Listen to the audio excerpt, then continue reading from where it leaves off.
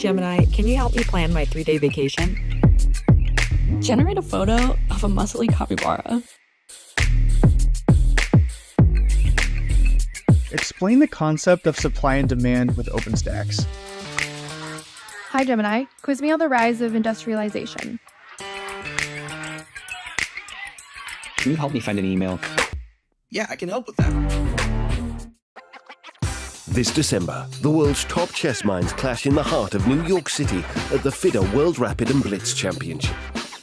Witness world #1 Magnus Carlsen and other stars from across the globe. Rapid and Blitz, chess in its most thrilling form, unpredictable and unforgettable. Fast moves, tactics and blunders, and moments that will keep you on the edge of your seat. Witness the pinnacle of chess excitement. Get your tickets now at worldrapidandblitz.fide.com. This is the Google Pixel 9 with Gemini, and this is a look behind the scenes of a heated Fantasy League group chat, where Gemini's already made an image of a quarterback with noodle arms, a running back that's a snail, a Swiss cheese secondary, that's a new one, and now coming in hot, some wide receiver gloves made out of butter. Oh, let's see how they come back from that one. Still anybody's game, or anybody that has Gemini.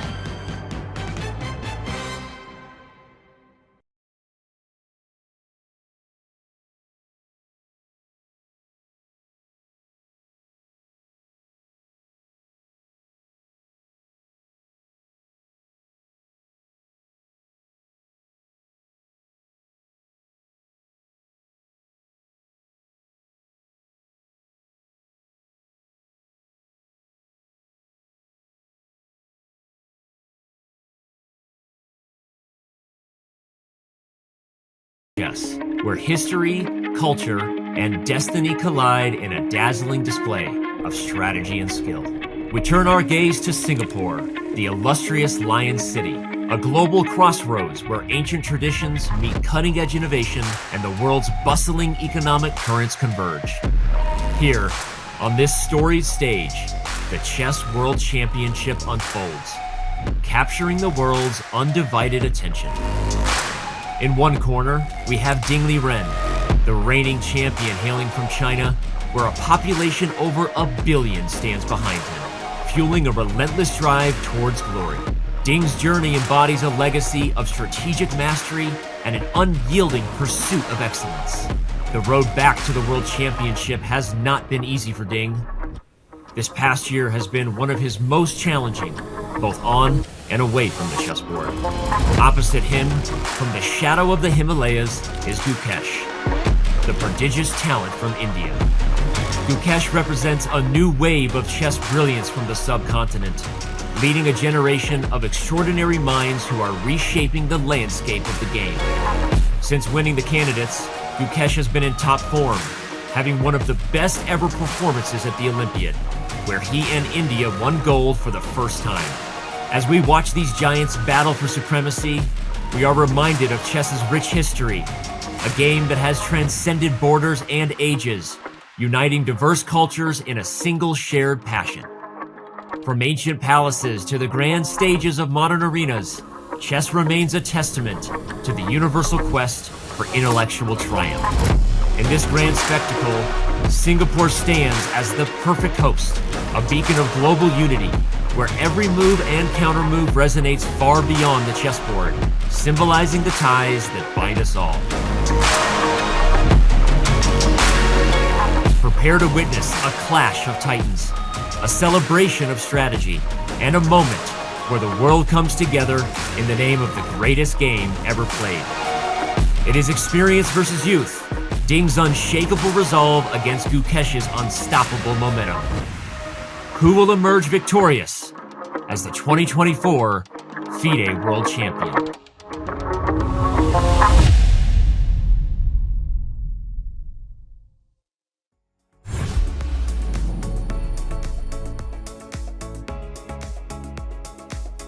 Six games played and the FIDE World Championship remains on a knife's edge.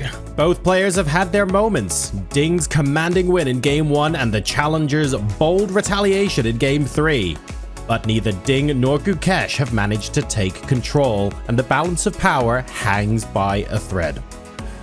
Here in Singapore, where history and innovation blend, this championship mirrors the city's energy. It's unpredictable, it's brilliant, and it's deeply competitive.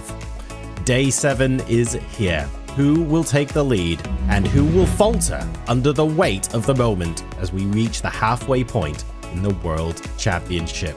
Good morning, good afternoon, good evening, wherever you might be watching in the world. My name is John Sargent, and I am joined by two titans of the chess world.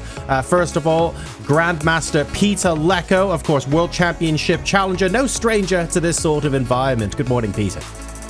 Yeah, hello, John. Hello, everyone. And then one of the, if not the, punniest Grandmaster in the known universe and one of the strongest speed chess players on the surface of the earth. Welcome, Grandmaster Daniel Naroditsky. Good to have you back, buddy. Thank you, John. Over the weekend, I had the pleasure of commentating on a world champion challenger as Fabiano rampaged the field at the U.S. Masters, winning with 8 out of 9. And today, I have the great privilege of commentating with world champion challenger. So great to be back with Peter and with you, John. Both of you have done such a great job. What a privilege to be here commentating on a pivotal Game 7. Amazing stuff. Let's touch on that just for a second, Dinah. Did you get to play Fabiano? Who were the big scalps that you managed to take down or at least stare down over a chessboard on the weekend? I was commentating the classical tournament. I did play in the OTB Blitz event, and I tied for first with Fabi and with the newest American GM-elect, Brewington Hardaway. So that was really fun, and I had a great time interacting with Fabi. It was 2 rounds a day, so the schedule was absolutely grueling. I was commentating the evening rounds, but what a great atmosphere here in my home city of Charlotte, and it warmed me up, for the real party, which starts today, of course. Yeah, and Fabiano. He gets to rest exactly 1 day. He flew back to St. Louis, and he's starting yet another open tournament in order to gain those coveted FIDE circuit points. So he flew Singapore, I think San Francisco, St. Louis, or Charlotte, and then to St. Louis for another event. So my hat off to Fabiano, and hats off to Peter, Robert, and John for keeping me entertained during those sleepless nights.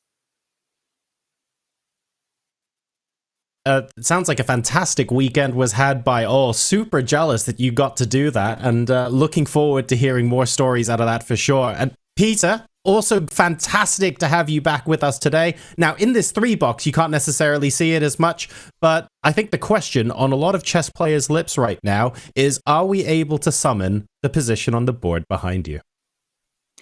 Well, I prepared e4, e6 on the board. I think it's visible. Yeah, I just cannot really remember any time that the French defense was such an important opening during a World Championship match. And in modern times, especially when we know e4, e5 and the Berlin defense or the Marshall and the Petrov as well, super solid openings. Ding was surprising Gukesh by going for the French. The big question is now that everyone is expecting the French to appear on the board. Maybe this will be the moment when Ding Liren's team decides to switch to e4, e5. We don't know. We are in the dark. So it's going to be a lot of fun to see whether that trend is going to continue. Are we going to get an opening that has been played before already in this World Championship match? To give you guys a little bit of a recap on what happened to bring the score back up to 3-3 overall so far, let's take a look at what went down during round number 6. We have seen different openings throughout the match. Yesterday, we had a repeat of the first game, at least in terms of the start. He might not even know what first move that Ding is going to play. It's going to be 1d4. Will we see a London system? Because that's what Ding trotted out in Game 6 of his match against Jan Nepomniachtchi, a game he won. Well, the jacket's coming off, Peter. We're in for a fight. And I'm pretty sure that Rapport told him that this is a very dangerous, very promising position. Let's go for it. Look at the clock. Ding has nearly as the amount of time he started with, and Gukesh, he's spent over 50 minutes, and he is still thinking because the position remains sharp. He spent 42 minutes, 42 seconds on the decision to capture on c6 in the first place. That was the longest think of this match so far. Ding was just enjoying life in his resting room, and all of a sudden, Gukesh is the one who is calmer. And look at this queen d5. That's where the queen was a turn ago, and a queen to e7. Could we possibly see a repetition of moves? We saw queen e7 just played, and now is the massive decision from Ding Liren. And now Gukesh, if he plays he plays on.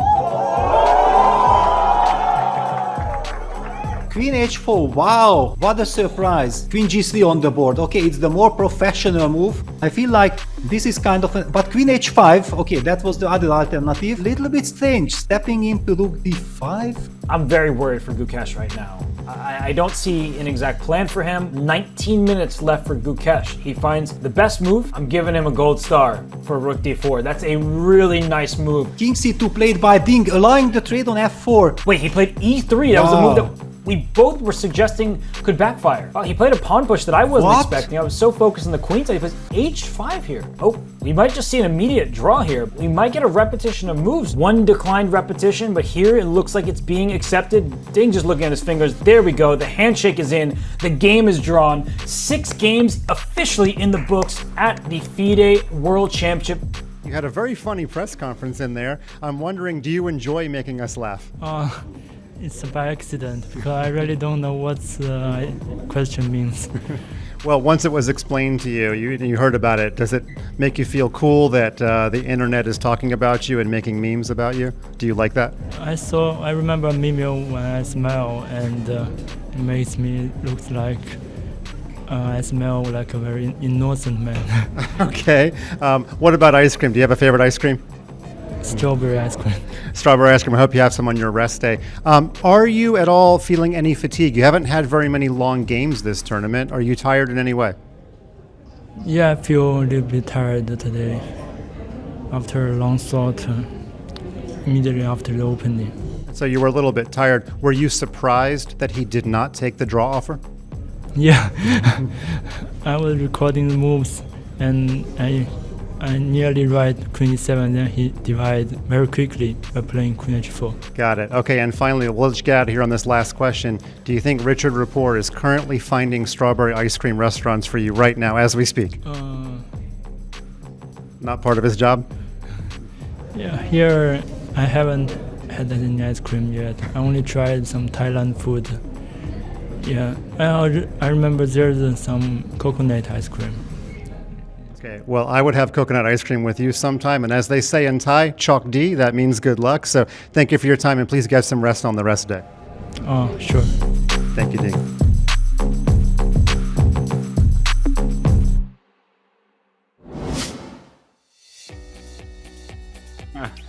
All right. No, we so didn't. after game six, the score is tied 3-3.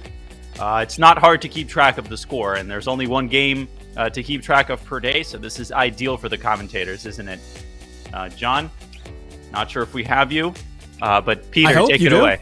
I think we do. No, I do think we do, and I'm gonna call into question the amazing universe of unicorns and rainbows that Mike Klein lives in, where we have strawberry ice cream restaurants. This sounds like a fantastic place to live. Sign me up for that all day long. But Peter, as Danya rightly pointed out, 3-3 now. We've had 3 draws in a row. The opportunities, though, on balance, have probably favored Ding a little bit. It feels like he's been able to push more frequently than Gukesh has been. Yes, but actually that doesn't mean anything. Yeah, in fact, it's a little bit scary.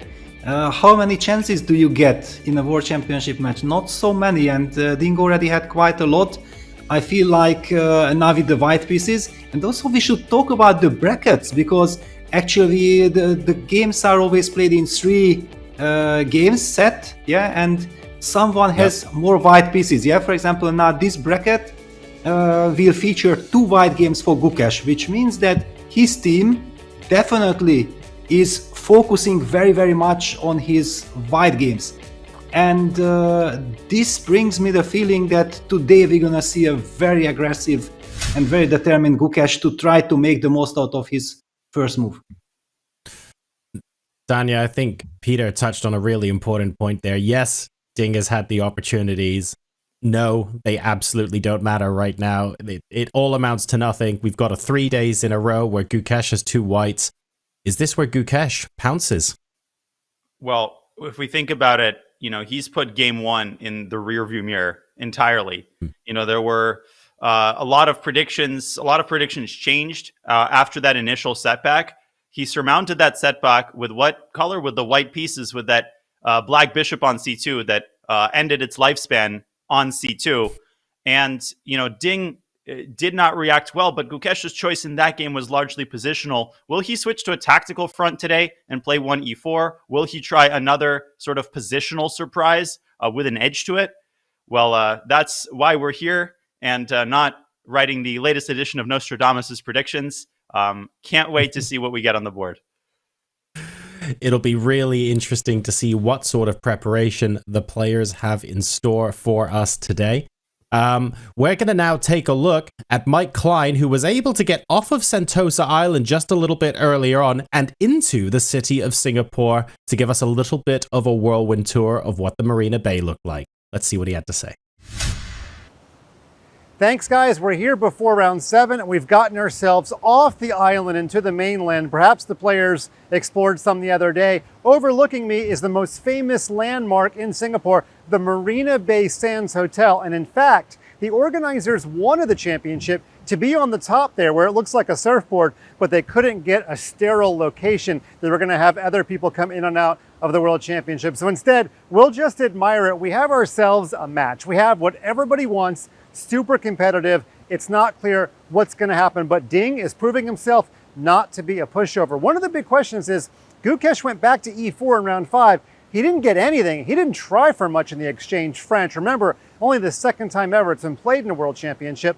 Some online speculators were thinking that maybe he just needed a nothing game to give his team more time to prepare against the French. So the mind games continue. Those of you who have bought tickets for rounds 13 and 14, it's looking good that you'll actually have a match to watch. What will Gukesh come up with against the French? Will we even have a French? We're going to find out very soon. Now back to you guys. Thank you very much for that, Mike. We are getting the pieces set up. We're getting the players ready. The arbiters are preparing the room for round number 7 of the FIDE World Championship. It's only a couple of minutes away.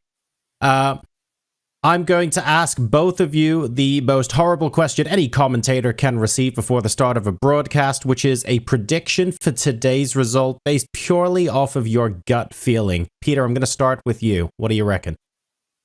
Well, I thought you're going to ask about the first move, and I dare to say that I'm expecting e4, okay. But I have no idea about the result. All right, and how about you, Danya? Anything screaming at you today? No, I'm going to do the usual Naroditsky fence sitting procedure. I Excellent. Second Peter. I think we're going to get a more aggressive opening choice by Gukesh. I might fly to Singapore and pause the clock if we get another exchange French, though. So just a word of warning.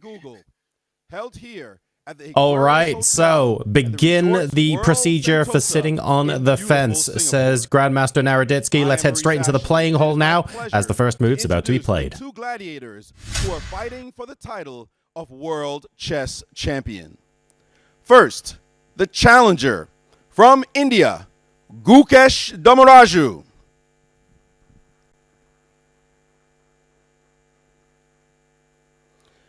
And from China, the world champion, Ding Liren. The match is currently tied at 3 points apiece. This is game 7, and it will mark the end of the first half. And this match has been hosted by the country of Singapore, and they have absolutely shown that they wish for this to be showcased as a pearl in the history of chess. We have seen many dignitaries come to the tournament, and our special guest today is one of them as well. He will be making the ceremonial first move. He's the Minister for Culture, Community, and Youth, and Second Minister for Law.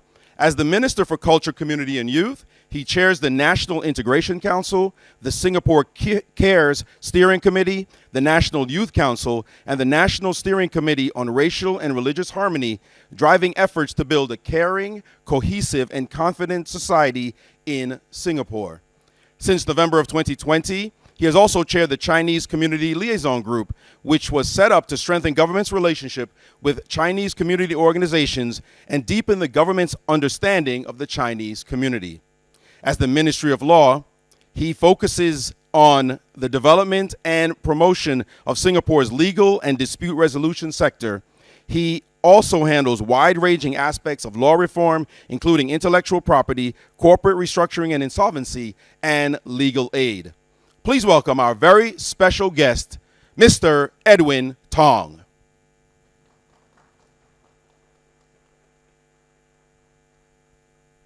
Please.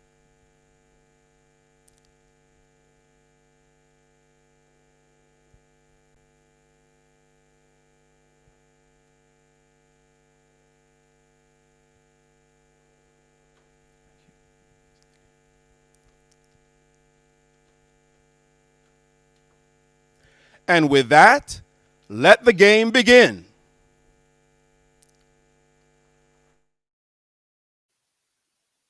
Thank you very much for that, Maurice and crew. All right, well, E4, I'm afraid the naysayers have won. Knight F3 is on the board. We have officially started game number 7 of the FIDE World Championship.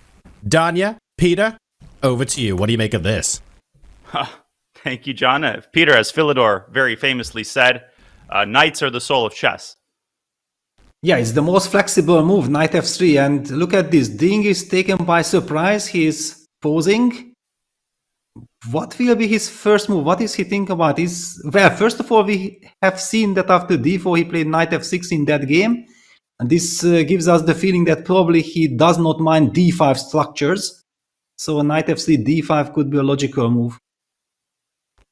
Knight F3, very flexible, and it's called the ready opening, but it's sort of a gateway into a million different variations. You can play 2 D4, but what sense would there be in starting with Knight F3?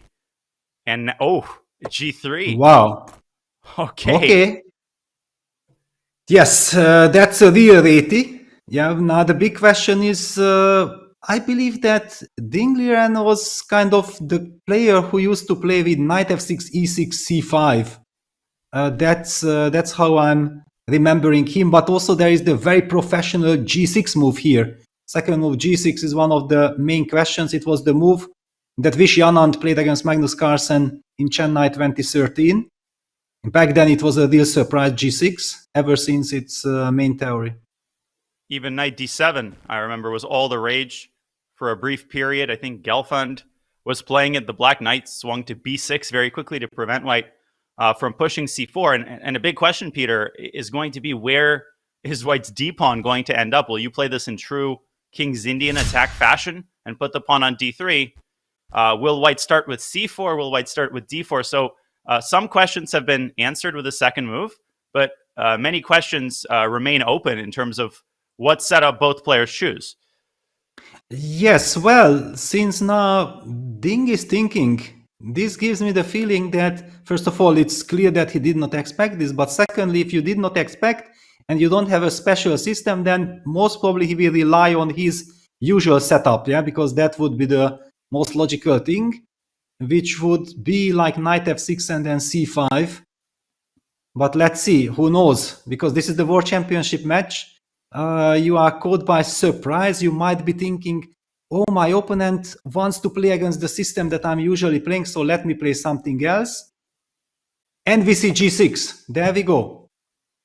Great call. And I don't think that this move has lost its reputation as one of Black's solid responses. I remember the time when, rumor had it that G6 was a refutation to Knight F3 and G3. Everyone was excited about it. Now it's just sort of receded into the background as one of Black's most reputable systems, and an immediate D4 by Gukesh, Peter. So he actually does not start with Bishop G2. Does this matter? Will he simply play Bishop G2 now, or will he play like an early C4? Yeah, that's the big question. And there we go. Yeah, c4. Yeah, he keeps the bishop on g2, basically asking black direct question. Yeah, how you want to deal with this d5 pawn. Yeah, black has so many different options. c6 is the symmetrical Grunfeld. D takes c4 is the so-called dynamic Grunfeld. And maybe this move order is aimed to avoid some c5 lines, yeah, because here c5 would be kind of very strange, but you never know. All this symmetrical stuff. Wow. Transposition City here. As we start with one knight f3, but it would be impossible to tell if you looked at this position. Another hypothesis might be that in some positions I'm kind of out of my depth here, but maybe you're preventing this like early knight d7 line. But c4 before fianchettoing the bishop, it doesn't produce the strongest aesthetic effect, but eventually the bishop is going to come out to g2. Is it going to be now? Yes, it is. Yes, okay, now we understand something, yeah? So the move order that Gukesh used was basically aimed to get his opponent into the c6 structure, yeah? Which probably Ding anyway wanted, so he doesn't care. It's the most solid system. Well, knight f6 castles. All right, so for the moment, white is sacrificing the c4 pawn. Well, d takes c4 is possible, but it's a little bit risky for black, yeah? So Ding Liren plays the most classical short castle. Wow, this is apparently, I just think of this as the Fianchetto Grunfeld, but apparently this is the Neo Grunfeld defense, classical original defense. Wow, chess.com always has like 8 different names, like the Tartakower, Makaganov, Kasparov, Karpov, a variation in the 3rd edition. And now white has, it's like when you come into those touristy restaurants and they give you a whole booklet with, pages and pages of options. Knight bd2, queen c2, queen b3, Peter, rook e1. Never seen this before. Exactly. Forget about everything that you have ever thought about this position, because rook e1 is a completely new touch. I have never seen it myself. I've been playing this opening with white and with black since the beginning of 90s. Wow, what a surprise. I thought you were going to say since the beginning of time. I mean, and I've seen just about everything. I've seen Sam Shankland in the World Team Championship before the round looking at this position. He was, maybe I'll play knight a3. He was looking at the rarest 7th, 8th most popular moves in chess space. Rook e1 was not on the radar. What is this? Well, the idea is easy to understand. So white is basically saying that please take this c4 pawn. I'm ready to sacrifice this pawn, and probably white is ready to push e to e4 as quickly as possible. And look at this. Ding Liren is now posing. I do recall him with the white pieces playing g3 systems, and he already played a lot of queen b3 systems, I believe, from the white angle. And then he thinks like, okay, but rook e1, it's a move I had the chance and the possibility to analyze, to play it, but I never ever even thought about it. And now I'm playing with the black pieces. I have multiple choices. One thing I would like to say that with rook e1, what comes to my mind that instead of rook e1, there was another trendy move, a to a4, which was like a shocking move, also from white side in this position. And it has very similar kind of touch, like giving black an option to choose from multiple possibilities. Yeah, a4 was also like, okay, please take this c4 pawn. Then of course a4 is very useful. With rook e1, we say the same, that if you take this e4, then rook e1 is useful because I'm gonna go e4. And this must be the topical line. Now, Peter, I'm trying to look this position up, and it's actually very hard to look it up. I got very excited because I saw the game Ulf Andersson versus Larry Christensen from 1987. I thought, this has been known for many years. Then I looked more carefully, and it was actually a white to move in this position. And the explanation for this mystery is that the Andersson versus Christensen game was a King's Indian. So let me just quickly show how that is possible. Essentially, it was a King's Indian attack. Christensen responds symmetrically. And essentially, after d4, d6, white makes the move rook e1, which is a very well-known sideline. Black responds with d5, which I suppose is a reasonable move. Now white pushes c4, and after c6, we get the game position, except it's white to move again. And it's crazy to me that the vast majority of times that I'm seeing this occur in the database is with white to move in this position. With black to move, it's happened a couple times. I see Rasmus Svane, the German grandmaster, he's played this a couple times online. It's a very obscure move. And this is, as we fast forward to the game position with black to play, this is straight from, the depths of Gukesh's laboratory. Yes, on the other hand, from the black side, you feel like, okay, I have played the c6, d5 solid setup, and my opponent is playing rook e1. All right, after d takes c4, e4, things are heating up. I might not be interested. Then what other alternatives do we see for black, like developing the bishop from c8 to f5, or sometimes also to e6? Yeah, there are all kinds of... but to play bishop e6, if you are not prepared, it would be very strange. Yeah, I mean, there's some lines in the Fianchetto King's Indian where black voluntarily pushes the pawn from d6 to d5. So if the bishop comes out to f5, I'll be able to rely on some knowledge. I assume that the engine move must be d takes e4. This is the move that you play, if you want to show your muscle. But to go into this with no preparation, you're flying blind, Peter. I never know with black, like when to play b5 and whether to play the move bishop g4 here. I mean, my instinct would be to play bishop g4 and, soften up the d4 pawn. But how is white going to handle this? Is white going to go a4? Like knight bd2? What comes to your mind? Yeah, it's a very good question. Now that you told me about bishop g4, which I also perfectly agree, very sensible move. What came to my mind that there was a match between Romanishin and Vishy Anand in '94 in New York, the PCA matches. And there, instead of rook e1, can you just pull back that position? Romanishin, I think, shocked everyone by playing the move h3. Like, okay, please take that pawn on c4. I don't care. I just want to stop bishop g4 after, when I sacrifice the pawn. Yes, after d takes c4, I believe he just continued with... I don't know how it continued. Can you check it up? How was that game? They, in fact, had two games in that legendary match. Romanishin versus Anand.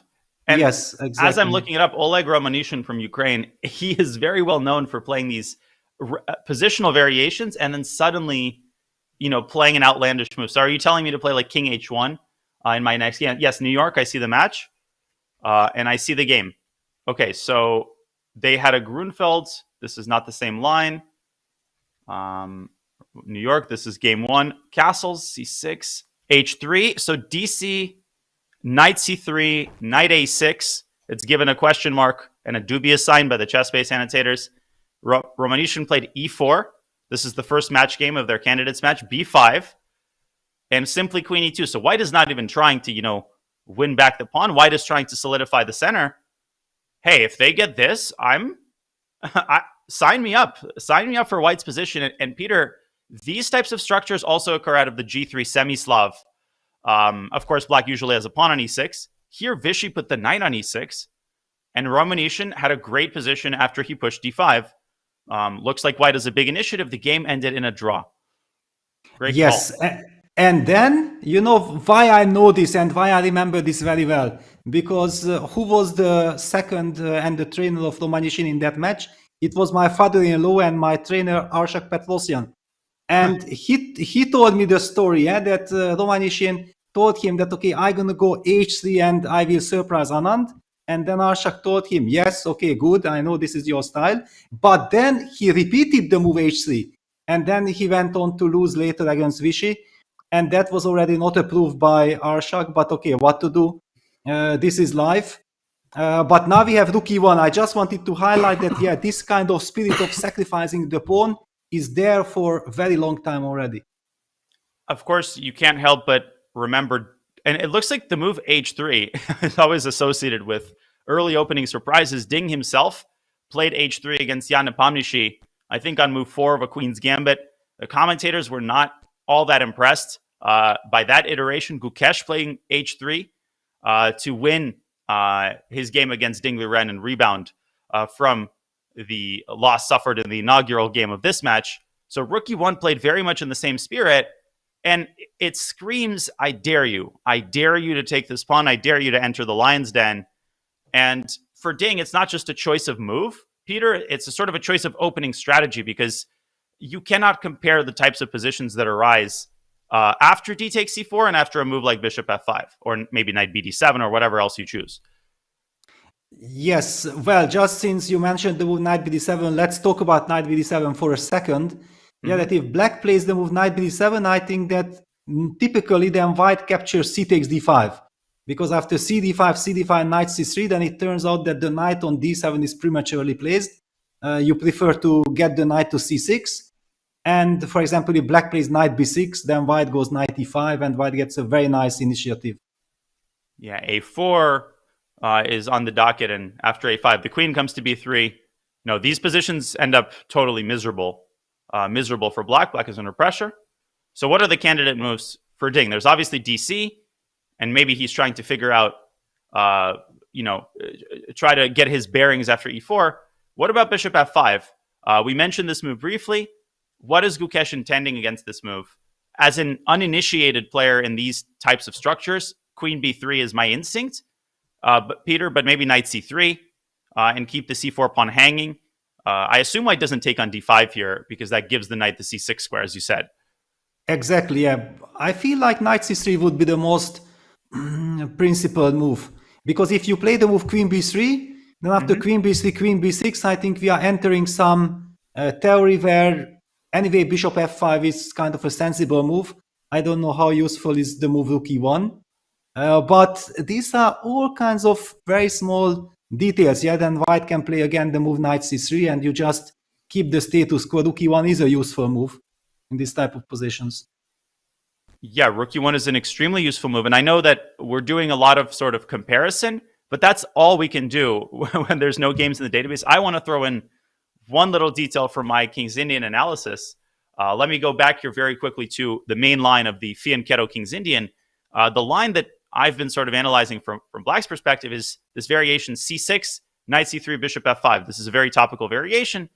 And if white plays the move knight e1, which is actually one of white's main moves, even if white plays knight g5, so moving the knight away and preparing e4 is very common. Here, there's a rare move d5 that I think essentially solves all of black's problems. I'll reveal a little bit from my own prep.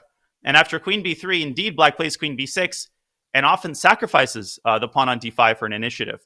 So essentially, if Ding plays bishop f5, we would have this position, except instead of this rather committal move, knight g5, white would have included the nice improving move, rook e1. I would take that from white's perspective. And I think sometimes comparison helps you understand whether a certain position is favorable or not. I'm not saying this is exactly the same, but this helps you understand, I think, why it must be tempting for Ding to go into the lion's den, so to speak. And I don't want to exaggerate it, Peter. I mean, d takes c4 cannot be such a big risk. It's not like black is, getting mated and has to find 10 only moves. I mean, it cannot be like a crazy amount of risk, right?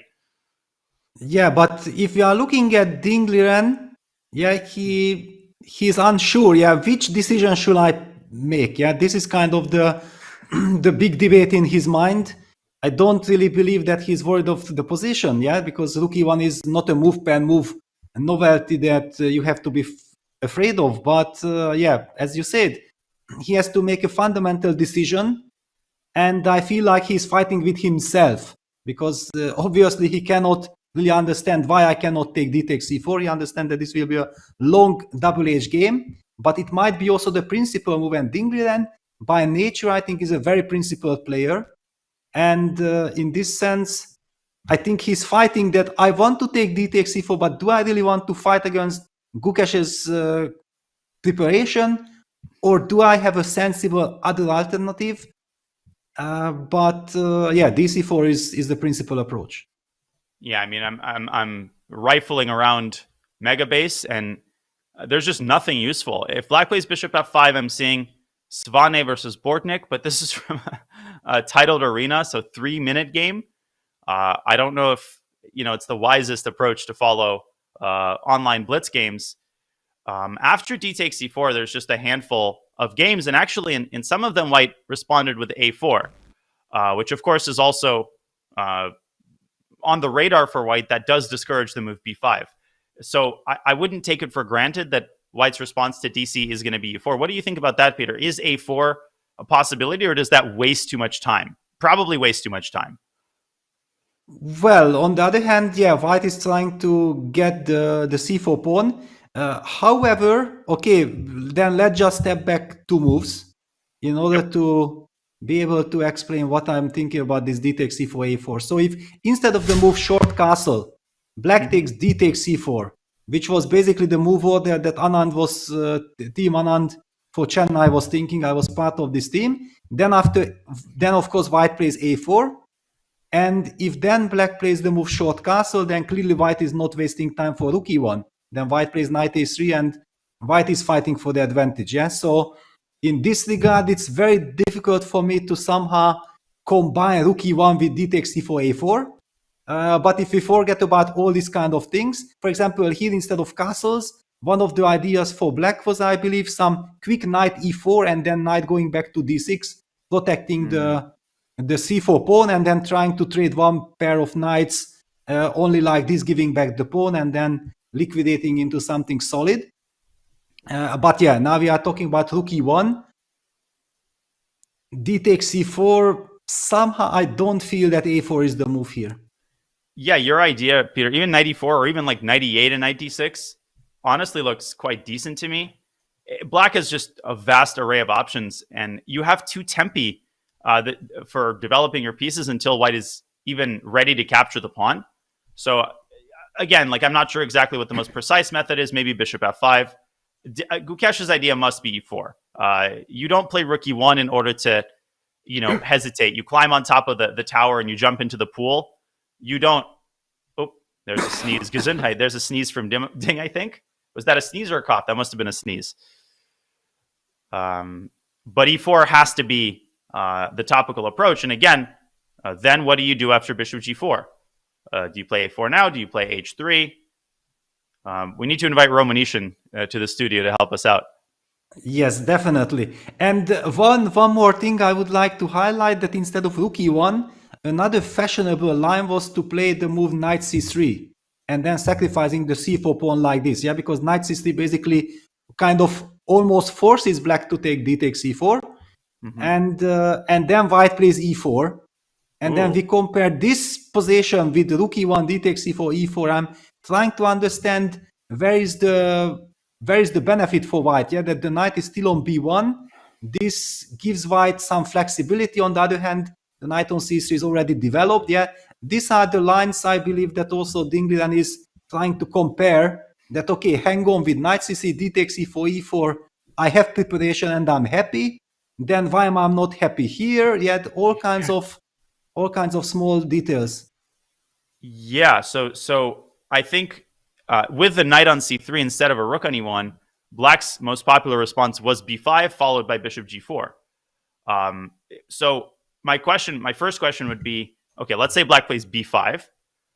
Here I can actually see how not developing the knight can favor white, because having the queenside clear might allow you to push a4 without having to worry about black playing b4 with tempo. Is that a fair assertion, Peter? Is a4 here kind of nasty for black? Well, I don't know the evaluation, but certainly that's also kind of my way of thinking. Yeah, that here we benefit that the knight is not yet committed to c3. And that's why I very much like your reaction, your first intuitive decision that you wanted to go bishop g4. That's the move which I also feel is the most unpleasant for white, because suddenly this d4 pawn, you touched it right at the very start. Okay, you are King's Indian player. Yeah, you are showing your secret knowledge with this d6, c6, bishop f5 line, and then d5, queen b6. I can confirm there was one time when I prepared it from the white side, this knight g5, and the only thing that I was worried of was this d5, queen b6, queen b6. It's still relatively fresh. I still catch fianchetto players by surprise. The computer move here is knight b to d2, which makes a lot of sense. I mean, this must be another factor to consider. The knight coming out to d2, protecting its brother on f3, and attacking the pawn on c4. and essentially forcing black to play b5. Because if you're giving the pawn on c4 away, then white is really, really happy. Oops, sorry about that. So dc, e4, bishop g4, knight bd2, b5. And of course, at this point, white is probably ready to play h3. And my intuitive feel would be that if Ding can get if Gukesh can get Ding to take on f3 and give up the bishop pair, white is really happy. White has excellent compensation. And Peter, in such positions with the center still relatively closed, black will not hesitate to keep the bishop, dropping it back sometimes to its initial square. And what an inscrutable position, just so complex. The one thing I want to point out for newer players is that very often there's a temptation to play b3. Let's get rid of this pawn. That's a terrible idea because black can just respond with c3 and follow up with b4. And you've got, a bone in your throat early on in the opening. That is not among white's plans. But rook e1, this will be discussed. This is already being discussed on Twitter. Hikaru, Anish, everyone's already preparing the recaps, preparing their thought about this move. Or not, because you always wait for the results to sound as smart as you can. Yes, because if, for example, Gukesh goes on to win this game, then everybody will be praising, rook e1, sensational, novelty, brilliant stuff. If Ding makes a draw comfortably, then people will say, okay, but why did he play a symmetrical position and then this rook e1, little soft? But I'm really loving this idea. Simply modern chess, it's so difficult to surprise a super player with something completely fresh, some new concept, and this rook e1 is one of it, because it's such a delicate kind of move. It gives so many different options for black, and probably everything is objectively fine for black. That's the catch. But he can only make one move, and Ding is not feeling so happy. Yeah, he's one knight f3 was a small surprise, and now rook e1 is, the big brother, the big surprise. He's already spent 20 minutes. It feels like I'm just starting to get the hang of the position. Boom, 20 minutes have passed. Now, Peter, if I had to rank the opening surprises in this match from most successful, let's say, to least successful, without being biased by the result of the game, I would say that Ding's Italian, the four knights Italian with knight c3 and a4, a5, I was really impressed with that. I mean, he was able to really squeeze water from a stone. Of course, a lot of people will say, well, what about Gukesh's h3 and g4? Well, nobody forced Ding to put a bishop on c2, to be fair. But rook e1 might be a contender for the top surprise if Ding does not react appropriately to this. Yeah, it's one of these tricky moves, yeah. Very interesting. So the discussion in the 1800s, I've quoted this before. There's a great article on the match Wilhelm Steinitz versus Isidor Gunsberg from 1890. And really, the crowd reactions never change. The most obsessive phase of the game for the fans is the opening. Everybody's speculating on what the players will play. And the newspapers of the time sounded almost exactly like, the game recappers of today. So here's a passage from a New York newspaper from 1890. All of the rage back then was whether the players would play the Evans Gambit. That was what the fans wanted to see. An Evans Gambit, that was their dream. And here's a quote. By many, it was expected that Gunsberg would offer an Evans Gambit to his opponent, who, it may be remembered, stated some time ago that he would undertake to play the defense in the Evans 4 times with Gunsberg from a certain position, which at the time had been reached in his game with Chigorin. So if you think that in the 1800s, they didn't collect statistics on openings and who played what, how many times, not at all. Opening preparation was very much in play, and fans were absolutely aware of, who played d4 and who played e4 how many times. And I'll have more quotes available as the game goes on. Yeah, very interesting. What I also felt like we should talk about the body language, because Ding Liren is thinking, he has to make up his mind, and Gukesh is simply sitting there with closed eyes, seemingly completely relaxed. And this is a big difference compared to the very first game, when he also came up with some counter surprise against the French with this ultra aggressive g4, and then he was walking around. Now he's just trying to be extremely calm, we don't know what goes through his mind. I just feel like this is such a contrast, yeah, that Ding has to make up his mind. At the same time, Gukesh is just very focused and relaxed sitting opposite to him. Well, Gukesh feels like a king. Just watching Gukesh's clock tick down. He spent 26 minutes on the move A5 in the French. He's at 23 minutes right now, and I certainly feel like a king for having the opportunity to commentate with Peter Leko and John Sargent. Speaking of Mr. Sargent, let's bring the lieutenant back into the show. John, your thoughts on this early surprise? Thank you very much, Danya. That was more titles than I think I can handle, but I haven't got a GM one, so I'll take what I can get. This is entertaining, to say the least. Ding in deep thought right now. Peter, I want to touch on something you said earlier about the modern chess game and preparation here. I'm not sure how much we can read into this, except maybe to say Ding Liren probably knows that d takes c4 is the expected move in these kind of positions, and he probably also knows that Team Gukesh has so much preparation ready after rook e1 to continue blitzing out moves and really put him under enormous time pressure. So is Ding right now thinking, what are my options other than d takes c4, or is he calculating deeper lines after taking the pawn, Peter? What would you be analyzing? Well, I think he is definitely thinking about all kinds of scenarios. The reason why he hasn't made up his mind yet, because he's unsure. Yeah, first of all, he has to understand the deep idea behind white concept after d takes c4. Yeah, that what it is all about. After all, it should be fine for black. But when you are caught by surprise and you assume that your opponent has brilliant preparation, then you are cautious. Yeah, then you think like, oh, okay, some super deep ideas are there. So at this moment, then you are automatically over the board tempted to find an alternative. Yeah, that, okay, let me be just solid. Let my team work out all the details on d takes c4. I'm going to just find a nice alternative, maybe not the most critical one, but that gives me a safe position. And then the question is, which choice is safe here? Yeah, because if you are not playing the principal move and you develop that bishop to f5 that we discussed with Danya right from the beginning, and it turns out that after knight c3 you don't have a good next move, then you will be also kicking yourself for not going for the principled approach with d takes c4. So I feel this is a very interesting psychological moment, but also chess-wise, it's super interesting. So Ding continuing to settle into a long think. He's about to go half an hour down on the clock. Folks, we're going to take our first break of the day. When we come back, of course, what we do is we go to a break so that we summon the moves to appear on the chessboard. That's how it works over here, right? But we'll wait and see whether Ding can think of something that might be a game changer in this opening preparation. Speaking of game changers, at chess.com, we are thrilled to support the fellow game changer Chess Up, who have come out with Chess Up 2.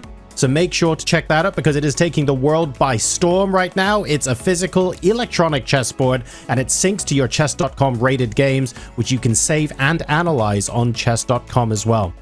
It's got built-in Wi-Fi, a touchscreen, touch-sensitive pieces, and more. And it supports not only beginning players, but as well as players in training, even up to very strong players. You can even facilitate casual games between friends and family. So for a limited time only, you get $50 off Chess Up 2. Head over to go.chess.com/chessup2 or use !chessup in chat to unlock this offer and take your game to the next level. We will resume our coverage with round 7 of the FIDE World Championship right after this.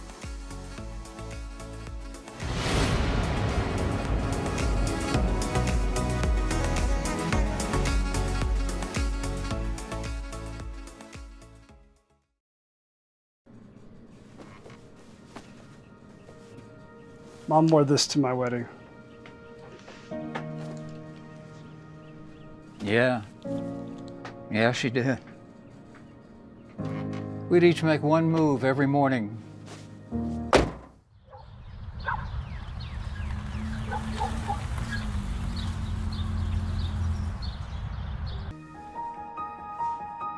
Are you sure about that? Mm-hmm.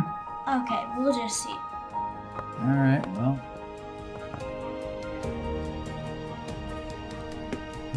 Gotcha. Oh my. Oh. Smart kid. How does she do that? That's incredible. Nice going. You underestimated her, Grandpa.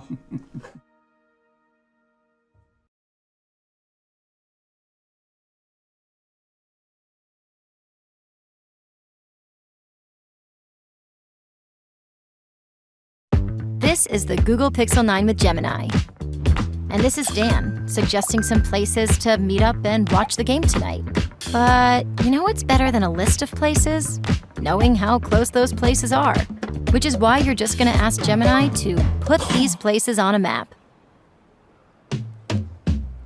Whoa, how's that for teamwork? Why can't you just cool? Just let me cool. This December, the world's top chess minds clash in the heart of New York City at the FIDE World Rapid and Blitz Championship. Witness world number one Magnus Carlsen and other stars from across the globe. Rapid and Blitz, chess in its most thrilling form, unpredictable and unforgettable. Fast moves, tactics and blunders, and moments that will keep you on the edge of your seat. Witness the pinnacle of chess excitement. Get your tickets now at worldrapidandblitz.fide.com.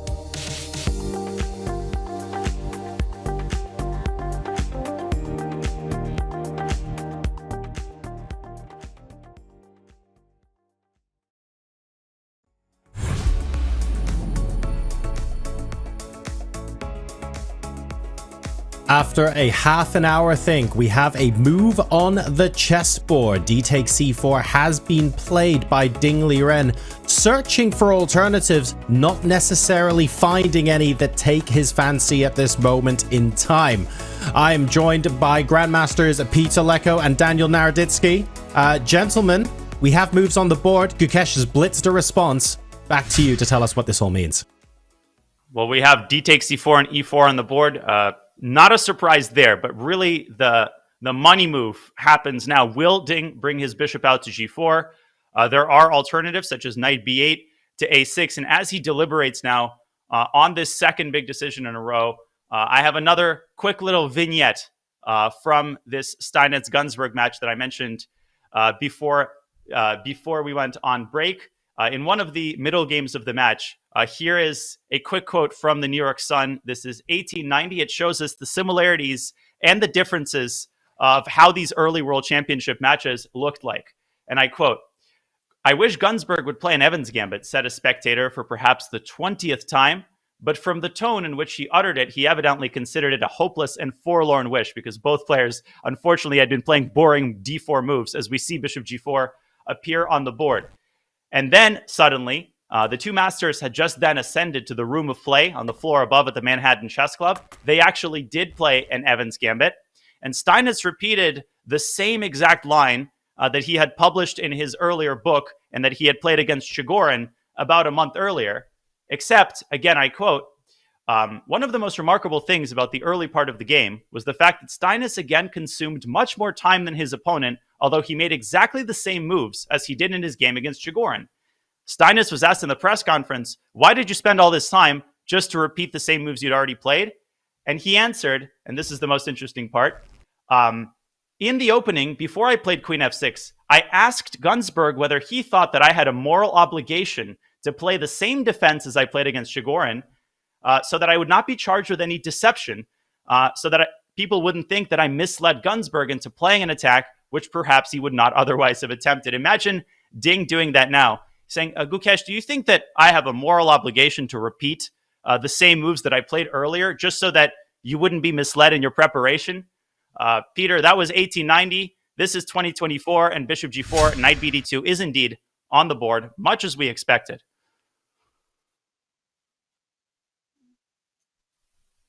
Big question is, the next couple of moves, yeah, that how do we progress from here? I do feel, first of all, that the knight on d2 is clearly misplaced, yeah, but White's idea is that after h3, bishop takes f3, knight takes f3, everything would be perfect, yeah. And this is modern chess, that already players are not playing positions where you can play logically, because then your opponent will automatically always play the best moves. You have to come up with knight takes f3. Now we see White's perfect harmony. The knight from b1 lands on f3, guards the d4 pawn, the rook on e5. On the other hand, if we put the bishop on e6, we are not threatening, and Ding made a move c5. Okay, wow, change of direction. I'm loving it. My first intuition says that it's a very interesting move.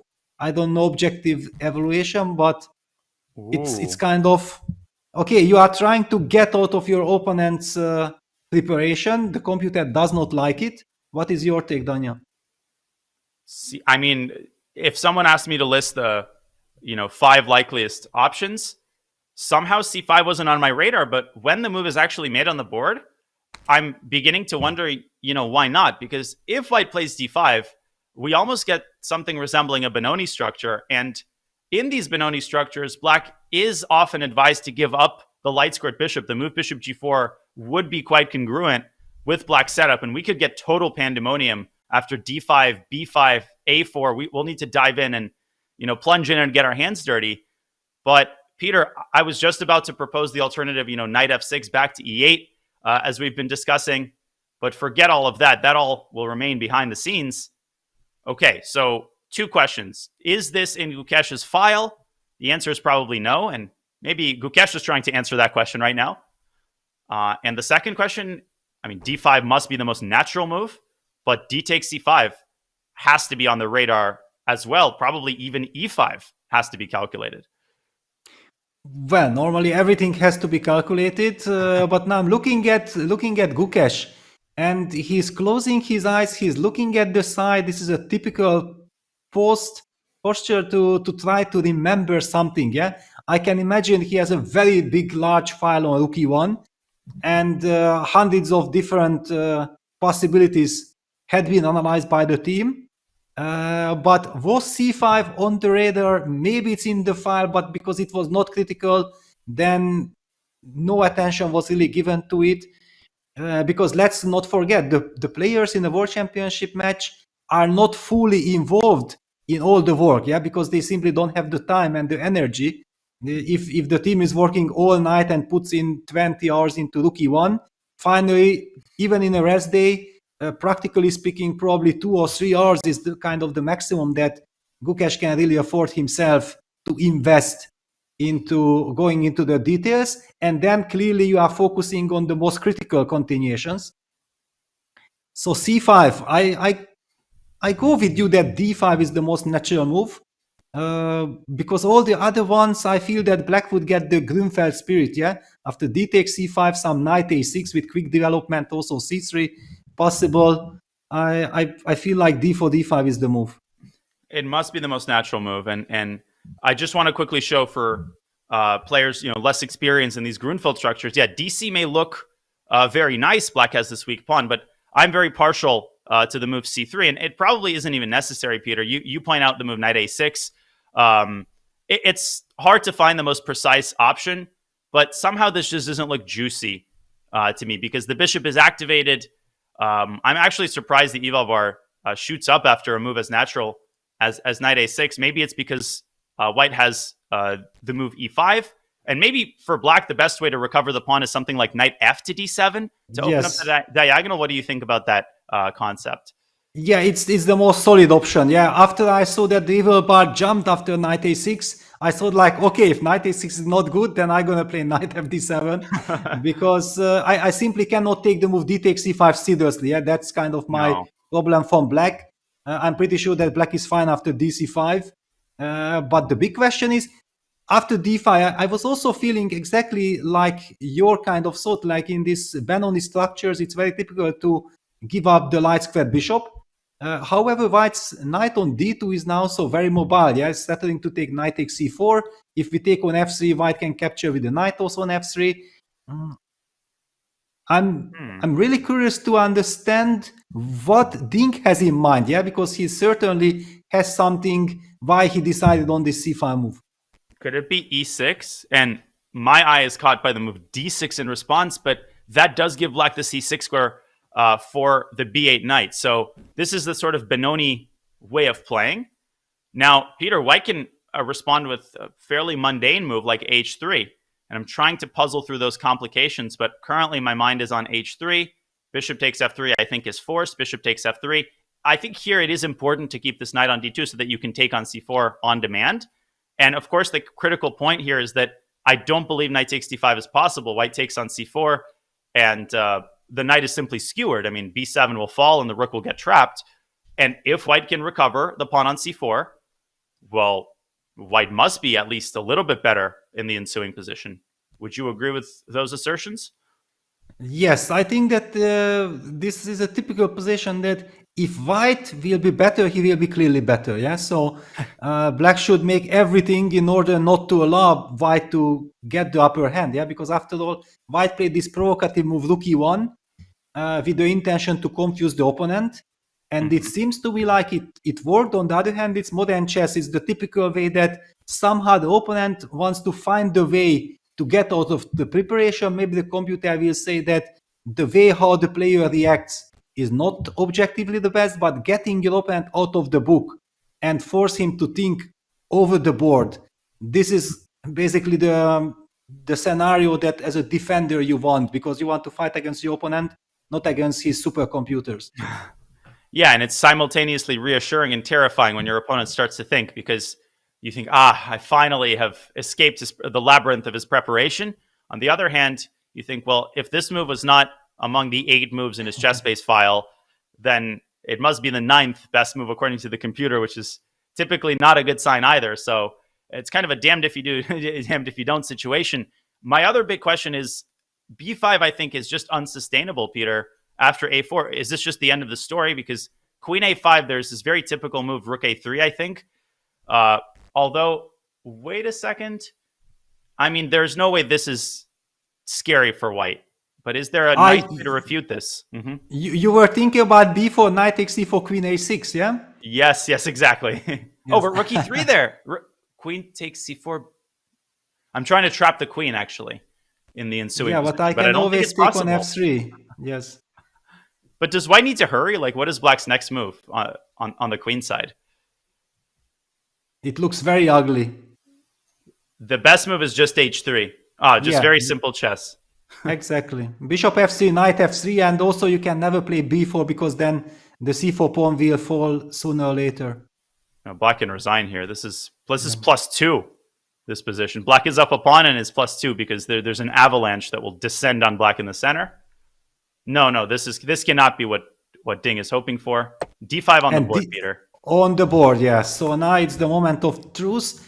The big question, something like knight fd7 is also a thematic human kind of move. e6 is a very natural move, but I don't think that here you can just make a move just out of feeling, because this c5 move is based on some very concrete kind of calculation. And the big question is, what did Ding really thought up, because he spent half an hour on the decision d takes c4. Now there is also another kind of intrigue in the situation, that often after rook e1 you are spending half an hour because you are unsure, you are having this dialogue inside yourself that should I take on c4, should I just find some other alternative, and you are actually distracted with all these kind of thoughts.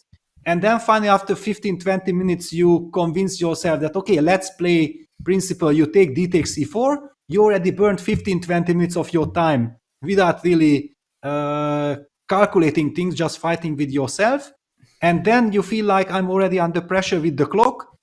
And then you sometimes make an impulsive decision. I understand that this sounds very strange, but I think all of us have been in this situation already, that we reacted not in the best way, but this is also kind of a human way of thinking. Yeah, every surprise has its psychological effect. No, it makes perfect sense. I remember Judith pointed out that when a player takes over 15-20 minutes, oftentimes a mistake ensues, and that's not just one of those witticisms that is intended to provoke thought. It's very true. I mean, you see a clear pattern where when you can't make a decision and you start going in circles and you have the same thoughts over and over again, often you end up choosing, not at random, but you end up choosing something out of frustration, and then you feel the need to justify it by playing the next couple of moves quickly. And that is often what lands you in trouble. So you see the blue arrow. It tells us that e6 is the only move that essentially maintains a viable position, in which case, Peter, I think we will get, in response, the move h3. We will get that trade on f3. And the position we had on the board after the exchange on d5 did not look appetizing in the slightest, especially if white recovers the c4 pawn. So now I'm really kind of at the edge of my seat, and I'm kind of worried for Ding. Not because of the clock situation, he's still way over an hour, but just the position on the board is concerning for him. Yes, I also have the feeling that if, for example, the white pawn would already be on a4, it would make a huge difference, because then black could play on squares. Yeah, black could rely on knight a6, knight b4 ideas, maneuver his knight from f6 to d7, or maybe knight e8, knight d6. Yeah, it would all make somehow strategically sense. But with the pawn on a2 and without any weaknesses in white's camp, I don't really see, from black's perspective, any kind of natural regrouping or maneuvering type of play. And if there is none, black has to go for e6. That will be a very tough choice. I already see Ding not feeling comfortable on his chair. He's quite nervous. I also feel that all these cuffs are coming out of nervousness, yeah, because whenever we see that also in the sixth game, Ding wasn't exactly sure which choice he should make, and he made a move. e6. It's e6. Okay. A sigh of relief by Ding fans. I mean, this is the first hurdle that had to be cleared.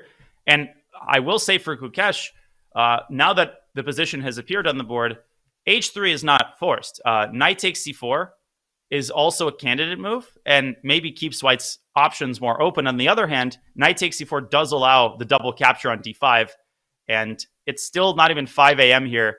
Way too early to calculate all of these lines with like a discovered attack on the long diagonal, Peter. So maybe Gukesh will do us a big favor and blitz out h3.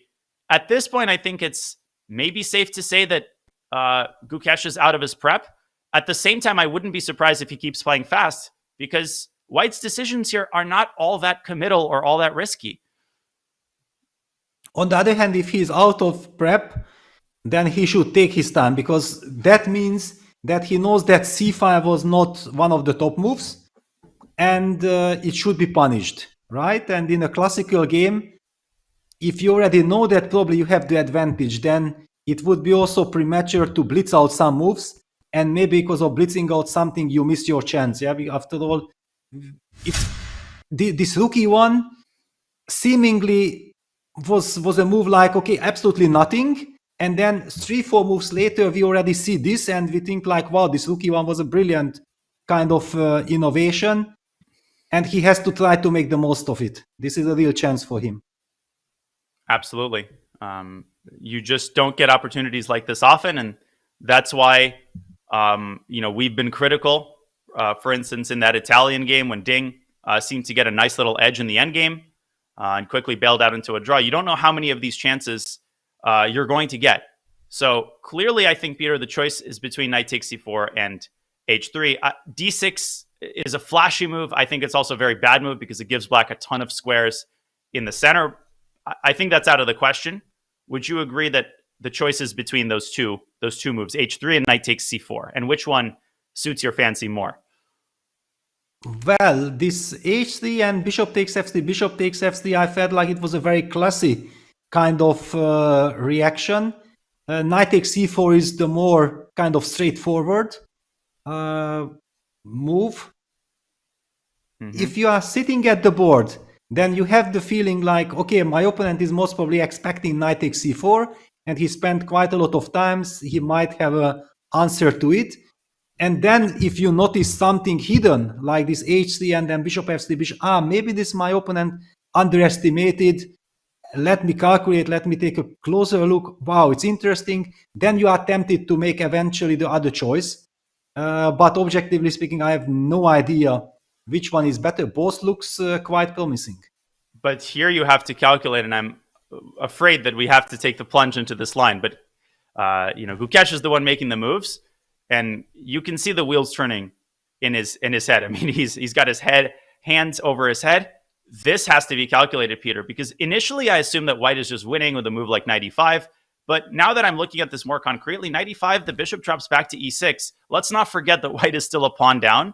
So white has to demonstrate something very concrete, I think, in this position, if he plays knight takes c4. I'm not seeing anything off the top of my head. Knight e5, okay, rook you have c1 maybe? Also, knight g5 is an option in order to avoid any kind of bishop e6 move. Knight g5, knight b4. Yes, it continues. It continues.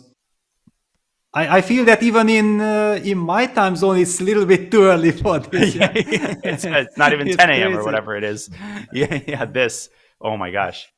Now wait, rook d8 we should show. Rook d8 looks terrible. Rook d8 looks terrible. Why does it lose? Because if bishop takes, rook check, bishop blocks, and bishop f4 simply?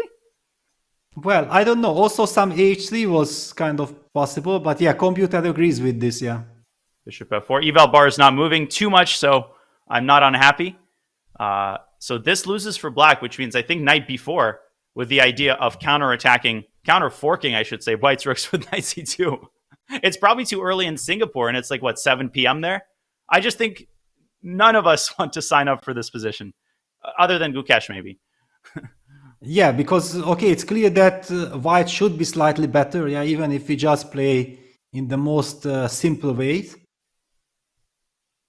I don't know, but from Ding's perspective, how did he come up with I mean, why he felt that this is better than anything else? This is what I'm trying to understand, because all the lines that we are seeing, white plays natural, and black is the one who is fighting for his life. Yeah, that's the feeling I'm getting. It's like the old game show Whammy, where you have this slider going around a board, and you have to press it to stop, and you have to avoid a certain square on the board. And if you hit that square, you lose all of your money. And of course, humans have an incredible talent to stop it on the whammy. And Ding had so many options, to play DC and knight a6, to not play DC at all. And often when you have this abundance of options, you end up choosing the least appealing option. Then you're sitting there thinking, wait a second, like, what did I just do? I could have just played bishop g4 and maybe been a tiny bit worse. So this is one option. If Gukesh understands what time zone the commentators are in, he's probably going to go for this position. Nice and quiet, stable positional advantage. But okay, yeah, so how does this line continue? For example, ed5, ed5. And does black have now some nice solid way of dealing with this pressure? D6 maybe? Yeah, but then you take and bishop f4 comes with a tempo. Exactly. Yeah, that's a problem. Let's just show this, yeah, that we would love to block with knight e8, but it doesn't work. Super important. And we have a move, by the way, and it is h3, thank God. But yeah, this is a super important line. The queen is pushed away and white pushes d6. So what on earth does black choose in this position? Okay, they're executing the trade on f3. Is e takes d5 forced or semi-forced? Is e5 on the menu at all for Ding Liren? No. Exclam. No, were there other moves? Like, as opposed to what? What a great move. Not losing his bishop. Yes. But now there is also the question, because you mentioned the bishop takes f3, and before you mentioned it, I considered like knight takes f3 is also an option, because I thought like you can't take on d5 because I will have knight e5 at the end of the day. On the other hand, I'm not recovering the pawn on c4, so I immediately took over your bishop takes f3 suggestion, believing that, yeah, it's kind of a really nice decision. What about queen takes f3? It is a move, but then it runs into some knight a6, knight b4. Potentially this knight c2 fork will give you a tempo at least. That's very true. I was thinking maybe queen can swing to b3. My idea was queen takes f3, e takes d5, e5. But maybe there black even has like rook e8. It's probably needlessly complicated when there exist, two viable position alternatives. Yes, but also we see that it's not obvious at all. Yeah, white has such a big choice. Gukesh is taking his time. Bishop takes f3, knight takes f3, queen f3. All these moves have to be taken into account. Yeah, this is actually not an easy dilemma at all. And Gukesh does play bishop takes f3, I think the most natural recapture. And very quickly, it will be another very tough decision for Ding. What to do after e takes d5. E takes d5. I still haven't come up with an adequate move there. Yes, let's just highlight this very big, nice little detail. That after ed, knight a6, knight takes e4, knight b4 hits empty air because the queen on d1 is beautifully protecting all the squares. Yeah, that just knight c4, knight b4 jumps. It was quite effective if the queen captures on f3 because then knight c2 would be hanging in the air. But now with queen on d1, this does not work at all. Let me ask a dumb tactical question. After ed, can black try to calculate c3, bc, and then knight takes d5? Or is still... Oh, knight b1... Wait a second. Let me put this on the board. Takes... Even knight b1 is a move here. Wow. But intuitively also something like knight c4 and then just close my eyes and go looks very tempting. Yeah, because one of the big problems is at the end of the line. So takes, right? White takes on b7. Black can win back an exchange, but not more than that. Black cannot win back an entire rook. And look at this line, Peter. Knight e2 check, rook e2, bishop a1. And if you play bishop takes a8, there's actually a trap. Because yes, at the end of the line, black also attacks the knight. So white does not, in fact, win the minor piece on b8. I think white needs to be a lot more patient. And probably in this position, throw in an intermezzo. No, but... Bishop g5? Oh... But no, bishop g5 is nothing. 7? Exactly, also knight d7. No, forget about bishop g. But yeah, what is the killer move? What Funny. is the killer move? Is it rook d2? Wow. Yes, it is rook d2. And then rook sensational. e8? King f1, simply, I think. Wait, no, then king f1, bishop c3, rook e2. Oh my gosh, this is making my head hurt. No, bishop c3 already you can pick up the rook, yeah? Yeah, king f1, beautiful. Yeah, this is satisfactory, I guess. And bishop c3, bishop a8 is 2 pieces for a rook. Wow, and rook takes d2, just bishop takes d2, and black's rook is just stranded in the corner. Yes, yeah, one wonderful line, but intuitively I felt like, okay, just knight c4, you close your eyes and it should work in white's favor. Wow. No, this is not what Ding... I think is aiming for, but he hasn't played e takes d5 yet. Could he be considering the move e5? That looks like a horrible version of... Sometimes you get this type of structure out of certain openings when there's a pass pawn on d5 and you try to get your knight to d6. But black is down so many tempi here.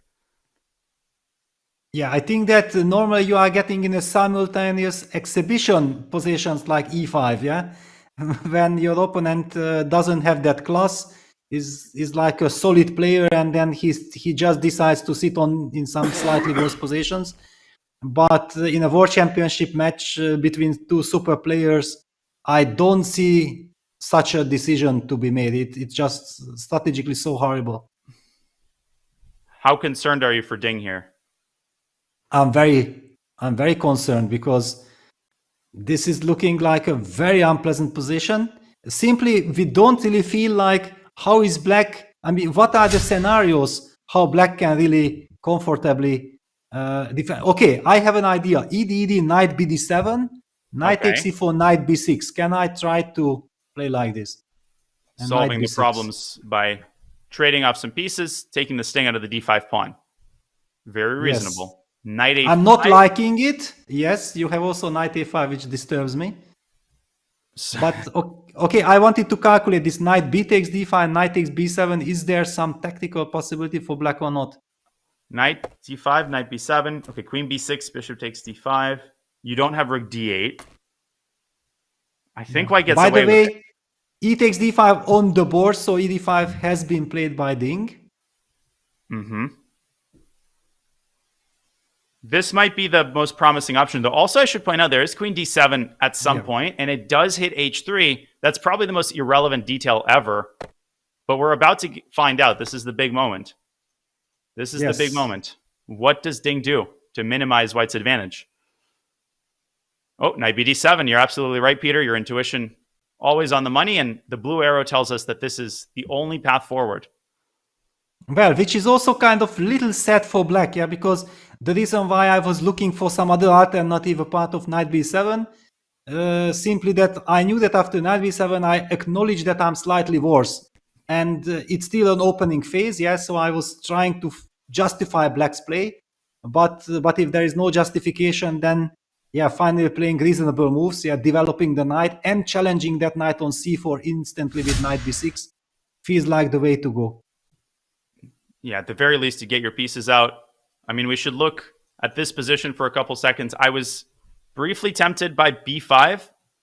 Maybe, I mean, this is in sort of the Benoni spirit to develop some counterplay. What do you think about that? Also, white doesn't have knight a5, of course, in the meantime. Yes, yeah, b5 is a very principal move, because if you could get c4, knight c5 in, then suddenly you are fighting for the d3 square. Where's the knight going to go in that case? Is it going to go up to d6? To d6, yeah, it's the principal move, I guess. Queen b6. Let's try. Yeah, queen b6. Yeah, queen b6. I think black is getting away with it. Bishop f4, there's g5. So exactly. Yeah, but white can stabilize. Yeah, but then b5 is very principled. I might like it even more. I don't think Ding is going to take too much time. Yeah, he has to play knight bd7, otherwise white's advantage gets out of control. Of course, Gukesh, again, I keep saying this, like maybe then white's knight takes c4 isn't forced. Maybe white considers a4, but I doubt it, because then knight b6 becomes a nasty little option. And white can't afford to just lose the d5 pawn with no clear follow-up in response to knight takes d5. But wait a second, now that we are at least already understanding black's resources with knight bd7, then are we still happy with this h3 bishop takes f3 that Gukesh has chosen? Because it looked like a very sensible, nice way of playing, but for the moment, then with this knight b7, knight takes c4, b5, black creates play. For a Benoni player, you see point 2 on the eval bar, and you're like, oh, black is winning. Same with as a King's Indian player, I'm like, wait, that's it? It's only a slight edge? You know, black has this typical Benko Benoni ideas like c4, knight c5. So if white has to play a move like knight e3, you know, I'm feeling kind of chipper if I'm Ding. Maybe c4 is not the way forward. Maybe you don't want to allow d6 in this version. But let's just talk about this, yeah, because d6, something like knight e5 or knight c5, yeah, some position exchange sacrifice is very much in the spirit. Forget about the evil bar, yeah, please push this pawn to c4, d6, and now we sacrifice the exchange like Kasparov, yeah, knight e5, bishop takes a8, queen a8, and we are winning the game, or at least we are hoping.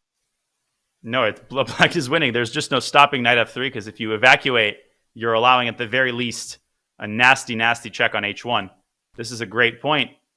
So d6 is often not as good as it looks, because the pawn is much better protected on d5. White is usually better off with a positional move like a4. And only when pieces are exchanged, like on a8, then maybe you push d6. Yes. So, and black can start with knight e5, by the way, Peter. Black can go knight e5, maybe push the bishop back, and then play c4. Yeah, this knight on e3, somehow this knight on e3 makes a very poor impression. Intuitively, I would never put it there. But the problem is, where do we put it after b5, yeah? That's the problem. Yeah, it makes probably an even worse impression on d2. Although then you do stop knight e5. Yeah, also knight a3, which is a horrible move, but maybe it makes some sense to attack this pawn on b5 and then try to get bishop out to f4 and queen d2 quickly, and then we will later reshuffle the knight. It's a very special position. You just can't really rely on your intuition. You have to work in this. You have to calculate the lines. I mean, I love this position, and the fans and commentators would be happy, but probably Gukesh would be not particularly happy, given how excited he must have felt when clearly, the move Rook E1 had the intended effect. So, I don't know. But Ding still hasn't made up his mind. Yeah, he's still thinking. And I'm wondering, part of night this with everything else, we're very unhappy. So the only kind of happiness and the feeling that, okay, this might be acceptable for black came once we discovered that knight b7 is playable. Also, I mean, I don't know if Ding played the Benoni at some point, but he did play the King's Indian pretty regularly in classical chess, I think when he was in the 2600s. There's also some Gukesh games. So both players are not, it's not like they played the Queen's Gambit decline from birth. They have played dynamic defenses against 1d4, but to play a move like knight bd7, Peter, also requires, the psychological concession or confession, if you will, that okay, like my strategy might not have worked out ideally, but let me try to make the most of it. Let me try to put my Benoni hat on. And you could think of this as a bad Grunfeld, but a bad Grunfeld is a good Benoni. Choose your adjectives. Yes, it's very intriguing. Very intriguing. I mean, I'm loving it that in game 6 and game 7, we are seeing some real opening battles. There are some creative ideas, disbalancing the opponent. And in modern chess, we know exactly how difficult it is to find a reasonable new direction. I'm very impressed by Team Gukesh's decision. First of all, we talked about this, we speculated about this, that I think Ding has never played this d5, g6 setup against the Reti. But this shows how deeply the teams are working, that you are anticipating everything that your opponent is not supposed to play. But you simply believe that, he can play the good line. He can learn that, he can switch to that opening, and I have to be ready. And in this regard, I also feel, because there was this speculation about this exchange French, like how on earth, why did Gukesh play the exchange French? And my gut feeling is that the team, Gukesh, still couldn't really believe that Ding will repeat the French. It might sound strange, but they might have felt like, okay, this was like a first game surprise, and Gukesh will, if Gukesh will play e4, there is no way Ding will rely on his French, and then all of a sudden, the real surprise was that he stick to his weapon. Yeah, there's an old story about Mikhail Tal. I don't know how true it is, but there was a story that he was playing the Yugoslav GM Petar Trifunovic, and Tal was getting outplayed, and he offers Trifunovic a draw. Of course, Tal is the better player, and Trifunovic said, I think, I will accept, but only if you give me a draw the next 3 times that we play. And I'm pretty sure I looked up their games in the database, and indeed there was a stretch of like 3 consecutive draws. So maybe it's a true story, maybe not. But yeah, this repetition of the French, it's like a game of chicken where you're like, no, he's not going to play it again. He plays it again. He's not going to play it again. But you have to have something prepared. So it's almost like you're obligated to spend a certain amount of time at least choosing a response. But to your point, Peter, just like the breadth of material that your team has to cover, and on top of that, to find new ideas in positions that have been, roads that have been trampled on for decades by so many other teams of grandmasters, it gives you a sense of just like the amount of work that is done. Absolutely insane. And knight bd7, speaking of work being done, good stuff by Ding. Yes, good stuff. And I also like the way how he made this move, knight bd7. Like his hand movement gesture that, yes, I'm activating my knight. This is the move. I'm going to get counterplay. And now show me what you got. Yeah, no one on the East Coast or West Coast is going to sleep at this point. I mean, you asked for an unbalanced position as a chess fan, you got it. Bishop pair for white, Benoni structure, and now decision time for Mr. Gukesh. I mean, even a move like d6 has to be considered. Every time I think a response is forced, I start asking myself, wait a second, maybe I can play queen c2. Like, is it actually forced? Maybe you don't want to open this can of worms with b5. Yeah, I wanted to highlight, that after d6, b5, I would love to play b5, but then you play a4. Yeah, it's like a very funny. Let's just put it on the board because it's so beautiful. To your point, right? White does not accept the exchange sack, but instead plays a4 and saying, yeah, now I'm going to accept the sacrifice of a full rook after he takes c5. Such a great conceptual point. This bishop is more valuable than the rook in most cases. Okay. So knight takes c4 on the board, the logical, and knight's the... Instantly. Yeah, that's the spirit. There we go. And knight e5 here is a move we didn't consider, but then black can take and play knight e8, right? If the knight gets to d6 uncontested, I prefer black for sure in that case. Exactly, yeah. Then it's like a very good Grunfeld, yeah? I used to be a Grunfeld player in my youth, so that would be beautiful. I really believe that knight a3 is the move. I do feel like the knight, that it might look paradox, but the knight has to retreat to a3 in order to get that tempo hitting the b5 pawn, also making sure that the knight from d7 will not have time to activate itself, and then get the bishop out to f4 as quickly as possible, queen d2, rook a d1, this kind of setup. And I believe that the computer kind of approved, computer was satisfied with the move knight a3. Can Gukesh just with his sleeve maybe shift the bishop up to d2? Because then he'd have knight a5, and that would change the character of the game entirely.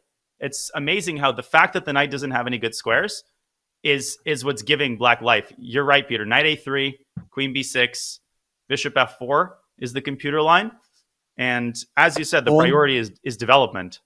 And on the board, Gukesh played knight a3, very impressive, because he had to foresee it. Yeah, he had to foresee it. It's not a move that you cannot play h3 basically if you haven't understood that after b5 I will have the move knight a3. Yeah, it also brings me that maybe somewhere deep inside he has seen some lines from his team, but of course if he would have remembered, he would have played much faster. So he might just have understood it over the board. He's just brilliant. Very nice. I think for newer players, a6 might be tempting, but then black doesn't coordinate the rooks, and then d6 becomes a really nasty option. The benefit of moving the queen away is that you're vacating the d8 square for the rook. So d6 is probably then not as appealing because of rook a d8. Queen b6, bishop f4, rook a d8. We're going to get a ridiculously complicated middle game battle with a wide open center. And the d5 pawn, the eternal question, is it a strength or is it a weakness? Well, we'll have to wait until the end of the game to find out, I suppose. Yeah, how the game ends will determine if that pawn was strong or weak. But thanks to knight a3, white gets the harmony. And I think this is very important. Restricts black's play. Let's make a couple of moves. Yeah, for example, queen b6 looks more natural. Then we wanted to play bishop f4, and how do we reply now with black? Rook a d8, rook f e8. What is your feeling? Yeah, let's say rook a d8. Maybe not the most precise, but just get out of dodge of the pawn, or of the bishop rather.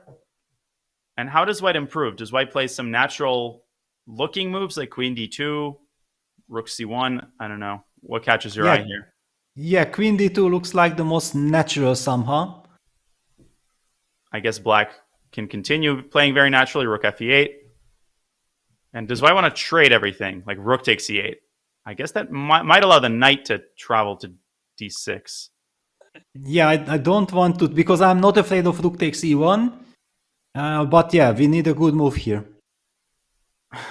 When in doubt, just move the Okay. Or knight c2. Can we play knight c2 now? Start the journey toward improving your knight. And also you're enabling queenside pressure with a well-timed a4.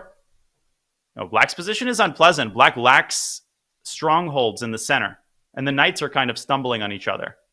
Yeah, the reason why I also like knight c2, because I'm really afraid of some c5, c4, knight c5 counterplay. But now with knight on c2, I'm also ready to activate my knight to c6. Yeah, if black pushes the pawn to c4, then the knight from c2 can, via d4 or b4, land on c6. My God, this knight has some legs.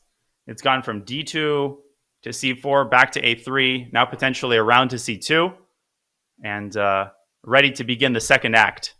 And the second act of this game really will begin. The first act, I think, is complete. The opening phase, I think, can be called a positive one for Gukesh. I don't know if you can call it an opening victory, just because the position's unbalanced. I think Ding has done a great job after the move c5 of rattling off this precise sequence and at least getting himself into a playable, sharp middle game. But he's down on the clock. He might be disappointed at the way this game has turned. And Gukesh seems to be just really sharp. The speed with which he played knight a3 is kind of impressive, Peter. And exactly. Yeah, this was also my feeling. Yeah, that's why I called it brilliant, because one could say that, okay, why is Peter exaggerating what is so brilliant about knight a3? But this is such a key move. Without this move, Black would maybe even take over or at least solve all his problems. So in fact, foreseeing this move before going h3 was kind of special. And let's not forget that this knight from b1 started the journey with knight b2. In some positions, we saw that white was planning to capture with the knight from d2 to f3. Now this knight captured on c4, knight moved back to a3. Very mysterious kind of play, but white has succeeded with something. Well, only John Sargent has more stamina than the b1 knight. Ain't that right, John? I don't know, the b7 pawn's pretty strong as well historically in this World Championship, but that is definitely not on its starting square anymore, is it? So this is a fun game. I feel like, Danya, we've had, 3 or 4 games now where it's fair to say that Ding was in the driving seat and maybe had chances to press in the position. Very much the opposite here today. We've got Gukesh being the one really trying to force Ding to make some tricky choices here. So it makes for an interesting dynamic from a match perspective. Oh, this is super exciting. I think I can hear the popcorn. The microwaves are popping. There's the sound of blankets being thrown off as all the fans struggle, rush to get in front of their TVs and computer screens. If you got a TV in your bedroom, that's the best setup. Yes. No better way to start the morning than with some snow for the first time in 2+ years here in Charlotte. But that snow melting right off the board as we get a really exciting middle game here, John. And it means as well that things are going to get interesting as we move further towards time control, because don't forget, the players have to make it to move 40 with their current time. And yeah, they've got nearly an hour on the clock left if you're Ding, but still, it's over half an hour less than your opponent. So to what extent is that going to factor in?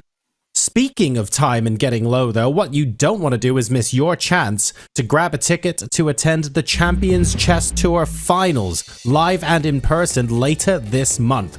We've got 8 of chess's greatest titans, including Magnus, Ali Reza, and MVL. They're going to be gathering in Oslo in Norway from the 17th of December until the 21st, and you, listening now to this broadcast, are invited into the room. Alongside the high stakes and high caliber chess, tickets will also include perks like hand and brain, simultaneous displays, photo opportunities with the players, and so much more. Use !CCT Finals in chat or visit go.chess.com/CCT Finals 24 to secure your tickets now. So Ding, still half an hour down on the clock, navigating his way through this middle game, trying to find the thread against Gukesh's extremely strong preparation here in round number 7. We'll see what he does next as the game continues after this break.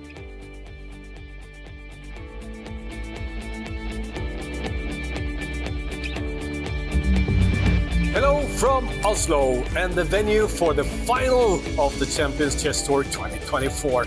As you can see, a lot of construction still going on, but if you turn around, there's already a lot of fun stuff that has happened. We have one of the bleachers set up where you can sit and watch 8 of the best chess players in the world battling it out on stage while you follow the broadcast. On this big Jumbotron, for the first time, you can actually sit inside the arena and watch the broadcast live. You can hear the commentators, you can get the reactions, you can see the analysis, everything while you see the players live on stage. And you hear everything on silent disco headsets, meaning that the players won't be disturbed by the sound going on. And here, the players won't be disturbed by movement inside the arena where the audience is sitting either, because we're going to put up many more of these plexiglass screens where it's going to be a mirror effect, meaning that players won't see anything that's happening here inside that part of the arena. But here, 8 of the best players from December 17th through December 21st. Going to battle it out to decide who is going to be the winner of the Champions Chess Tour 2024. You can also be here. You can enjoy all this excitement in what we think is probably the most exciting chess venue ever built. So get here and join the fun with us December 17th through December 21st.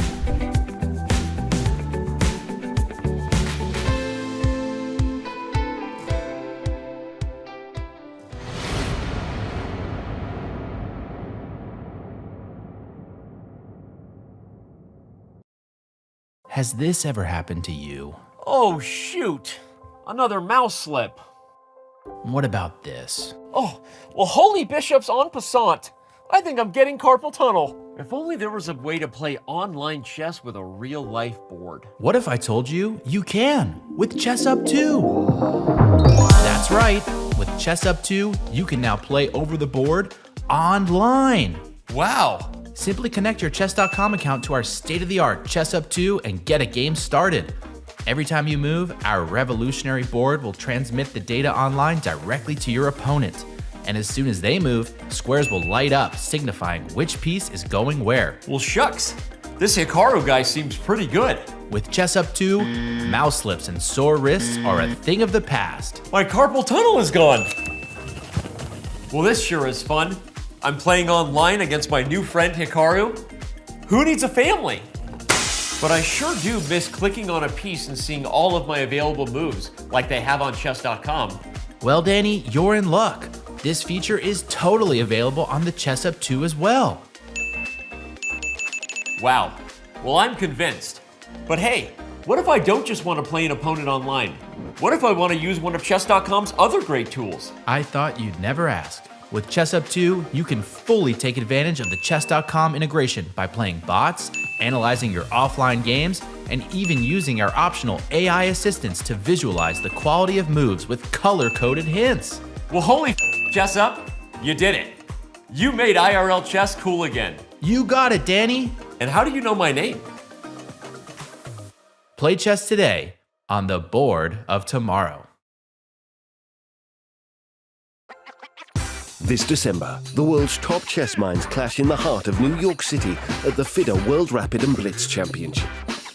Witness world number 1 Magnus Carlsen and other stars from across the globe. Rapid and Blitz, chess in its most thrilling form, unpredictable and unforgettable. Fast moves, tactics and blunders, and moments that will keep you on the edge of your seat. Witness the pinnacle of chess excitement. Get your tickets now at worldrapidandblitz.fide.com.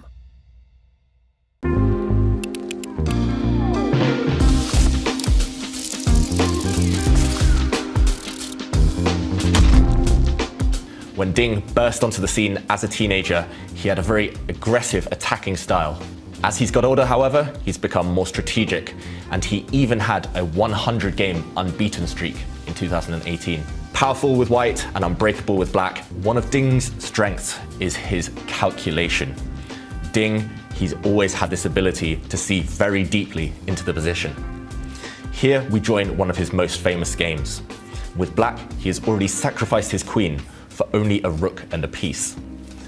That being said, the white king is out in the open and extremely weak. Ding now came up with an incredible idea.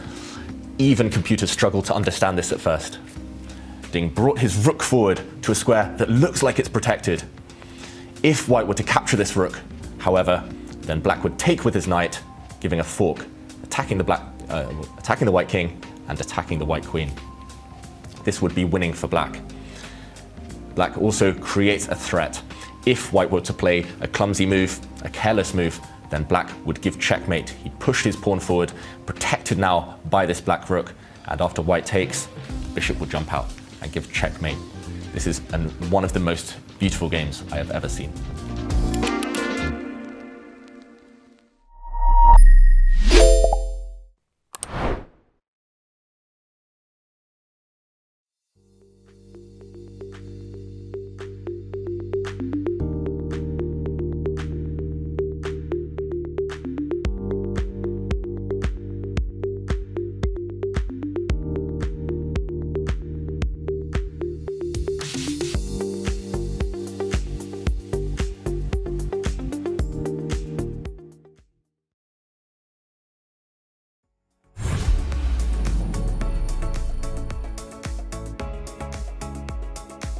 Welcome back, folks. We are deep in thought in the middle game here in game number 7 of the FIDE World Championship, live from Sentosa in Singapore. Bishop f4 is on the board. Peter, I'm not going to keep you guys too long because there's quite a lot to dive into still in the position. Here's what I would say from a layperson's perspective, though. If I'm your student right now, Peter, and I'm going, well, look at the white pieces. I've got the bishops raking across the board. Black doesn't really have that much in the center. Life feels pretty good if I'm white. Where's the counterplay, or where's the plan for black coming right now? What would you tell me? Well, John, I think very good points you are highlighting. White has the control, and it's all about restriction. Because if black gets counterplay with c5, c4, followed by knight d7, c5, then we will be saying that, wow, okay, black is absolutely fine. Black gets very strong counterplay. But if white is able to keep that under check and create his threats, and black will just shuffle around like we analyzed with Danya, rook a8, rook f8, play some slow moves, and then white slowly builds up the pressure with queen d2, rook a d1, knight c2, activating that knight from a3. Then in long terms, it might be very unpleasant for black. Yeah, I think that black will have to try to find some energetic way of getting this c5, c4 move in. But it's not clear if it's really possible at the moment. All right, so aiming for counterpunches on the queen side, but not 100% sure when we're going to be able to get those played. Very interesting stuff. Danya, Peter, I can see that Gukesh is cooking. Maybe you can read from the recipe list and let us know what's going on here. Over to you, Danya. Thank you, John. Awesome introduction, as usual. And really, Gukesh's decision to play knight a3 and bishop f4, I think his team must feel good, not just objectively, this is the best way to maintain an advantage, Peter, but also from a form perspective, this is the first tough decision that he's had to make. Because, okay, he had knight takes c4 instead of h3, but both moves looked fairly pleasant. Here, it was actually vital to understand that the top priority was to gain a tempo. And not only did he make this decision correctly, but he made it very quickly as well. And with no increment, I hate to be the one to mention this first, but Ding is down to 47 minutes, and it's time to get cracking. Yes, the clock situation is tricky. It's clear that he wants to speed up, but it also shows that how difficult the position is. Yeah, that he made quite quickly the move b5, yeah, basically instantly. Then also he played the move queen b6 relatively quickly. But the question, the moment of truth comes now. What next? We debated that does this rook from a8 goes to d8, or is there maybe even some argument to be made for rook a8 to c8, trying to support this counterplay with c5, c4, and then knight d7 to c5, which clearly white will always counter it by either attacking the b5 pawn if there is a good way, or to try to get the knight via c to b4 to c6. Yeah, this is a very important maneuver, and I like to say that white's knight has a lot of potential energy. It may not look impressive right now, but its job, whether it's on a3 or on c2, is prophylactic. It's slowing down one of the ideas that make these Benoni structures tick for black. Otherwise, the knight on d7 is essentially unemployed. Now, rook f8, white's response, I mean, I don't know what force would have to possess me to resist the temptation to put a queen on d2. Essentially, regardless of what black plays in the next two moves or so, if black does put a rook on d8, Peter, I forget if we decided that knight c2 is a good way to start, or should white start with queen d2, or does it not matter? I think probably it doesn't really matter, but what I try to somehow make work with black is the move c5, c4. So can we maybe take a little look, that what happens if black tries to push this and try to activate this knight as quickly as possible to c5? And, okay, knight c2 is the sort of thematic response, and knight c2, knight c5 is your intended. Yes, knight c5. Mm-hmm. I was not sure, I was worried that after c4 you might retreat the bishop to e3. That's why I also highlighted that this pawn on b5 is a little bit vulnerable. But for the moment, I seem to have the a5 square for my queen. This was my hope. And knight c5 here just looks untenable. Even b4. Yes, well, that scared me. Yeah, that scared me. Yeah, let's just put this because it's a nice, very nice transformation of structure for all our viewers. Knight c5, b4, and we destroy this construction. And maybe White can even throw in rook c1. But even if a takes b3 happens, Black can barely prevent b4. I mean, if Black plays b4, that's a crime against humanity to allow this knight back to c4. So that might get you kicked out of the World Championship. They might get Fabi from St. Louis. Like, all right, we've decided. So that's never going to happen. That knight has to be kept out of the game. So that means, Peter, queen a6 or queen a5, I assume. Yes. And then already the question appears that do I want to play c4 because I'm not able to follow it up with knight c5? The answer is most probably no. White can maybe even get the bishop to d4, control the knight on d7 anyway, but there are also other options. I also want to say something about Ding. Yeah, his body language, he knows exactly he's behind on the clock and he wants to make a quick move. And he I have sensed like he was shaking his head a bit. It was almost invisible. Like he's really upset that he knows that he has to make a move, but he doesn't know what exactly. Yeah, the brain is sending the signal, okay, time to move. It's like in, Title Tuesday time pressure game against Hikaru. Like, I know I have to make a move, but I don't know which move to make. So then you end up losing on time. Unfortunately, the irrational side of the brain prevails. There is no increment until move 40. So is there any case to be made, Peter, for queen a6? Because the benefit is that I am now at least potentially intending to push b4. Or do you think this whole operation is futile for Black? Yeah, I think that the whole point of c5, c4 was to activate the knight to c5. It doesn't work, then it should be forgotten because knight c2, knight b4 can also come with a tempo. This doesn't feel right. Yes, so all this makes me feel like maybe the move rook ac8 would be a good preparation for c5, c4 eventually, but maybe Black is just unable to push c5, c4, and that's exactly the problem that Ding is worried and he's upset with. Yeah, he might have assumed from a distance that, okay, but this b5, queen b6, and I'm going to go c4, knight c5, beautiful counterplay, and if it does not work, then actually with the restricting strategy, White might be able to get the upper hand. We have a move. Rook fe8, so one of the natural moves, and you could tell right before he played it that he's just disgusted with how close Black comes to getting that knight into the game, but just one tempo shy in every line. So he resorts to the natural improving move, and now queen d2, I think, is again, it seems to be quite automatic. Is there any case to be made for like taking? And a big question is, if all four rooks disappear, who does that favor? Yeah, for example, after queen d2, yeah, we have to ask this question: what happens if Black captures on e1, and after rook takes e1, Black goes rook e8? Yeah, try to eliminate everything, but the b5 pawn is vulnerable. Yeah, so takes queen e2 might be some double attack, for example. That's eagle-eye tactical vision.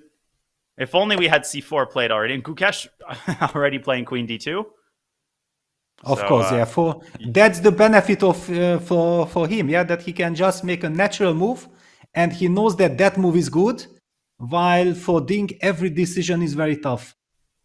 That's exactly right. And even seeing the pawn on b5, that's why blunders happen. It's not just because you're in time pressure; it's also decision fatigue. Like, how many tough decisions do I have to make in a row?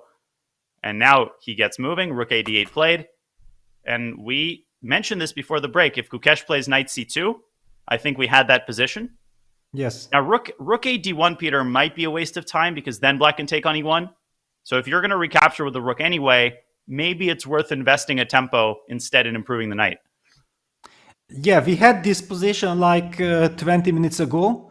It was a very logical, I think we got it from rook a d8, queen d to rook f8, but yeah, we have the exact same position. And my gut feeling was that if you are not setting anything and it seems like the d5 pawn is well protected, then I might want to start with knight c2 in order to be a little bit more flexible. Just as you said that after rook a d1, maybe if you trade on e1, I will have to move that rook one more time. So there is this argument that let's start with knight c2. Yeah, I'm trying to think creatively here. What can Black try? I had this idea to play h6 and try to just pry this bishop away from f4. What do you think about that concept? Yeah, I think that h6 is a very natural move. By the way, you are sacrificing that pawn. Yeah, you are tempting me to take on h6, and then you get knight e5 immediately. Yeah, I don't want to give you all these tricks. I will just restrict. I told that the position is about restriction. Yeah, h4, of course. Ugh. And you're not cooperating. I can't play g5, maybe h5, and try to go knight g4. But then the g5 square is also there for my bishop, yes? So I'm kind of happy.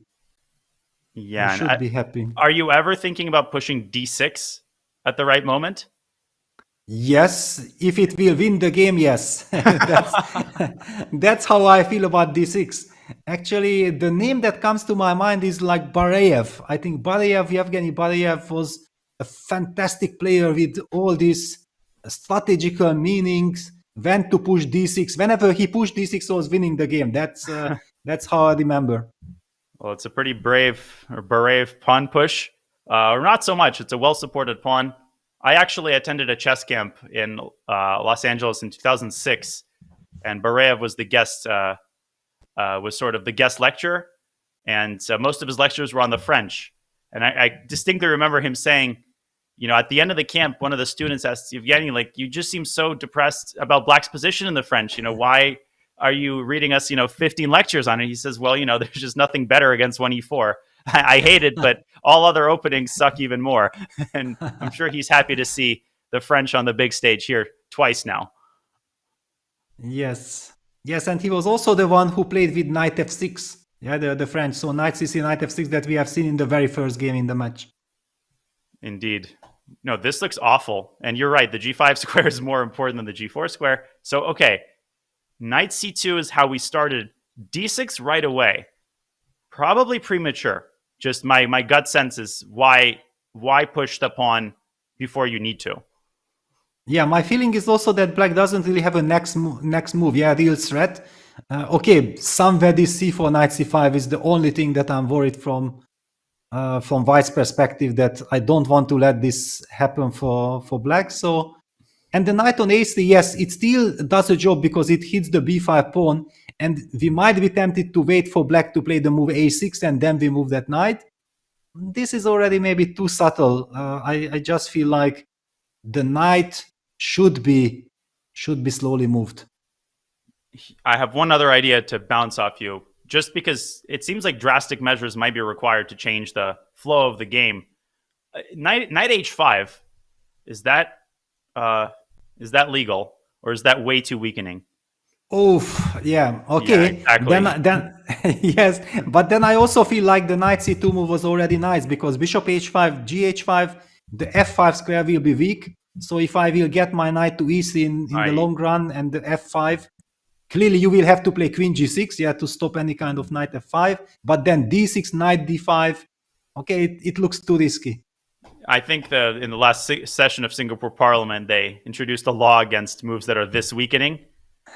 And yeah, even knight e3 right away, d6. No, you're right. I was trying to get some lateral activity, but I feel like Black has to do something outside the box in this position. But the question is like, what? Knight f8, some maneuver to get the pieces coordinated, but you're just not able to get the pieces where they want to go.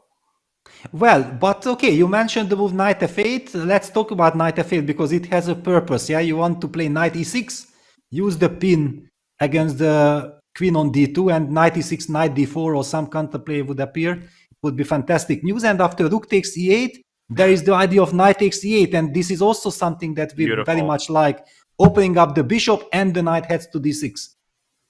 Oh, these knights! It's like the Rubinstein knights and the Ruy Lopez. They both finally have a job. So White, I think, would delay the move rook takes e8 and try to take the sting out of this knight e6 maneuver.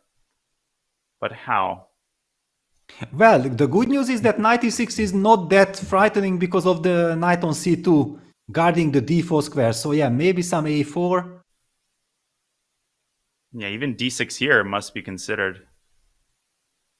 We need to call up Bareyev and ask, is this the time to play it?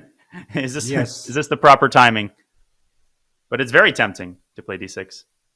But really, okay, then you give me the e6 square. No, you really? Yeah. Knight e6? Knight e6, I bet bishop e5, but maybe then you can move this other knight. Yes, I move this knight. Somehow I feel I'm getting counterplay. But where does it go? To h5 now? Well, but then still bishop h. No, bishop h5. I share your skepticism, though. It feels too flimsy. Yes. It feels too I even flimsy. think like something like, yeah, knight or h6, knight h7 also has some ideas, yeah, with the jumping to g5 and this d6 pawn is vulnerable. In any case, this is counterplay for black. h6 is a great move, yeah. Multi-purpose, knight h7, knight g5. Why play so positionally only to just allow, open the gates here with a move like d6? My Bareyev score is 0 out of 10 for that timing. But knight c2 still hasn't been played, so clearly there are other candidate moves that Gukesh is seriously considering. Maybe rook ad1, maybe rook takes e8. I don't know if the price of this move is that high. I don't know if this next move is going to change the flow of the game. But from Gukesh's perspective, he has to get the timing right for all these moves. Knight c2, d6. He has to figure out who benefits in the event of a trade.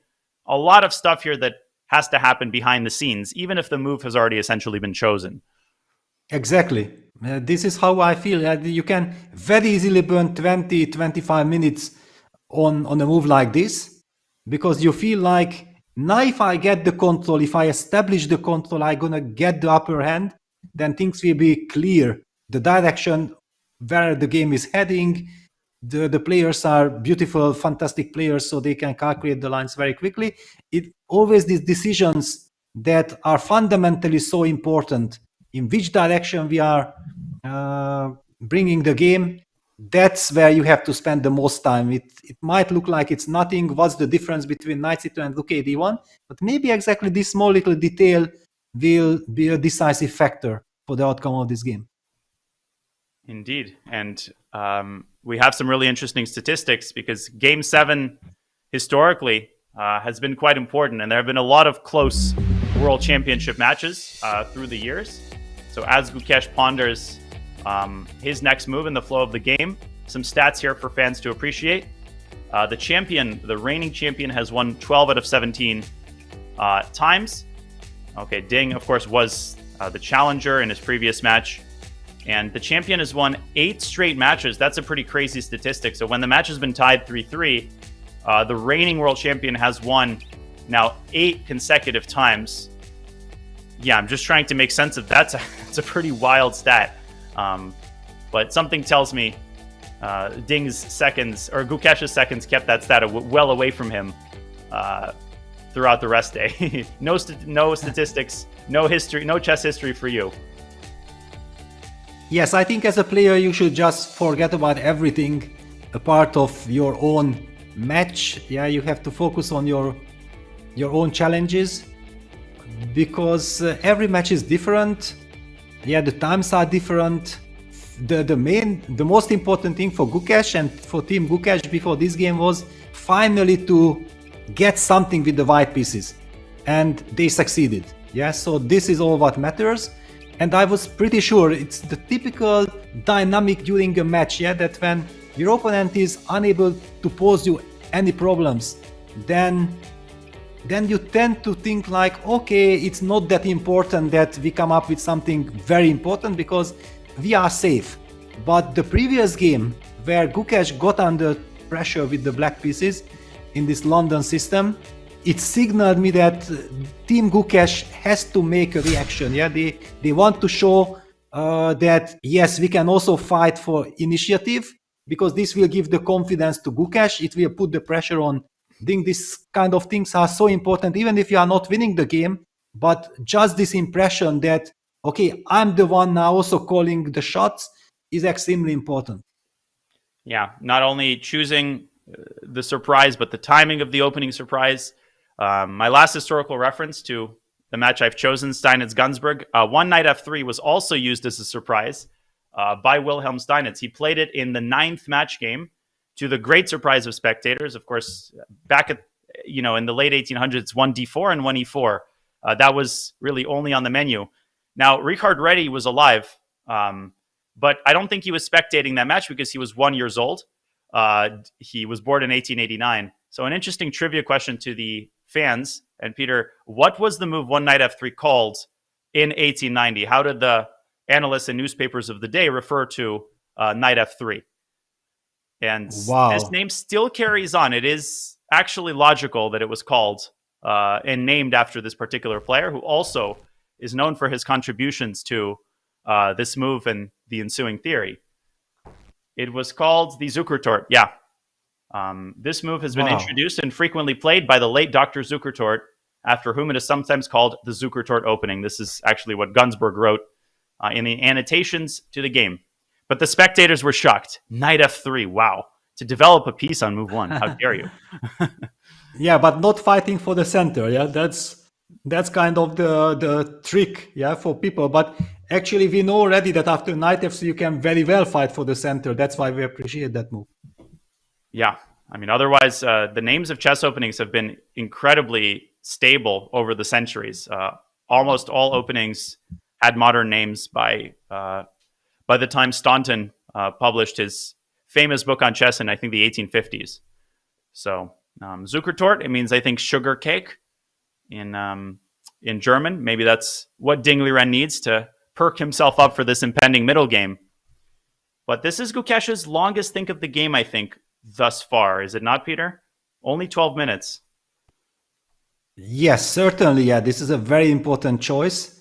And also a very special position, yeah, that it feels like white should be better, but it's also not exactly obvious.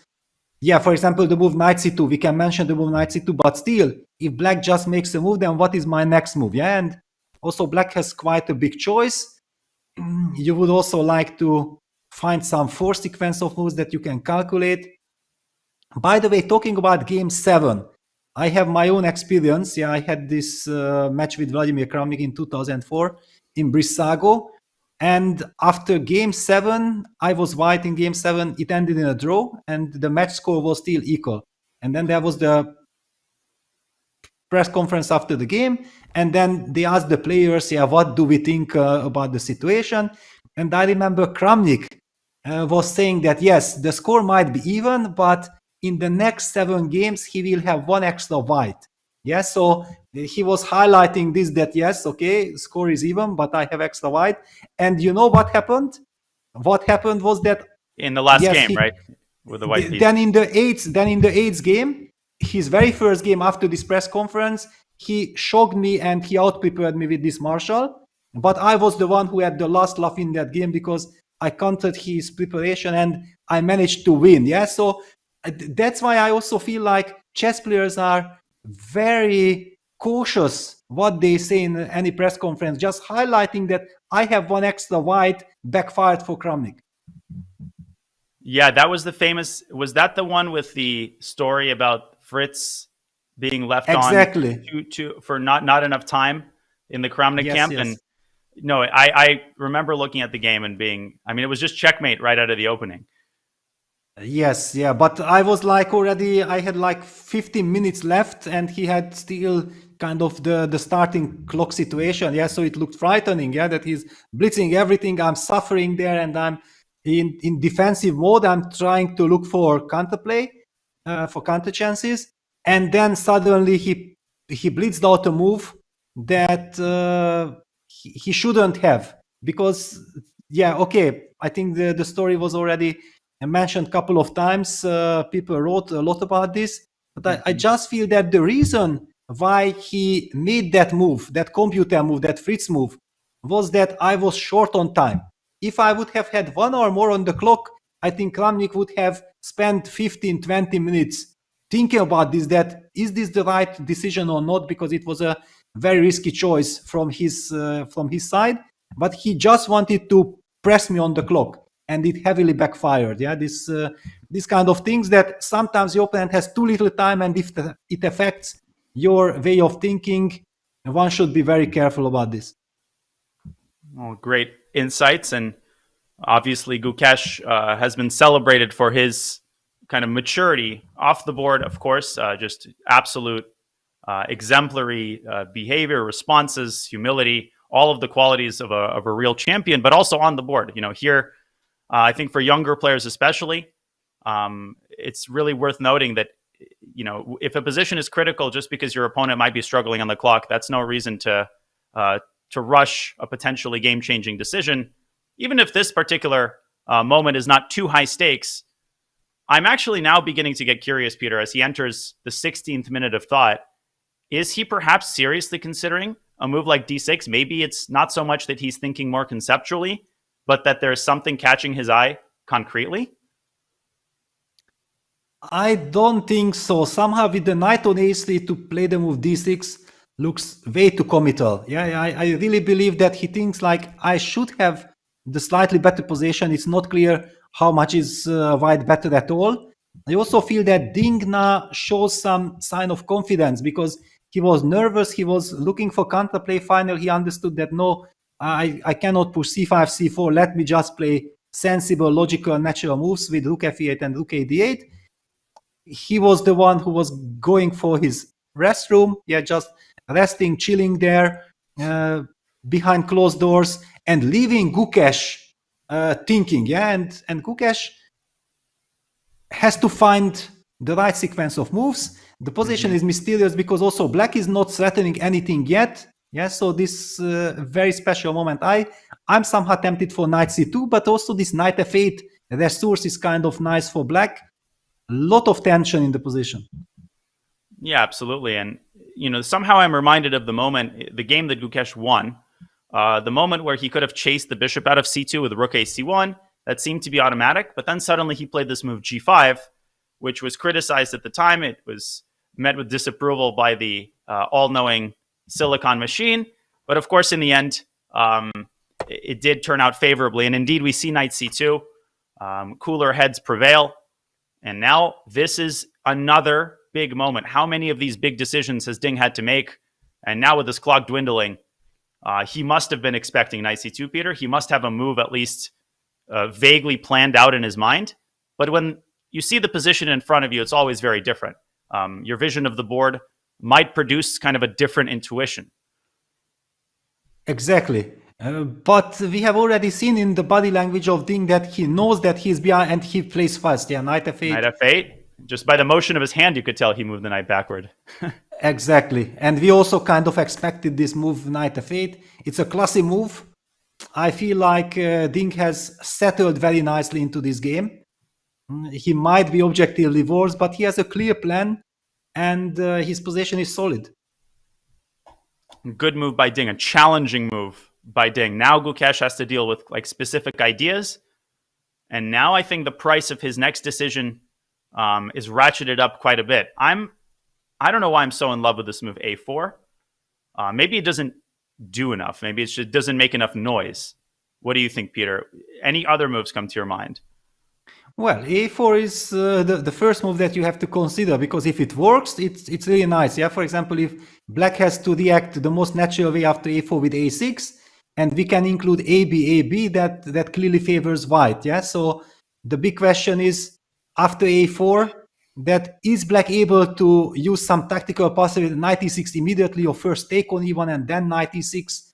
Yeah, all kinds of, for example, rook takes e1, knight e6 might look kind of natural and tempting because you open the front on the queen side with a4, you don't want to move the rook away. So that's kind of, I believe, the tough question. Even ba here, I don't like a4 anyway. Even b takes a4, and suddenly white has abandoned the whole queen side. And yes. I don't think white has enough time to benefit from the c4 square. Everything's falling apart here with all these ideas. So, yeah, it just feels like a4 isn't, doesn't carry enough pizzazz, which tells us that maybe a slower, more standard move like rook a d1 should be considered. But then again, rook takes c1 kind of forces white to lose a tempo unless white wants to recapture anyone with a queen. Yeah, but that is also kind of strange and weird. I even don't know how to put it, yeah, because a queen on e1 is such an artificial piece, yeah, that you don't really want to. On the other hand, you get out of the pin. Yeah, it might be a move. And rook e8, I say, joke's on you, because then d6 finally becomes a more serious possibility. But I share your intuition. Now, not that there's anything horrible about playing rook takes e1. It's not a crime to move the same piece twice in the middle game. Yeah, on the other hand, because now clearly black probably intends to play the move knight e6. So I understand that why queen takes e1 might look strange, but after rook e8, we would go back with queen to d2. Let's just highlight this variation in queen takes e1 first. That queen takes e1 looks strange, but after rook e8, we move with the queen back to d2, and black is unable to activate that knight from f8 to e6 because there is no more pin. Exactly. So all these finesses and this e file. Let's just continue. Sorry for one more move after No. queen d2. This is great. Knight e4. Because it would be tempting to use the moment. Then bishop takes e4, for example. Rook takes e4, and maybe this is the moment when white can push the pawn to d6. And if black blockades with the knight on d7, then some queen d5 activity, knight e3, knight d5 activity can appear. Yeah. Oh yeah, now things get juicy. Finally, this knight has waited so patiently for its moment in the sun. No, this looks phenomenal. And now the pawn on d6 is so well protected. So where could black deviate? First of all, at this point, rook e8, such an impulsive, such a tempting move, just hit the queen. But maybe that square should be reserved for the knight. In fact, maybe black should consider knight e8 straight away in this position. What do you think about that? Queen e7, there's bishop f6, very important, I think. And yes, now the question is there some break, from white side, b4 interesting, b4 very interesting. Once again, d6 walks into knight e6. b4 is a nice touch. So c4, what is white? Does white drop back to e3 and try to carve out some of these dark squares? Well, or knight d4 immediately. I mean, bishop e3 and then knight d4. We somehow get this d4 square. Even this, queen e7 is back in play, I think, because the c5 square is available. Yes. So this b4, c4 strategically very nice for white. Okay. So if we rewind a little bit, this is rook a d1 that we're currently examining. Black, of course, is not obligated to take on e1. And maybe knight e6 here has to be calculated as well. Certainly it has to be calculated, but then we play bishop e5. Can I plagiarize your idea with h6? H6 is kind of always h4. Always smart, I also feel like after h6 I'm gonna go h4 automatically. Ugh. To have this with 40 minutes, I'd be terrified. I could easily spend 40 minutes with black in this position. This is a typical position that at the moment it's kind of nice for black because you had made your move knight f8 and you feel like, okay, everything made sense. I have some ideas, but if white is able just to keep the status quo and then all of a sudden it's not obvious how to continue with black, then you can burn the time again. And then it gets really scary. The tournament I was just commentating, US Masters, time control was 90 plus 30, no additional time. And Fabiano, longest think of the tournament was 48 minutes by Caruana in a critical moment in an endgame where he has basically two choices, two directions. And he just, I was commentating, and by minute 30, I was like starting to talk about, the planetary motion and the wallpaper design and the history of the hotel that I was commentating from. When Fabi came in to give his thoughts, it's amazing just like when you hear the player describe what he was thinking about, how much goes on in the brains of these players. From the outside, it may seem 48 minutes, you could tell the entire history of the world in 48 minutes, but to make one decision, it's really that complicated a lot of the time. Exactly. I think my absolute record was against Levon Aronyan in Morelia 2008. I spent 86 minutes on one move because I got surprised in the opening. I think it was like move 10 or something like this, and I burned 86 minutes on my clock. Wow. I think I never thought for over an hour. I think my record is 2006 Pan American Championship. I think for 50 minutes. Because I couldn't find a defense against checkmate. I found an incredible idea that was losing, but it saved the game. I had my chest puffed out. So I came back to the hotel, analyzed with Arman Ambartsumian, my personal coach and also coach of the American team. And he points out a 1-move win, the simplest move on the board. And I win the game instantly. And I just remember, like, how on earth could I have missed that? Maybe if I was playing a 3-minute game, I would have seen it. Yeah, sometimes things like this happen. Yeah, just ask Grishuk. Of course, his habits can hardly be exaggerated, Peter. I'm sure you've experienced it firsthand. Of course, yeah. Alexander Grishuk.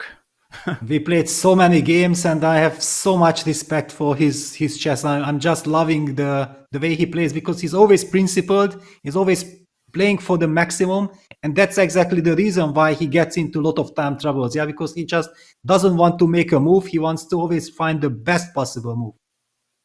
And he's a fantastic blitz player. Obviously, I had the great pleasure of commentating Carlsen versus Nepo in Russian with Grishuk, so I was able to learn from the master. And you can just sense the class. When you analyze with these players, the class always comes out in the way that they approach positions.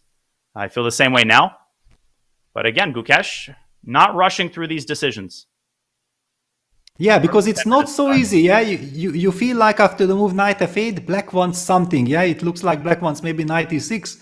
So psychologically, playing a move like rook a1, and then after rook takes e1, you are again not sure that, okay, queen takes e1 is strange, but if I take rook takes e1, then I'm losing a tempo. I believe that this line that we looked first, this rook a1, rook takes e1, queen takes e1, over the board is a super tough kind of decision. It's counterintuitive. You don't know exactly that. Can you allow yourself to give this rook e8 tempo? Is this now good or bad? Usually, I think from 100 times, 95 times it's strange decision. Yeah, and maybe this is exactly one of these concrete moments where this is the way how you get harmony, because you stop your opponent's play. Indeed. And we will bring John back in to share his thoughts. But it's almost like when you look with an engine, it's like a pilot approaching a runway. The runway is illuminated. You know where to go. When you put yourself in Gukesh's shoes, there's no clue. There's anything could be a runway. Where do you land the plane? There's so many options, John. I'm so happy that I'm not playing the World Championship right now, and so happy I get to sit in my nice room looking at the game from a distance and watching the players do the real heavy lifting. You and me both, mate. I think it's in this era of modern chess, even more casual players can appreciate that there is a value associated with getting your opponent out of preparation. There is a value associated with, well, even though there are good moves, I'm going to play a move that's deliberately less good to get you to start thinking on your feet. And there's a value associated with when you choose to do that. You might do that on move 3 or 4, and you're thinking, well, that's fine because I've got 7 different sidelines prepared to move 15, so don't even worry about it. But you start doing it at the beginning of the middle game, especially if you play a move quickly. Those are becoming the decisive moments in this kind of match play. Peter, we had a similar situation before, for example, with Queen H4, where we could have talked about how, well, actually, if Ding played a reply really quickly, that would have made big questions for Gukesh. But because he took so long thinking about that move, Gukesh became that much more confident and felt that much more at ease. And the reality is computers are a part of preparation. They are a part of psychology of the game of chess now, and they make a big difference in these sort of matches. Absolutely. Yeah, that we have seen yesterday. I mean, not yesterday. Yesterday was a rest day, but in the 6th game, it was Ding Liren who came up with a opening surprise in a sharp line, which computer said that yes, it's actually just equal if black plays correctly. But the correct move was a computer move, which if you don't know, you can never come up with. The way how Gukesh reacted after spending quite some time, he was slightly worse. But then we have seen the body language change. Yeah, then Ding Liren didn't know how to continue. The computer was giving him some advantage, but over the board as a human, you couldn't really understand why you are really better. So he was, even at the end of the day, ready to repeat moves.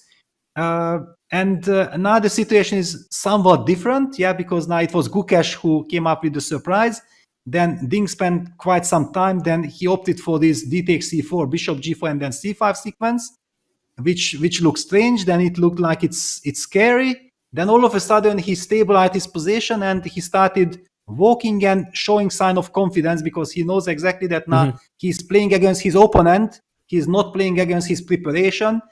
And this case, it's so much easier, because you understand that if I'm not sure how white should play, then why should my opponent know? Because only computer can find all these subtleties. That you sometimes, in order to get the advantage, you have to do nothing. But when you have to do nothing, when you have to really play move per move, when you have to make a decision that you bring the game towards a certain direction, that's where the computer is, of course, a big maestro. So plenty to think about as Gukesh settles in. He's still got nearly half an hour advantage on the clock, so there's plenty of time for Gukesh to make his next decision.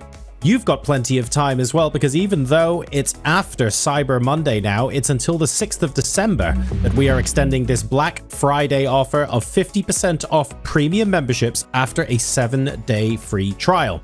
So that's half off, unlimited game review, unlimited puzzles, ad-free gameplay, and a whole bunch more.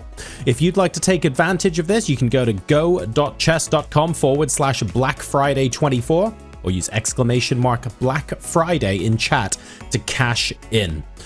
So Gukesh, plenty of opportunity to decide what direction he would like this game to go in now. That maybe both sides catching each other a little bit by surprise. Ding down on the clock. Gukesh with some decisions to make. We'll be back after this break.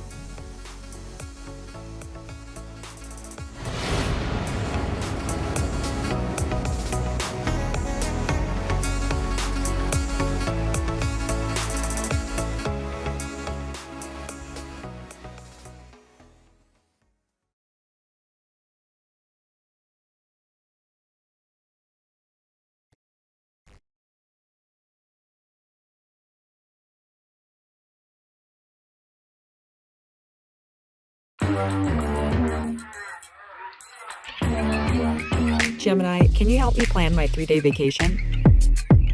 Generate a photo of a muscly capybara. Explain the concept of supply and demand with OpenStax. Hi, Gemini. Quiz me on the rise of industrialization. Can you help me find an email? Yeah, I can help with that. Are you happy with Singapore as the venue? Yeah, I was happy to play anywhere, but yeah, Singapore for sure is a very nice place, and yeah, I have some very nice memories from being in Singapore, so really eager to go there and play the match. What events are you playing before the World Championship? So I'll be playing the Grand Chess Tour, this Rapid and Blitz event, the Sinking Field, the Olympiad, and ECC. How is your preparation going in general? It's going well. It's a really fun time for me and my team, and yeah, it's going well, and we'll hope it goes well even further. What's the role of your parents in the World Championship journey? It's pretty much the same as it has been, I guess. Like, my father takes care of everything in my career so that I can focus fully on chess, and my mother, you know, she is the emotional pillar for me, so yeah. And what's been the role of your trainers apart from the prep for the World Championship? I guess there are a lot of roles. We try to do everything as well as we can. Who's your biggest inspiration in life? I mean, from my childhood, like, in career-wise, Vishay sir has always been like the role model as a chess player and as a person, so yeah. If you could have any chess player, dead or alive, as your second, who would it be? I would go Bobby Fischer. Can you name all the world chess champions in the correct order? I for sure know it, but I don't know if I can manage. Let's see. Okay, Steinitz, Lasker, Capablanca, Alekhine, Yu, Botvinnik, Smeisler, Okay, 7, yeah. Actually, this is easier when I do it from the reverse order. But, but okay. So Smyslov and Petrosian. Yeah. Okay, Tal. Tal and then Petrosian. Petrosian. So this is 10, 9, yeah. Petrosian and Spassky, Fischer, and okay, Karpov, Kasparov, Kramnik, Vishy, Sir, Magnus Ding. Let's see. Do you have any message for your opponent, Ding Liren? No. Hope we can play a good match and we'll entertain the world.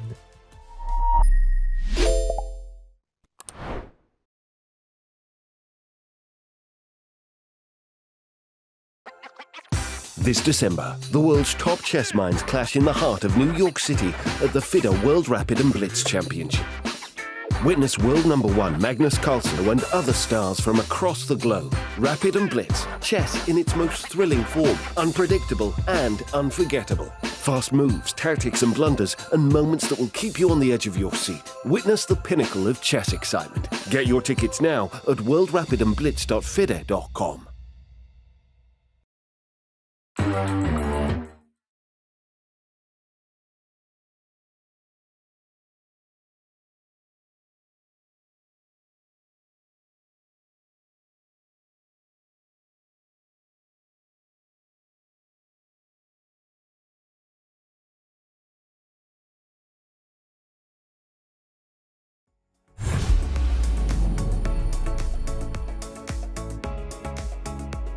Welcome back to round number 7 of the FIDE World Championship. The chess was pretty tense to start off with. Gukesh maybe surprising Ding a little bit with some very interesting preparation, and Rook E1, the spark that set off this chain of events. Since then, Ding has settled into a couple of long thinks. He's been trying to work out how best to navigate this rather tricky middle game problem that Gukesh has set for him. And he has successfully done that, at least for now, and the time gap on the clock, rather, is beginning to narrow just a little bit. You can see him sitting back and relaxing just a bit more than he was before. You might even say he was chilling just a little. Tomorrow we all get to chill like Ding.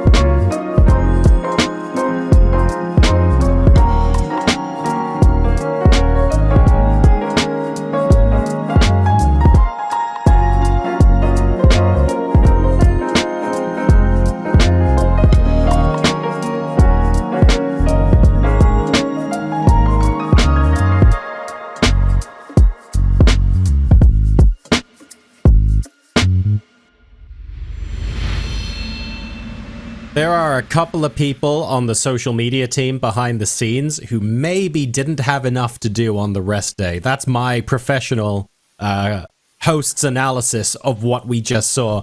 B4 is on the board, and there's a chance that Ding's going to be chilling just a little bit less now, because that's asking quite a few questions of the position. So, Danya, Peter, without further ado, I'm going to throw you guys back into this pit of fire.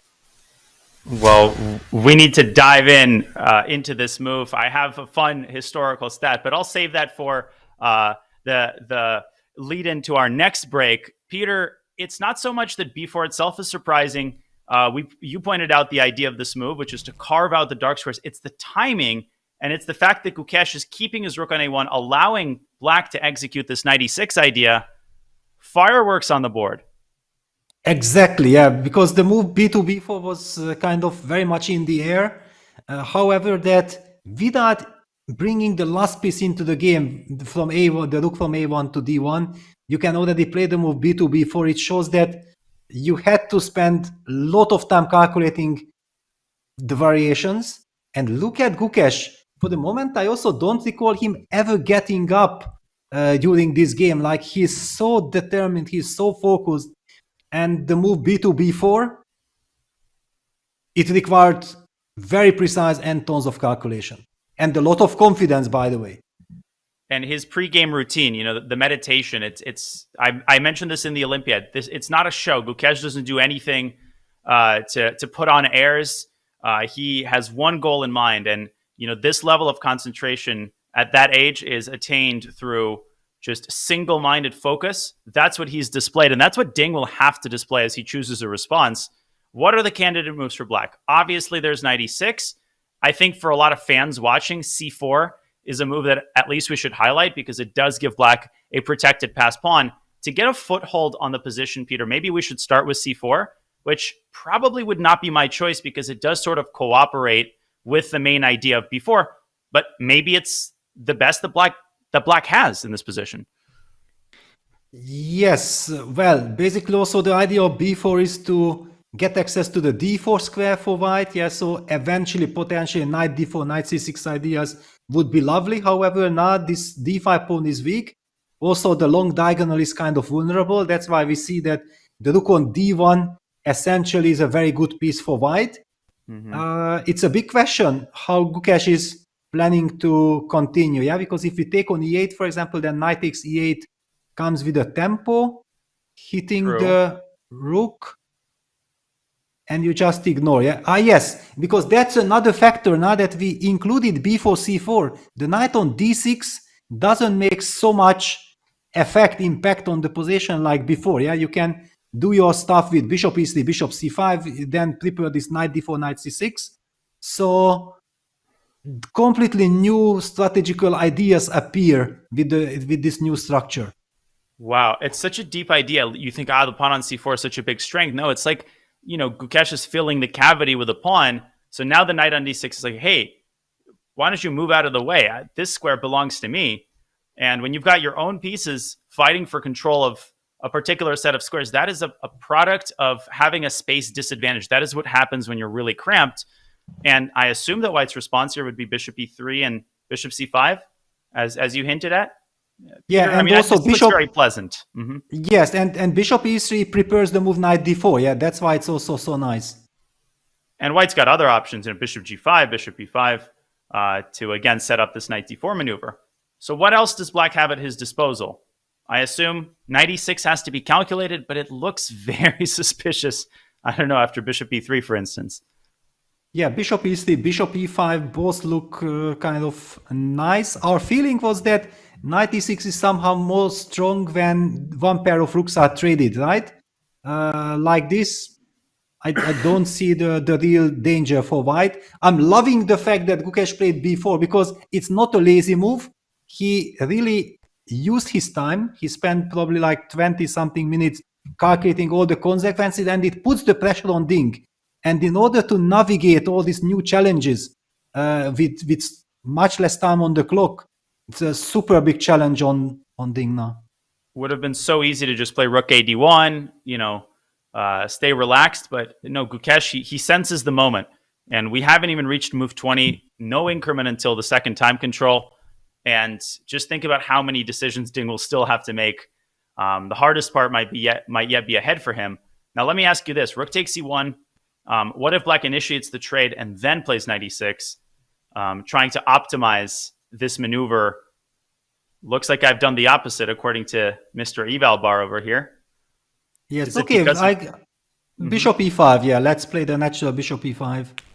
No, apparently not. Wow. Okay. Huh. What is it then? We're guessing bishop e5. Again, Black has like h6. And this looks stable for Black, but why is it such an overwhelmingly positive assessment for White? Is there something tactical? Okay, but maybe also you just simply have bishop e3, yeah, and you are putting pressure on the c5 pawn, and nothing moves. Yeah, this pawn it's amazing. Maybe also bc. Yeah, also starters. bc, yeah. This would be the logical follow-up, or even just b takes c5. And if Black plays queen takes c5, wait, there's also queen a5 here. Oh my gosh. Queen a5. Wow, concrete stuff, yeah? I'm afraid to make the move, but I'm just going to take the plunge, of course. Of course. But what does black do here? Because knight d5, let me just show chat my ideas. Rook takes c6 and white wins the game. Yes. So I guess black has something ridiculous here. But it doesn't matter. I mean, clearly this is bad for black either way. Rook takes interesting.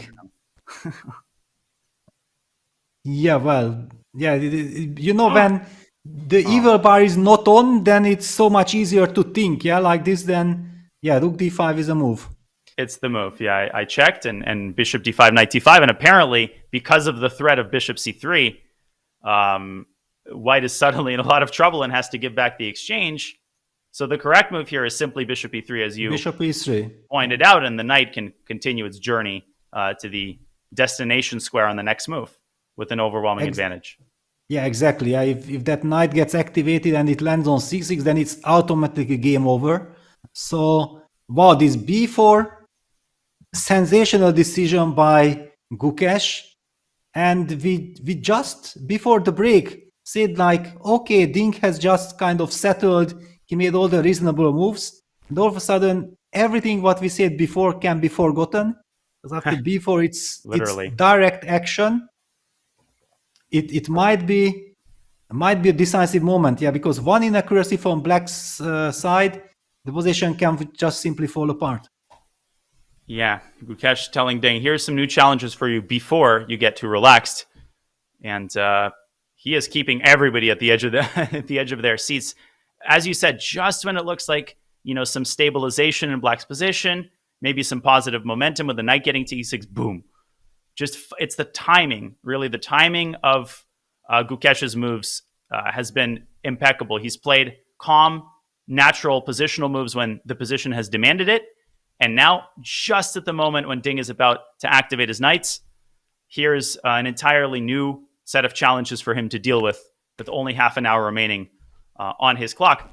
Of the options that we considered, Peter, c4 does appear to be the most stable for black, I would venture to say. Yes. However, we see on the body language of Ding that how unhappy he is. Yeah, look at this. He's extremely nervous. And I know him as a player. Yeah, he's a fantastic strategist. He hates making strategically unpleasant or not really sound decision. And if he has to play the move c5, c4, giving up the d4 square and also the c5 square, it will be so unpleasant. Yeah, this is a move you play through clenched teeth. Like, c4. Yes. And can we just quickly, I mean, Ding might make a move here, and we'll see what it is. But rook takes c8. Is knight takes c8 just automatic here? There's no chance that black plays rook takes c8? Maybe try to set up knight e4. Is that a thought? Yes, definitely, because you need some activity. And is white now going to play rook e1, rook d1? Again, the question of where to put the rook, and again, the question of who benefits in the event of a rook trade. Yeah, basically, in order to answer all these questions, one really needs to calculate all the lines. But for the moment, what strikes me is really the nervousness of Ding, and I can understand this. Yeah, you have like half an hour on the clock. You have been under pressure. You had to already make so many difficult decisions. You would love to relax at least for a couple of moves. Like, okay, I have stabilized. Now I'm going to make a couple of moves. And then suddenly, boom, b4, and you have to calculate. Wait, Peter, sorry to cut you off. I just noticed a crazy... What if c takes b4, knight takes b4, knight e4? Is that something that Gukesh considered? And wait, what's wrong with this move then? Well, certainly he considered. Okay, let's fall for your trap. So knight b4, knight e4. This is my concept. And okay, very important to point out, the knight, when it was on c2, was guarding the rook, so white could recapture on a1 with a knight. Here, you don't have that luxury. Yes, but wait a second. So if I move my queen, for example, to c2, are you really willing to give up your dark square bishop? But do I have knight f2 there? You have knight f2. Okay, this is beautiful. Yeah, this we have to show because this is sensation. But bishop c7. Oh my god, take me away from here. It continues. Yes. And some sort of a repetition, of course, is exactly madness. Madness Carlson. Black can play rook e1, knight d3 maybe. Bishop b6, knight e1. Oh my gosh. No, Queen but c7, but then queen c7, yeah. or bishop d8. Bishop d8 there. Why does just Yeah, a piece? yeah. Holy No, this smokes. doesn't work. Okay, we're about to see a move. Now, Gukesh maybe can avoid the complications by making a different move here. But if you don't recapture the pawn, you better be sure of yourself because a5 is coming next. Holy smokes. Peter, can white maybe in response to knight e4 go like bishop takes e4 and knight c6? Yes, this you can always do. Yeah, he goes for c4. Yeah, it's the most safe option. It's the logical apparently, option. according to the engine I just checked, in the interest of time, this is a pretty big advantage for white. Huge initiative, and look at how nicely white's pieces would have been coordinated. Ding would not have time to manage the complications here. I think his decision is correct. Yeah, his decision is correct. Actually, that line that you highlighted was also my original thought. But then I discovered this queen c2 that, queen c2, I'm super smart. And then this knight takes f2 counter blow was of course very nice with crazy complications. Yeah, so c4, strategic battle, no crazy tactics are possible enough to c5, c4. We really feel that eventually this bishop f4 back to e3, getting access to knight c2 to d4 will be a critical move. In order to do this, did we trade the rooks? Yeah, I think we were discussing rook takes e8. We were discussing rook takes e8. I mean, obviously, rook a d1 is also possible as a sort of, this is the move we always have to mention.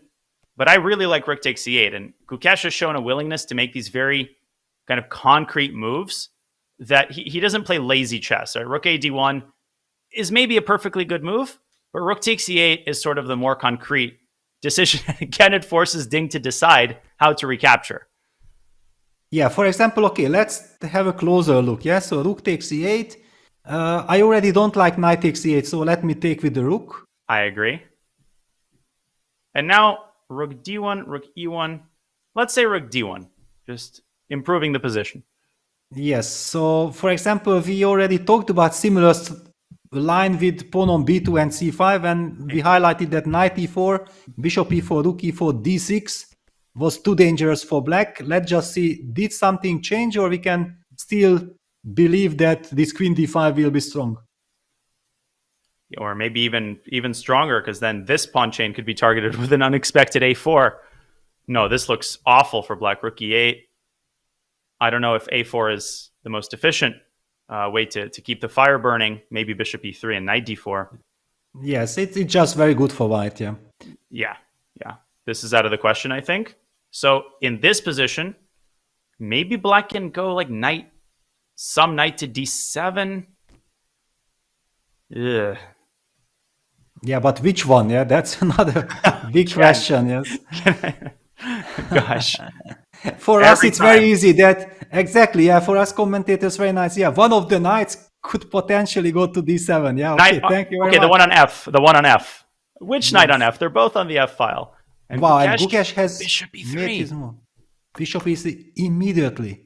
Okay. All right. Very interesting, because we spoke about this, that, yeah, we want to play bishop e3 to get access to the d4 square, but somehow not trading the rooks on the e file, it feels like it will give some dynamic possibilities for black. And maybe people watching or share my intuition. There's just, as you said earlier, there's something about the pawn on d5 being loose that made me feel cold about this move. Also, of course, black has to consider always like an exchange sack, but here I don't think there's enough meat on the bone there after knight takes e3 simply. So well, knight e3, then you could give the argument that you say, I'm Tigran Petrosyan, yeah, knight e8, knight d6, and you just chill. Reshevsky Petrosian, or anybody versus Petrosian. Yes. This is not such an uncommon move in general in a lot of lines, in a lot of Benoni-like openings. So that is a move. Queen b7 is a move, because the bishop would love to be on g2 on a protected square. I'm somehow surprised. Yeah, we were praising Gukesh's time management. Yeah, that he spent a lot of time on b4. Somehow I'm feeling that after c4, he made this decision too quickly. I feel like it's a change of structure. Yeah, this b4 c4. No matter how much you calculated before, because there was so much tension with this b5 c5 b4 pawn structure that once it changed, then in my opinion, you had the right to spend again some time in order to adjust perfectly for the new circumstance. So I have two thoughts. The first is I think queen b7, Gukesh wants to establish the bishop on d4, and I find it impossible to believe that black can get away with knight c5 in any of these positions. But hang on, can I 96? Yeah, can I play 96 here? Oh my gosh, look at this. And now it's a different pin that makes this move possible. Yeah, it's crazy. Yeah, this is exactly what I'm worried of. Yeah, okay, but then things are already getting out of control. And then you can take on d5 maybe already. Like if I go then here. Maybe. Yeah, bishop c3. Okay, now what's happening? Crazy. Yeah, even rook d5 is okay, but maybe end of the day you will be slightly better in that endgame. I'm afraid that if you play knight d5, I think white wins here. Bishop g7, yes, king g7, rook d1. maybe knight. Oh, yeah, just rook d1. Yeah, just very rook nice. d1. Yeah, all the pins are too strong. All the pins belong to me, so maybe black can go also knight c7. But maybe I shouldn't be so greedy. Play rook d5. Wow, good luck calculating all these things. The big question for me is, however, that was Gukesh able to foresee and evaluate everything correctly? Because if he just misses one tactical detail in one of the lines, then all his advantage will disappear. Yeah, so Ding played queen a6. Wow, queen a6 played. Whew. Okay, this is not a scare. This is a slightly lazy move, queen a6, because it doesn't put white under pressure. Would you still insist on bishop d4 here? Or even who a4 knows, is now a possibility as well. Yes, but okay, yeah, queen a6 is also some kind of a move, yeah, because it just in case targets the a2 pawn, so it won't be so easy psychologically to move that rook from a1 to d1. Even though the queen can be trapped, that's another kind of reason to spend quite a lot of time calculating is the queen getting trapped after queen takes a2 or not. But a4 is also tempting, but black wants some knight e4 at the moment. Super sharp position. I feel like Gukesh, if he's adhering to the strategy of just trusting his gut, he might play bishop d4 quickly, because that must be his like main. Well, that's the main idea of playing b4. So which move do you have to calculate here? Rook takes c1? Rook takes e1 for sure. Okay. Also, by the way, I just want to quickly point out, like black can consider again dropping the knight back to d7 or something. Knight f6 to d7. Yeah. But okay, rook e1 is like the topical move. Mm-hmm. Yeah, but yeah, rook e1 actually now this bishop on d4 does a great job. Yeah, then queen takes a2 is out of question for sure. Is it? Easy for me to say. Well, usually yes, but it's not so obvious how to trap this. Man, Gukesh, the nerves of steel. He's just like, yeah, I'll figure it out. We'll cross that bridge when we get there. Well, he hasn't played bishop d4 yet. Yeah, that's your bravery. So, if Ding decides with 24 minutes that he doesn't have the time to manage the complications, does a move like knight d7 diminish white's advantage? But then the knight is getting closer to the ideal d4 square. Also, this a4 break. Wow, then actually all this, what we spoke about, why we dislike Gukesh's bishop e3 move, will not be effective anymore, yeah, because there are no tactics in the position. Strategically speaking, bishop e3 fighting for the d4 square was absolutely correct. That's what we also assumed that that's what the position calls for. We were suddenly worried that some tactical possibilities are there for black. But if black is unable to use the moment, then everything is good for white. What is white's next move? Like, which is maybe an irrelevant question because it's black to move. But what if it's white to move? Do you play a4? I'm a little bit worried about that. This bishop is now it's white whose pieces are fighting for the same square. It's like, the only airport in town and you need to get all the pieces. There's a log jam on the d4 square. Queen c3 maybe is an idea. Yes, exactly. Also somewhere then... No, I think if white gets an extra tempo, it should be very nice. It's crazy hard to find a move for black. I mean, knight h5, our old friend, deserves to stay in prison. No knight h5.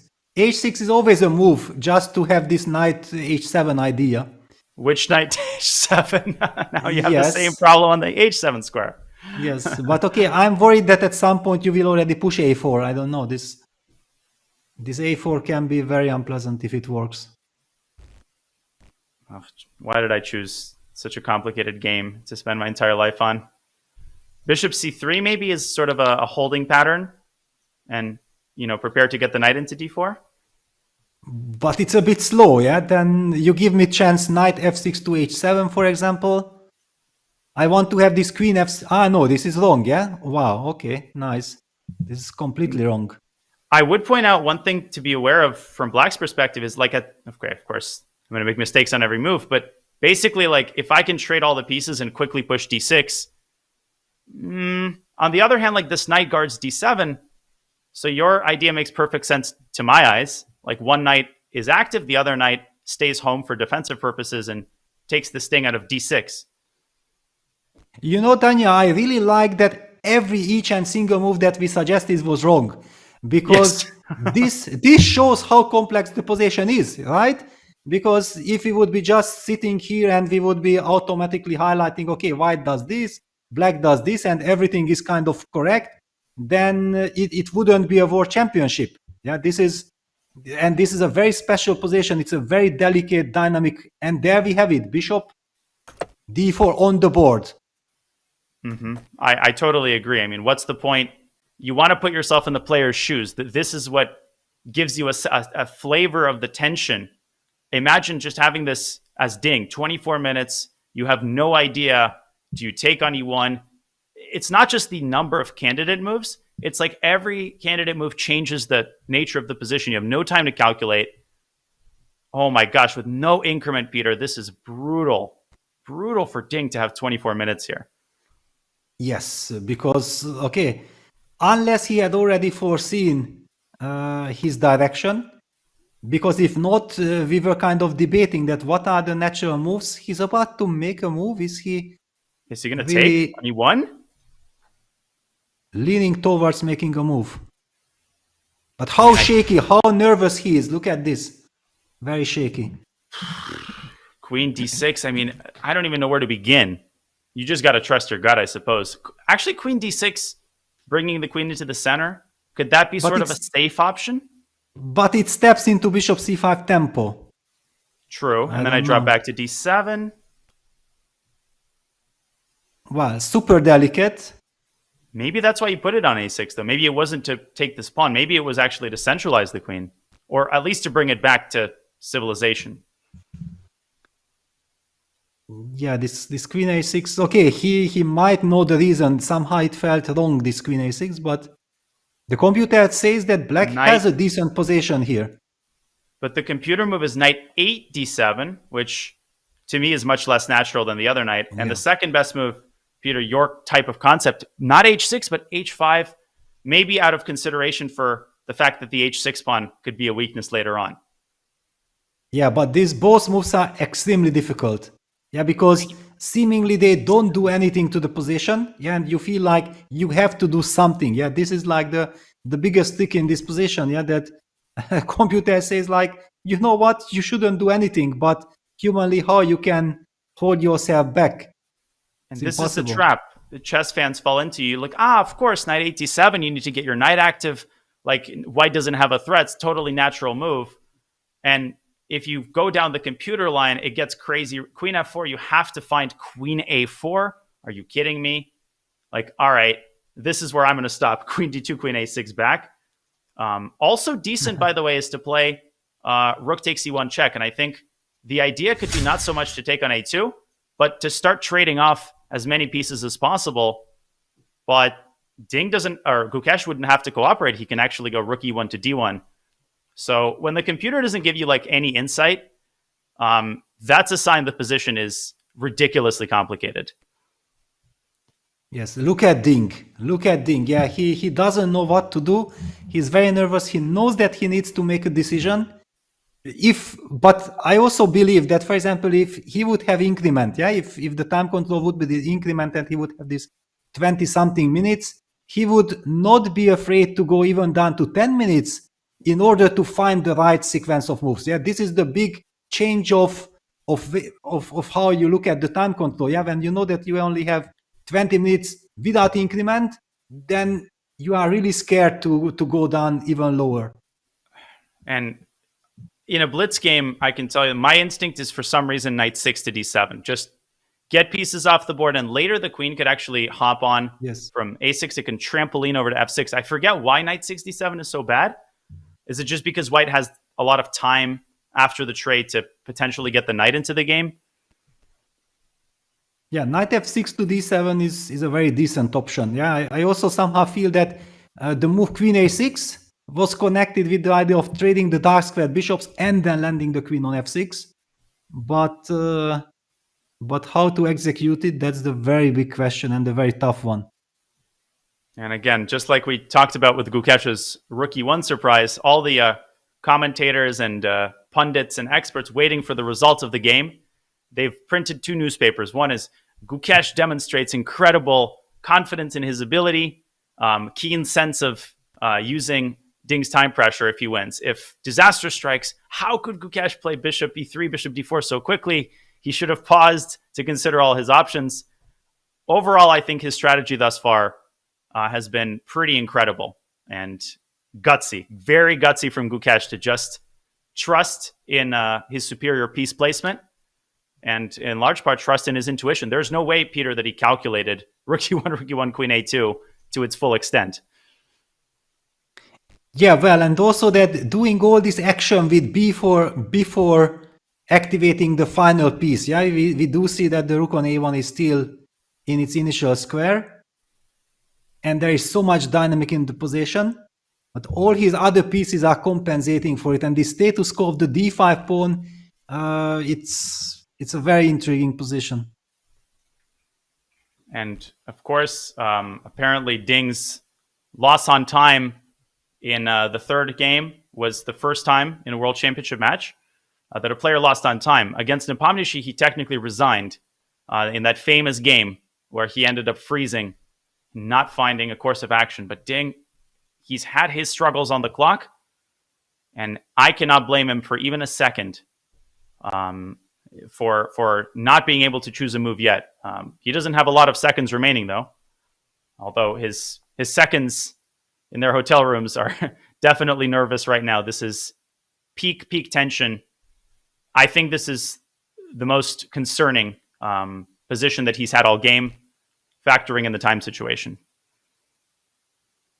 Yeah, the situation is also that this is a completely new approach of reintroducing this first time control, yeah, that 2 hours for 40 moves without increment, because this used to be the classical time control. All these traditional great tournaments like Linares featured always this time control for 2 hours 40 moves. And I do remember having some incredible time trouble duels with Karpov, with Kasparov in Linares, and it was typical that whenever the time trouble phase was approaching, and if somebody had a watch, like Kasparov always removed his watch, he adjusted his shirt, that okay, now we are in time trouble phase. It's a completely different mindset. And rook takes e1 is on the board. Ding trades the rooks. Instantly recaptured. Gukesh pre-moved that. And now another huge moment. Is he actually going to take on a2? He is! Wow. He is! Oh my gosh, Peter. I can't watch. I think I need to leave the room. Well, you know, I'm so happy that actually queen takes a2 happened, because we were discussing that, okay, probably black cannot take on a2, and then we were posing like, okay, but actually hang on, why not? How do we trap the queen? And it was impossible to see, because rook a1, queen b3 hits the bishop on f3. After rook a3, we have queen b1 check. Yeah, this is very important. If white chases the queen, then there is still this b1 square. And if ever you try to play queen c3, putting pressure on the f6 knight, then there is this queen b3 resource, beautiful resource, which I was very happy spotting, because then bishop takes f6, queen takes c3 is a wonderful geometry. And Peter, from a strategy match, like meta strategy standpoint, queen takes a2 makes perfect sense. Ding feels like, okay, if I don't do this, I'm going to get either squeezed off the board. Like, this is my last chance to stir the pot. This is my last chance to make a move that, if Gukesh doesn't punish, might allow me to take over the initiative. So, I think Ding spent those 2-3 minutes making sure that he doesn't lose immediately, the queen doesn't get trapped. I think queen takes a2 is perfectly sensible given the circumstances. And let's put some moves on the board. So queen c3, you're saying queen b3, huge resource. Yes. Huge resource. Bishop f6, I win a piece. No, you don't.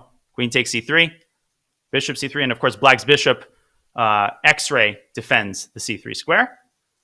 What else do we need to highlight for people? Rook a1, very tempting move. And maybe in this position, white can find something juicy. Bishop c3, there's knight d5 though. Yeah, all these tactics, and now the bishop on f3 is hanging. It's another important detail. Okay, rook a6. No, bishop on f3 hanging. Of course, I meant to just test out the chat. We do need to bring John in for one very quick break. So this is a critical position to assess. Peter, as you're thinking, I'm going to bring John in. I'm at a loss for words here. The tension simply cannot ratchet up any higher, except every time I say that it does. Let's be honest here, Danya. If Naroditsky and Leko are at a loss for words in this crazy, highly tactical position, I'm going to have absolutely a snowball's chance in hell of seeing anything. This is getting mad. It will be our last opportunity, I think, to head to a break before the time control is reached. So that's what we're going to do right now. No big long call to action for you guys, but I have got two short ones for you. Call to action number 1, top up your caffeine. You're going to need it. This is going to be a really exciting sprint to the time control, and Gukesh is putting Ding Liren, the world champion, under an awful lot of pressure. And CTA number 2, please make sure to use hashtag #DingGukesh on social media. We are looking out for your questions. We might pose them to the commentators or even the players themselves in the post-game press conference later. So get on socials, tag me if you want, and I'll bring them to the team's attention. But for now, grab yourself an extra drink, because this is going to be a thrilling ride to the time control.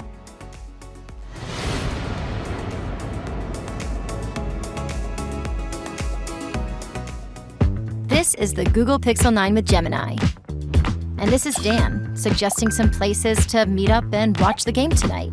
But you know what's better than a list of places? Knowing how close those places are. Which is why you're just gonna ask Gemini to put these places on a map. Whoa, how's that for teamwork? Why can't you cool? Just let me cool. Okay, welcome to the big show. Guys, who do you think is going to win the World Championship match? On the count of 3, you have to say the name. 1, 2, 3. Ding! Wow! Wow! Okay, well now we have some content. We bonded. Who wants to explain themselves first? No, it was like just to say well, something which is not expected. Yes, you know? but we both thought the same without agreeing on that, which is remarkable. Well, I would love the conversation to happen about that, because I actually think Gukesh is going to win. No, I know. No. We both also think Gukesh is going to win. But just for you, we did we both thought. We both thought the same. Yes. It'll look. It's obvious that it's Gukesh. That we're going to say Ding. Yeah. You guys are fascinating. Okay, so explain, why is it obvious that it's Gukesh? Well, obviously with the recent form and not already before Olympiad the trend was that way, but after Olympiad it got even much more so. Gukesh won the gold on board 1 and such an amazing performance, amazing games, and Ding struggled so much also. I mean, the games he had were so rough. And, I mean, it's just very obvious, yeah? I mean, there's nothing much more to add. Like, Ding has been struggling so much. It's a pity that he hasn't found even the glimpse of his earlier self. Yeah. So that's the worrying part. Like, at least if there was some tournament where he was showing some spark, like the old Ding, it would inspire some confidence. But I didn't see it since he has become world champion, which is a pity. Have either of you guys talked with Ding Liren since this? What I don't even know how to evaluate what these last couple of years have been. Right? Obviously, they've been very tough for him. Well, the things I haven't talked to him much before that either. I mean, it's not not just the language barrier, but also I guess it's quite close. We're also not too close. We're competitors at the time as well, and so it would be strange to start talking now. You know, let's say if somebody I knew well was going through this, I would have definitely tried to talk or consider that much more. But with Ding, I never talked to him before, so. Yeah. Yeah, we barely just exchanged some pleasantries. He's very soft-spoken, doesn't speak much. Yeah. Person, so hard to know what's really going on.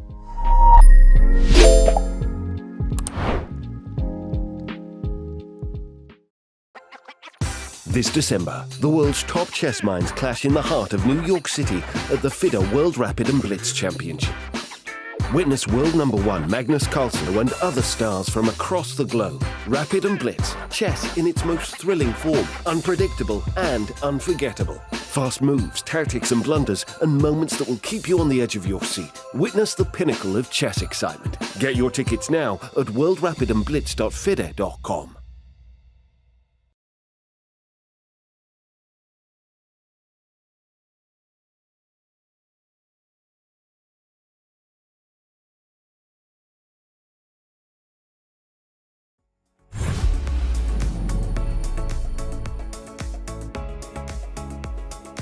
Welcome back to game number 7 of the FIDE World Championship. Queen b3 is on the board. We're going to get a couple more moves here pretty soon, I'm sure.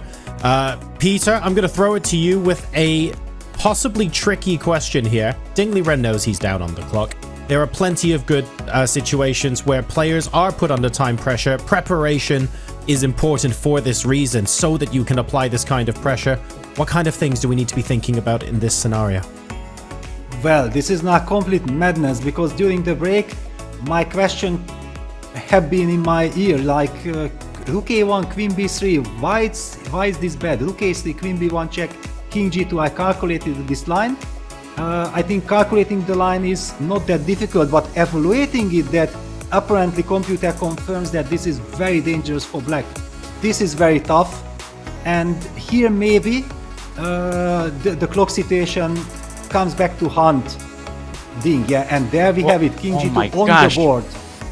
And Bullet Brawl is on Saturday, but for Gukesh, oh my goodness, look at the confidence of his play. And Peter, as you said, the hard part about this position isn't to understand sort of, okay, what's going on. It's to evaluate it properly. And apparently it's just like black doesn't have a move. It's not that the queen is getting trapped. It's not that white is an immediate threat. Maybe he does. But I have to show, before Ding makes his move, that apparently queen b3 was a mistake. Yes, the only available square for the queen was a mistake. Ding had to find the insane resource c4, c3, which I saw out of the corner of my eye.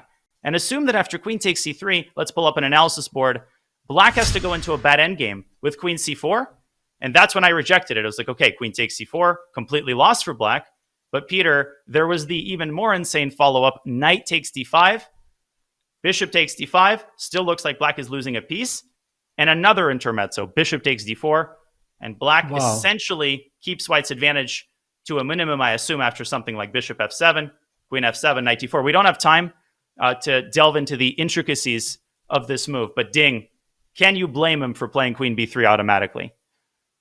Yes, and he has already made his move. He has played the move rook d7, protecting the pawn on a7. But this gives now one extra move for white. Yeah, this makes it very scary. On the other hand, this queen on b1 is so irritating. Normally, one would say that this queen should be trapped automatically, and this queen is somehow alive. This really bothers me.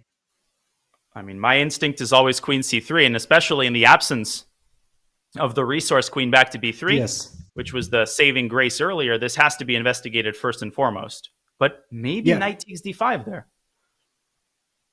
Well, yeah, knight takes d5 on just knight e8. Yeah, that's I have two options. Because still, you are not trapping my queen. Yeah, that's kind of fascinating. Rook a6 is also tempting. If you can't get to a7, you might as well hang... I mean, actually, rook a7 is still very much in play. But I don't see a knockout for white. I mean, I don't know what you think of rook a6, but maybe time for white to cash in his chips with a more calm move, like rook takes a7.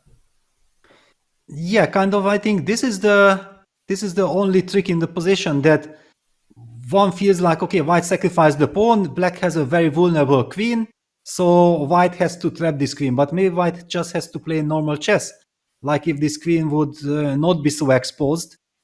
And in this regard, of course, Gukesh's time situation is great, yeah, because he can understand what he needs to do. Just one line I would like to highlight, where suddenly the queen of b1 turns out to be decisive. If white plays the move knight e3, which is a terrible blunder due to knight e4, and all of a sudden black benefits thanks to the queen of b1 with this counter strike and wins the game. Yeah, the queen is a notoriously difficult piece to trap. I'll just show for newer players, this is a fork. Some players in the chat, and I say players because the more I look at this move, it was not on my radar at all. Rook to a5. I considered every rook move along the a file. Okay, maybe with the exception of rook a4. But going after the b5 pawn, it makes sense, but it just looks so unthreatening. But the more you look at this move, Peter, how does black defend that pawn? Okay, this is from another planet, yeah? This rook a5 so calmly, yeah? The whole position is burning. But that, Stockfish planet. yeah, but it's also kind of logical in a sense, yeah, when you know it, that nothing really moves from white, yeah? We were trying to find a knockout blow, and it turns out that every single piece is kind of placed at the maximum. The knight on c2 is a beautiful stabilizer. It's also the reason why the queen on b1 is so awkward. Then the move rook a5, but okay, this is crazy. If Gukesh plays it, that's sensational. So if black tries to go a6 and redirect the rook and try to buy another life for this pawn, is rook takes a6 just a disaster? And if it is, like the missing a7 pawn, I guess it makes that much of an impact because probably knight e8 is no longer possible because the rook can infiltrate. That is why you want to eliminate that pawn. Wow.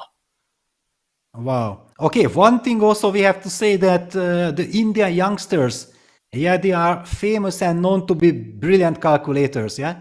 It might be also connected to the fantastic coach Ramesh, yeah, who is known to be the expert of all these calculation exercises, and he is non-stop feeding, I guess, all these youngsters ever since they started playing chess with very challenging and very tough tactical and calculation exercises. Yeah, one of the best experiences of my chess career was the couple of months I had the great privilege of training with Ramesh before, after I got unexpectedly invited to the 2021 US Championship with a month to go. Like I got to get cracking.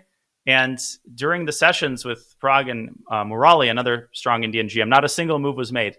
Ramesh would set up a position, and the same position would appear before us for the entire 2 hours. The same position. He would select famously material that had so much meat on the bone that after 2 hours, it felt like there were more questions to ask than questions that we had answered. So I was exhausted. I would, go play some bullet or watch a movie, and I would hear the moves still being made by Prague. And he would continue exploring the position. I mean, these Indian talents, they love chess and they love to work. And their ability to just work hard to feed themselves with information is incredibly impressive. And Ramesh, definitely deserves a big share of the credit. I have something tells me he's at the edge of his seat, or maybe he's not able to watch at all. I can't imagine what must be going through his head. It's a mixture of pride, anxiety, and just, the coach sometimes feels the pain even more acutely than the player. Absolutely. And okay, now talking about the position, Ding has played the move rook d8 to d7. So what goes through the mind of Ding Liren? Yeah, he says like, okay, I'm a pawn up. Yeah, my position is vulnerable, but if the best what white can do is to recapture that pawn on a7, then we trade the rooks. One of my knight gets to d7. I'm setting up some kind of a stable construction. Probably I can live with that. I'm guessing more or less this is the thought process. And potentially now he's also setting up the idea of moving the knight from f6, trading the dark squared bishops, and getting some clarity. So white needs to come up with some very strong move. The big question is rook a5 so strong and it's the only really strong move? Exactly. Or there are other candidates as well? That's huge because, okay, if Gukesh finds rook a5, it might, the death knell might start ringing. let's say he doesn't and he plays a different move. What's the difference in evaluation? So rook a6, first of all, how important is the absence or presence of the a7 pawn? Peter, I assume knight e8 is the move, but I mean, knight takes d5 has to be calculated for sure. Wow. Okay, but it's kind of crazy, yeah, that knight takes d5 and then bishop takes g7, the knight on d5 is vulnerable. I don't see a move there for white, though. Knight d5, bishop g7. There's like knight c7? Like you can move the knight. You can actually move the knight anywhere. It's a discovered attack on the queen. Okay, but that I'm not giving you checkmate on the dark squares, that's kind of a miracle. Oh my gosh, is that the actual move, knight c7? I don't believe it. Wow. No, queen h6 there. Yeah, but you will have knight e6 protecting from the mate. Yeah, this drives me crazy. Kidding me? Yes. Oh my gosh. And but then bishop takes f8. Now you don't play bishop f6. Yeah, you can take on f8. But black can black play knight e6 here? First knight. Okay, it's mind-blowing.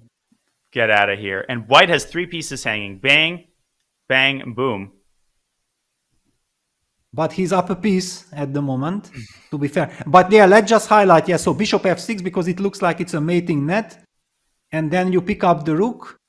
And then I'm going to go bishop g4 and then you come back with the knight to c7. Yeah, or even queen takes c2 because the rook guards the g7 square as well. Ah, that also. Okay, then it's not that dramatic. Okay, good. But still, like even knight d4, you can play knight c7 there and support. Yes. Or even rook takes d4 here as well. This knight on e6 is all powerful. Oh my goodness. What is going on here? There's no way he plays knight takes d5 here, is there? Well, but he might have to. Yeah, this is the... Yeah, having said Peter, you have to say Paul. Having said A, you have to say B. I mean, at this point, he's in too deep. If he's played queen takes a2, it means Ding has said his prayers, and he has committed now to a life lived on the edge, literally and figuratively, the edge of the board. Yeah, it's crazy. Because that's why I also always like to annotate a game, commentate a game right from the beginning, yeah, from the very first move, that one feels like we understand the soul of the game. We know exactly why things are happening, but here positions are so crazy that even though that we are following right from the beginning, it's still so difficult to really understand what's going on. And don't fall into the trap if you're a spectator. Once rook a5 is on your radar, it looks like the most natural thing in the world. Of course you need to attack the b5 pawn. This is what's holding black's position together. But before, the tree is planted and the seed is sown, it's so much harder. Again, it's like that runway analogy. And if the runway is illuminated, you know where to land the plane. If not, imagine all the tempting moves that must be capturing Gukesh's attention. Even rook takes a7, which we haven't given enough attention to, I think, because it's a very natural move. And to me, it might be just a way to pocket a long-term advantage, but probably not the best that that white can do. And I would imagine Ding would be a little bit relieved to get a position like this. Yes, because then suddenly his queen is much more active. Yeah, the queen doesn't have to worry about getting trapped. Queen gets access to the a2 square. Yeah, also the b6 square. Knight gets to d7, blocking the d pawn. And the reason why this rook a5 move is so mysterious, because if we back up a couple of moves, then we know that this rook actually first took on e1. Then it came with a tempo rook a1 hitting the queen on a2. The queen from a2 moved to b3, and rook from a1 targeted that queen on b3. Yeah, so all this made perfect sense. The rook was extremely active. But who would not think that actually this rook, which did its journey, still has to move, and it has to move to a5. And the knight is still on c2 all this time. It's been so patiently waiting in the wings. Can I ask one more question? Why is it that after a6, rook a6, knight d5, if we compare with and without the a pawn, like it actually might not always matter for black, because bishop g7, still knight c7, and we have to go down the same tunnel, I suppose, and figure out how the absence of this pawn improves white's position. Wow, yeah, this is... Very maybe interesting rook question. 6. I have an idea, but it doesn't look convincing enough. Yeah, now it's really fascinating, yeah, that with the pawn on a7, it was absolutely fine for black. And without this pawn, computer says white is winning. Wow, how, what? Rook d6, I thought at first, but then rook d6, queen d6, king g7, and I mean, white can go like queen c7, queen e5, queen b5, but that didn't look winning to me. No, not at all. Yeah, then the c pawn is a counterplay. All right, I think we've earned. Oh my gosh, it's queen h6. Oh my gosh, knight fe6, and it's because of this resource, rook b6. Wow. Okay, and crazy. With the pawn on a7, it's not the a file, it's the b file. Of course, that square would be knight inaccessible. g7, rook b8, knight e8. Oh my lands, and it's only move queen e3. No, come on. And the point, of course, is this rook e8 check. And it goes on, Peter, because knight e8, queen e8 wins the rook, king g7, queen e5. Holy smokes, king h6, g4. Knight e8, there's g5 checkmate. And if f6, then rook e7 check. Whichever way the king steps, there's a check. King g8, bishop d5. Oh my gosh. Amazing. I'll stop momentarily. And rook e7, queen e7 picks up the knight. This is why the a-pawn is important to eliminate. Yeah, it's okay. Try to figure it out. Of course, one could argue that clearly with the extra pawn, it's a better scenario. But here, every single move is deciding the life of the player. So crazy. What a fascinating position. And you point out something important, Peter. You don't have to see this in order to play rook a5. It's a good thing a priori to have the same position without a pawn. Not always, but clearly in this case. Once this position is reached, I actually think you do have a chance to find bishop takes g7 because the moves are fairly natural. So you might actually stumble into the line, which is, I think, the only hope. As much as I respect Gukesh, I don't think this is humanly possible with 29 hours on the clock, much less 29 minutes. Well, first of all, he has to come up with the move rook a5. Yeah, it's like we were not even considering it as a possibility. Yeah, at least the first priority was that, okay, what can we do directly? And we were not sure. Then maybe slowly, step by step, we would have come up with, okay, why not rook a5? But as I highlighted, all this rook maneuver doesn't give me the sense that now a quiet rook move is the next. And look at the time situation. Suddenly, all it takes is one moment like this where Gukesh has to go into the rabbit hole and he's got 15 extra minutes, but another 15 minutes of thought and the time situation equalizes. We're nowhere near move 30. Oh my goodness. Looking off to the side is Gukesh. What is the backup option? Like, let's say he doesn't spot this move. What is the second most tempting for you, Peter? Okay, the point is that if the position would be understandably so bad, like the computer indicates, then Ding would have never gone for it, yeah? So he opted for it thinking like, okay, let me grab this pawn because there is no clear punishment. And because I'm low on the clock, if I can just get some forcing moves, I can change the character of the position, then I should benefit, yeah?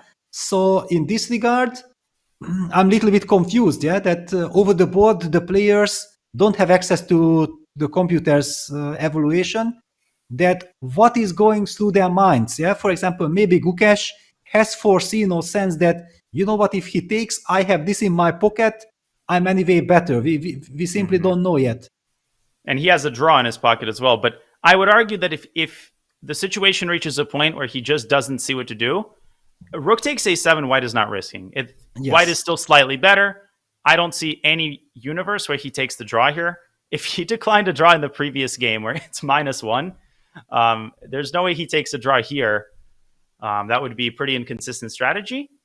Also, Peter, rook a6, if he miscalculates knight takes d5 and like assumes that Ding has to play knight e8, I can see how you would be tempted by that move. Yes, but for example, from a human perspective, I think this is one of the very first things that you calculate. Like, let's try to find out, like, rook a6, knight takes d5, is this possible? Am I winning or not? because if I'm winning, it would be a maybe difficult but a forced sequence of moves. Then you realize that no, it's not winning, which is of course very unpleasant because you really invest a lot of time and energy into it, understanding that, and only then you are starting to moving towards other candidate moves. Yeah, for folks at home who are wondering, rook a1, the queen does have b3. There's no way to trap the queen. And if I can highlight one more time, rook a6, yeah, knight takes d5. I think the easiest thing to miss, first of all, knight c7 has to be spotted, which is, by itself, a move that can be easily missed. In my opinion, it's so easy to forget about knight fe6 because assuming knight takes a6 is forced, cannot blame anybody for that, and white is winning here. Still not that easy to assess, but knight fe6 is the saving grace, and it's because of this intermezzo. And try assessing this position, even if you see knight fe6, it goes on. Jesus. Yeah, because you are automatically tempted that no, it cannot be that black survives thanks to knight fe6. I have to find something. Yeah, it's the human way of calculating such positions. Mm-hmm.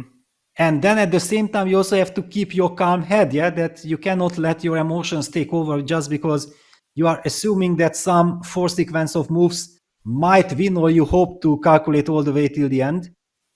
Because if it turns out to be a mirage, then it leads you to a completely wrong direction.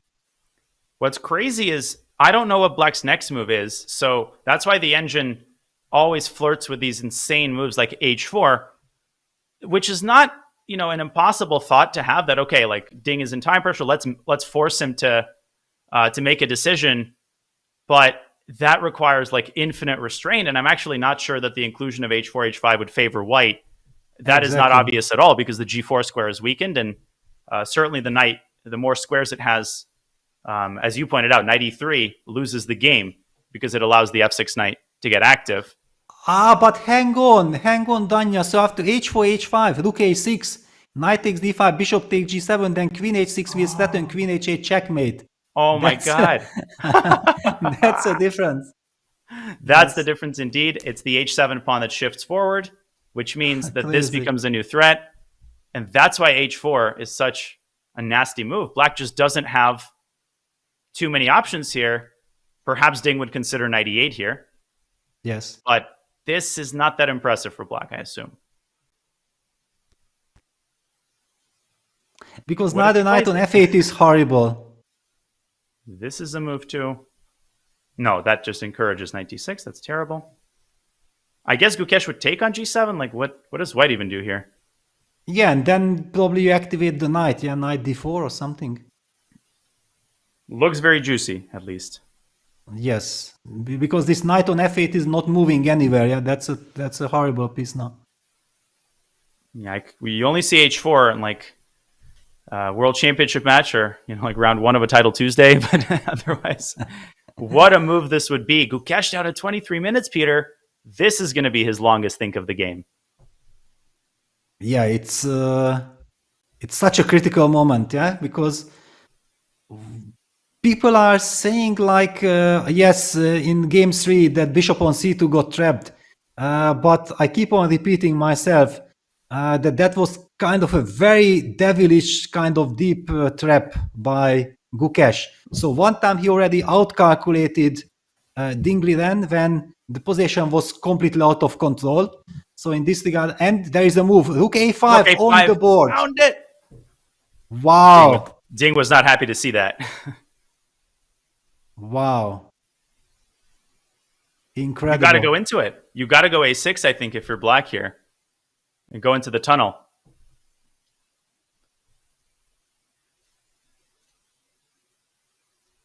Yeah, look at Ding. He probably had sensed it because he had no time to calculate that what do I do if my opponent plays the move rook a5 and it's on the board. And 10 minutes in, you start praying. This is World Championship level chess by Gukesh right here. This sequence, I mean, of course, a lot of hard work remains to be done. The game is far from over. But his decision-making in this game is pretty jaw-dropping and already a move. And it's queen b3. It's not a6. So, yeah, he's heading towards queen d3. Yeah, he's hoping for c3 or queen d3 somehow to navigate the position. Yeah. Okay, so rook takes b5, queen d3. Yeah, let's not pretend that this is obviously winning for white or anywhere near. Yes. Obviously winning. It's still incredibly complex. The game could turn around easily.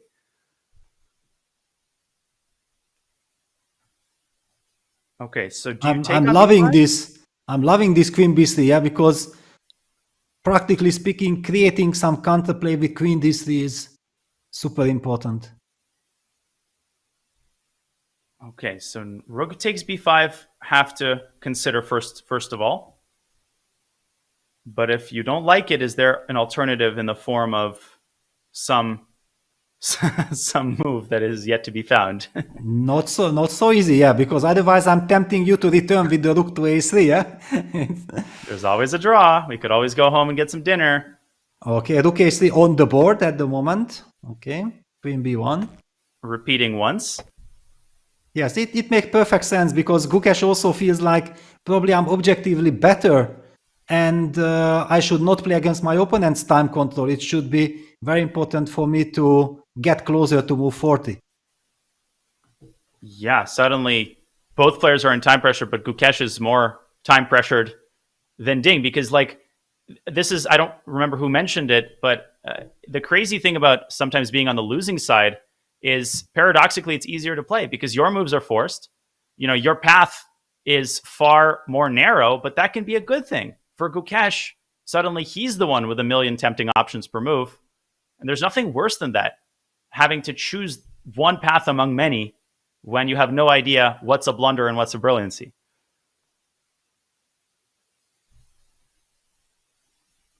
Absolutely. Yeah, for example, in this line with rook a5, queen b3, if I'm not missing something, then after rook takes b5, queen d3, for example, if you take queen takes d3, c takes d3, knight d3, seemingly you stabilize, then you run into knight takes d5 tactics. What a beautiful move. And this is the main idea. And Peter, rook takes d5, black actually has bishop takes d4, not rook takes d5, bishop takes g7, but it's because of this move. And the knight on f8 is the hero piece here. Unreal. So yes, and after bishop takes g7, we have knight takes e3 intermezzo check. Exactly. So here, bishop g7. Again, if the king was on g1, maybe this would be winning for white. But this is not good. So if white doesn't take the queen, can Gukesh play some move that like Ding could have played in the last game, trying to trade on his own terms? Like queen e2? But then d5 pawn is hanging. Yeah, I trade and take on d5. But a7 falls there. Okay, but... okay. Also, this is a move, by the way. Queen f4. But then you step into knight h5 resource. Take h5. Ah, you can take. Yeah, I was somehow thinking that now with the queen on d3, I'm very active. Okay, c2, knight is also hanging, so these queen f4s are also very mysterious. This has to be calculated. Knight takes d5. Come on, this just gets crazier with every line. Every time it seems like there's some clarity, there's some sort of explosion. No, there is no clarity. It's also the reason why Gukesh retreated with the rook to a3. Yeah? If it would have been obvious, he would have never repeated. And look at this, he's not blitzing out the move rook a5, which means that he thought like rook a5, queen b3 is the best move. And he wanted to test if Ding will find queen b3 or not. Yeah, this is a very interesting moment. And now I know a lot of people might be thinking, okay, he's going to get worried and get cold feet and make the draw. But if he gets cold feet, I think he plays rook takes a7. If he thinks for another 10 minutes or so, at that point, it might be time to wrap things up. But it's so easy to say, oh, eval bar shows 1.8 there. The position after queen d3, it's not even obvious that white is better unless you find a specific resource. Exactly. Yeah, that rook takes b5, queen d3 position is... without engine, it's impossible to understand.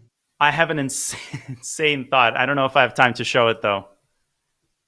Peter, after rook, I'll show it quickly. Rook a5, queen b3, rook b5, queen d3, queen e2. I thought maybe rook takes d5 is a move.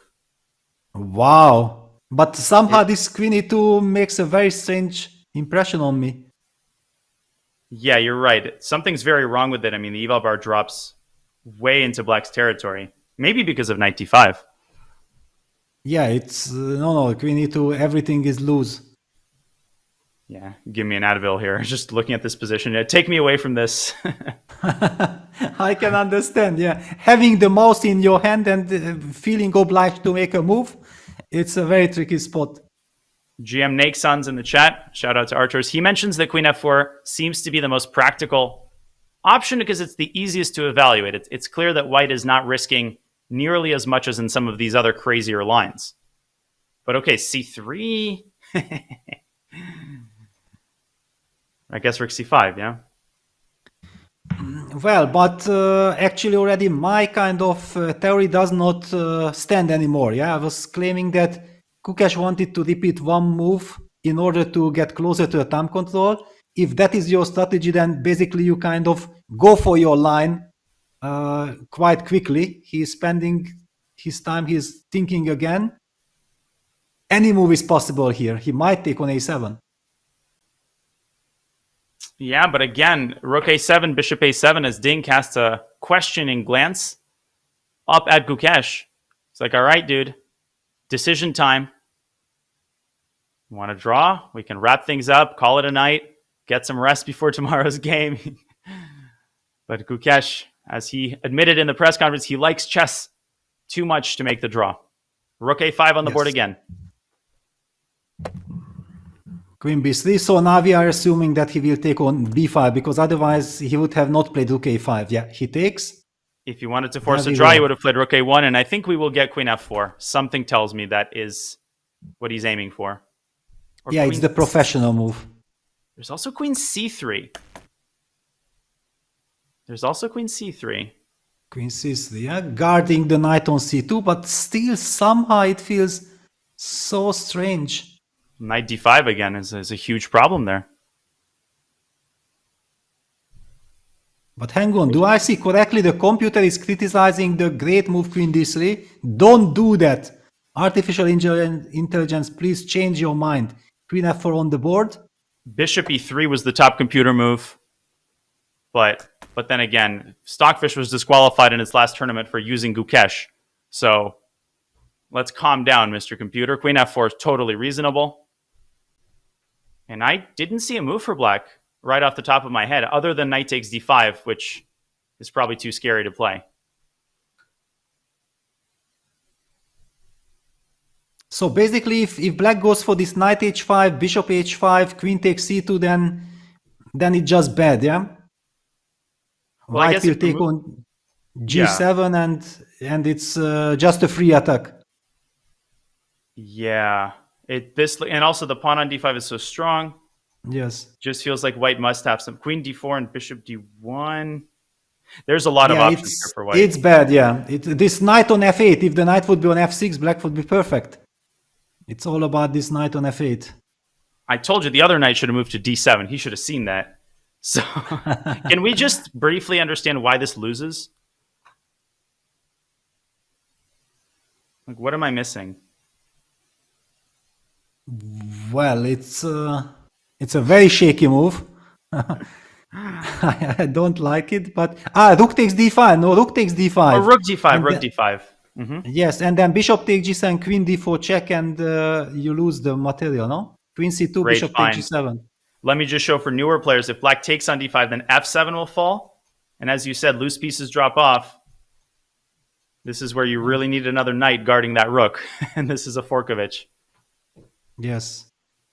Very important line. So what does Ding play? Does he go knight e8? Is that forced? Or does he go queen takes c2 and go into the trade? But with a knight like that, there's no way he survives. Yeah. He's basically down a piece there.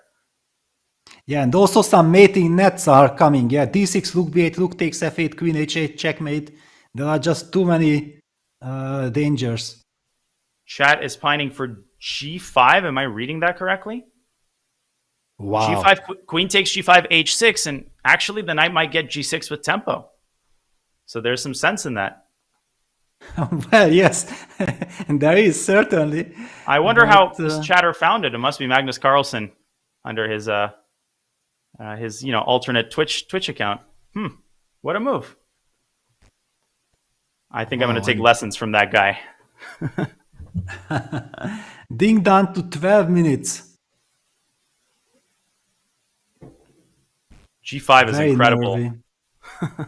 Yeah, but basically it's connected with the fact that this knight on f8 is a horrible piece, but giving a pawn like this, weakening your king, destroying your king size structure, extremely difficult. I think knight e8 is losing. The more I'm looking at this position, the more I realize that with the pawn on d5 being so well protected, the tactical moves don't seem to work. Black is just positionally losing with two horrendous knights if he plays knight e8. Yes. By the way, you even have some bishop e4 tempo hitting the queen and protecting the c2 knight. That's also nice. And rook b8, then it just seals the game. Out of the question. Could he find g5 by process of elimination? Yeah, only by process of elimination. Also, queen takes c2, bishop takes f6, queen f5. Even the endgame doesn't bring you any relief because you'll lose the c4 pawn at the end of the line. And with the, okay, at least there is the g6 square then for the knight, yeah, that maybe you can hope for some knight g6, knight e5 liquidation, but I don't believe that it can work. No, g5, to say it wasn't on my radar, it wasn't in my cerebral universe to play a move like that, but it makes sense. You need this knight in the game. If only he'd played h6. If only this pawn was one square further forward, g5 would probably win for black. And then it would be obvious. Well, if the camera is correct, Ding is very much focused on the king side, no? His sight is much more towards the king side. He might be looking at g5.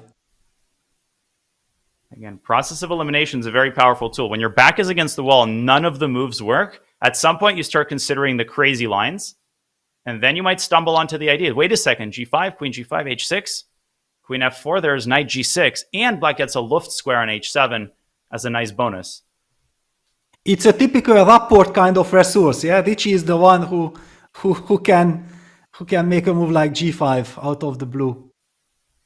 Oh my goodness, I just can't even look at Ding. The raw emotion, the nerves, trying to will his way to stay in this game. And now under 10 minutes, which means under a minute per move with no increment. But forget all of that. What does he play? G5 might be the only way to stay in the game. Yeah, super tough. G5, queen g5, h6, queen c1. It's not like black's problems are solved there, even if he finds it. Yeah, white will be a pawn up. Okay. The game continues, but no, it's really looking bad for Ding. And the situation is that if he loses this game, then all the missed chances will come to haunt him. Yeah, this is the match psychology. Yeah, that in a match, not using your chances and your opponent making the most out of his games, that's a very scary scenario. Tick, tick, tick. Now down below 9 minutes. I've got my eyes on this queen takes c2 and queen f5 resource. If Ding doesn't see anything else, at least getting some sort of endgame keeps him in the game. Yeah. But that would be a sad product. And c3 is another resource, also doesn't do anything. Just a one-move threat. Useless.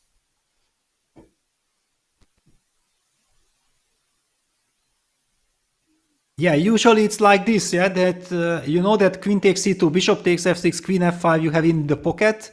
Yeah, you know that it's a miserable endgame, you don't want to go there, but if I can't find anything better, then I will go, and then time is also not such a big importance. But knowing that this is bad, you are definitely desperately searching for something better. And at some point you start going in circles, and he does take the knight. I think he's going for that endgame. Gukesh instantly takes black's knight. And what is Ding's defensive approach here? It is queen f5.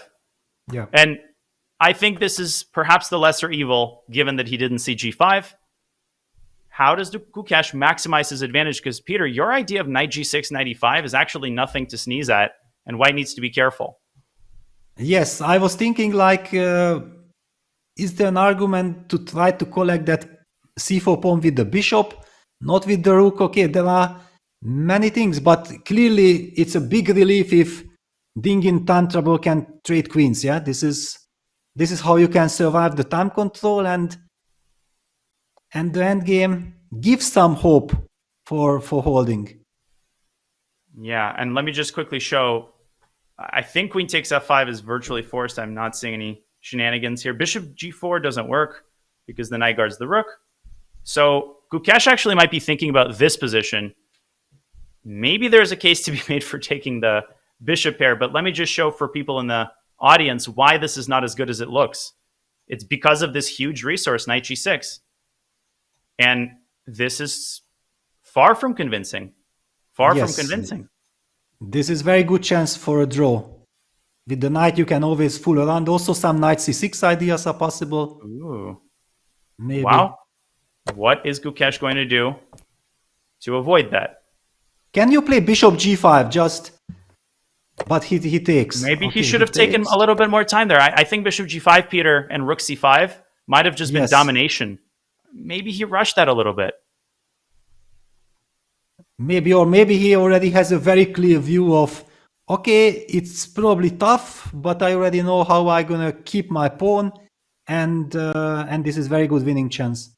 Well, we have a very clear view of the eval bar, unfortunately, and I'm not going to deny that. And they're going down this line. They're going down this line. It's the human line. So bishop e2, your idea of collecting the pawn of the bishop, it doesn't really work But here because of c3. Yeah, also with knight e5, you can also do it, and you have knight d3 resources and so on. No, unfortunately, no, I was thinking like if instead of rook c5, I could have started with bishop e2, but it didn't work out.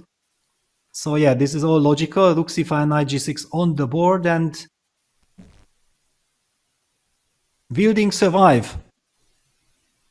Rook c4, knight e5, rook d4. What's the evaluation there after king f6? In Capablanca's kind of terminology, what's the percentage chance that white wins versus the percentage chance that black draws? And it gets very concrete because after the king lands on f6, black is already flirting with like knight takes f3. But then I play bishop e2. I have this lovely bishop e2 trap that after knight c6, I have dc6 with a bishop on e2. Oh my goodness. Let me just show this is beautiful. Yeah. Boom. Stop my pawn. You can't. So can black go knight c6 here? Yeah, but then you can go rook f4. I'm forced to play rook knight e7. Then I have some other problems. Takes bishop d5, rook d3. Oh. Yes. Yeah, it doesn't work. Very important, actually, because otherwise it's beautiful, but there would be tears and agony should this happen. Okay, on the board, knight e5 played.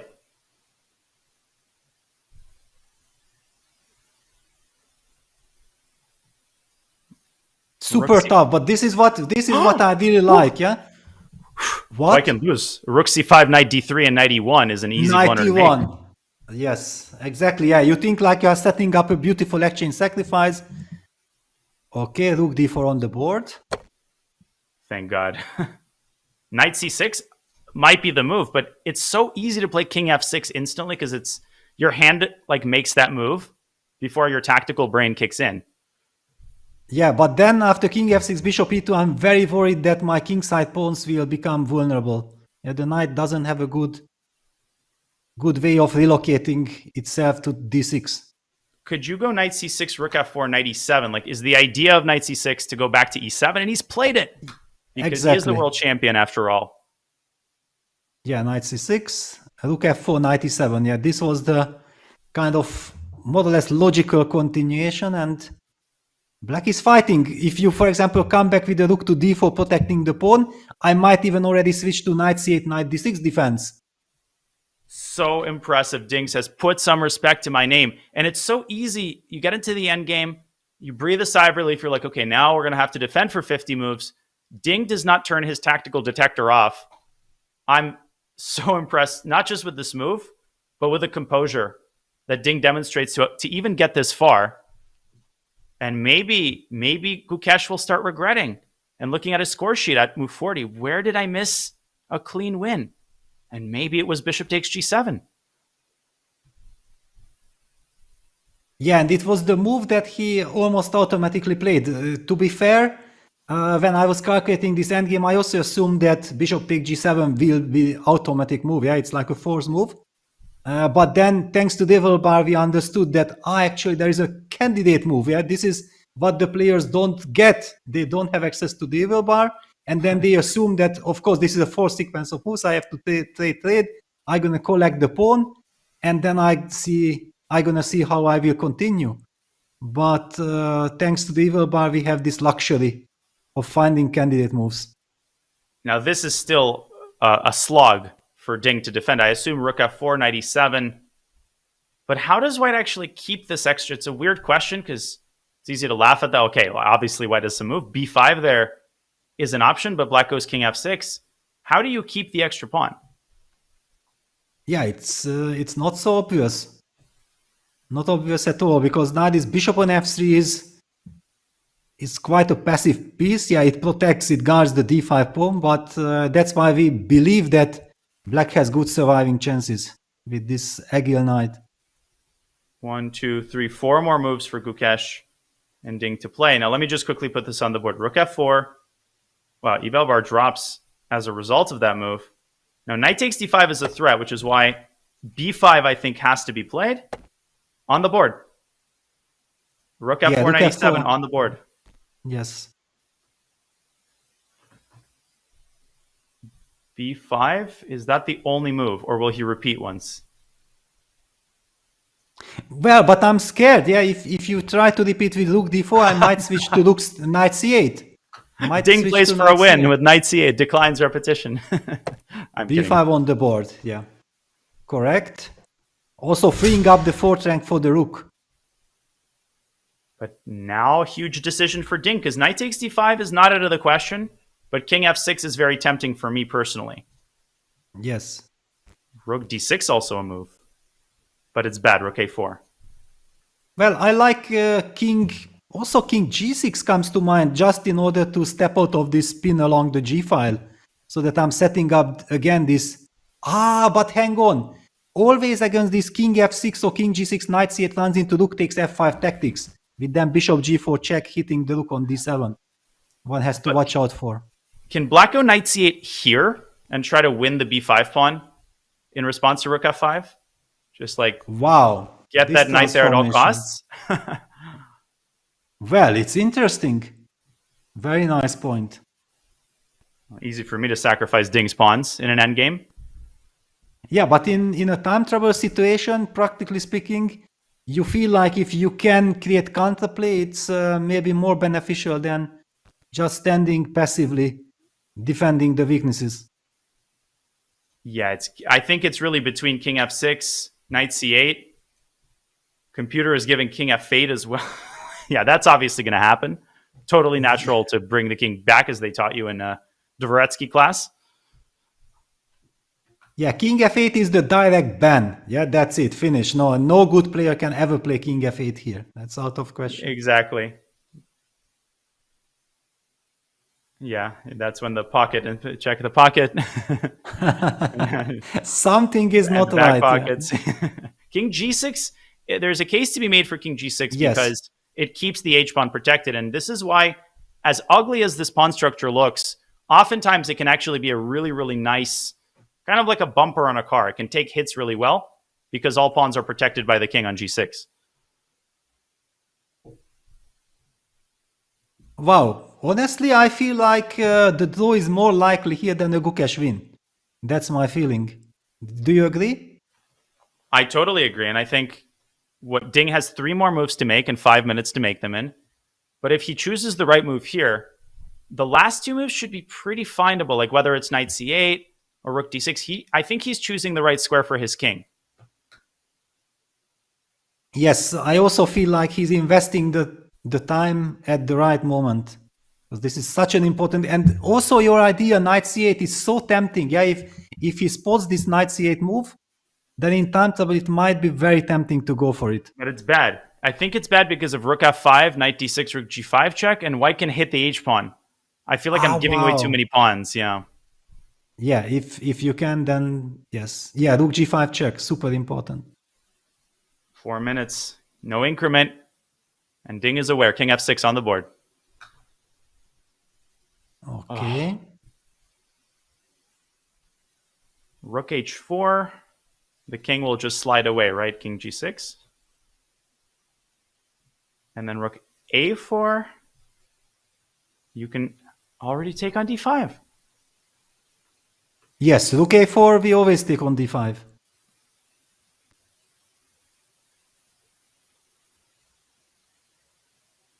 Does white have a way to keep chances alive? Any chances alive? Insanity.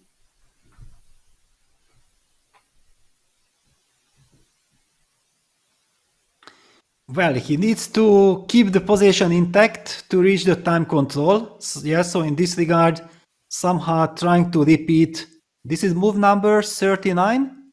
Yeah, 2 more moves for both players until the time control. 2 more moves. Yeah. What about g4? But it's so unhealthy, yeah? Then it steps into king e5 tempo. Rook d4 played first. Yes, nice move. Inviting king e5, rook h4. Thank you very much. That would be Zigging bad. and zagging, but now knight c8 becomes tempting again, even more tempting than on the previous move. Exactly. I'm guessing knight c8 is logical. I mean, king e5, rook h4, knight takes d5. But that's very risky because then white gets the outside passer. And black could lose that instantly. Yeah, and also the bishop comes to life immediately after the d5 pawn is eliminated. It's really good for Gukesh. This pawn's on a light square because it can be defended in some later universe from a bishop on c6. This is why you have to stay away from the dogma, like put your pawns on same square as your bishop, opposite square. It all depends on the position. Move 39, h6 by Ding Liren, putting the pawn in a more defendable square. Yeah, because he's indicating, all right, okay, rook d4 was your last move. What is your next move? Is he threatening king e5, rook h4, rook d6 now? But okay, then we switch to rook a4. How many weaknesses do I have? Why do I have all these weaknesses? Rook d7, rook a6 there. Yes, exactly. Now, I think that, okay, sooner or later, black should probably opt for knight c8, knight d6. 1 more move until time control, and 3 minutes to make it.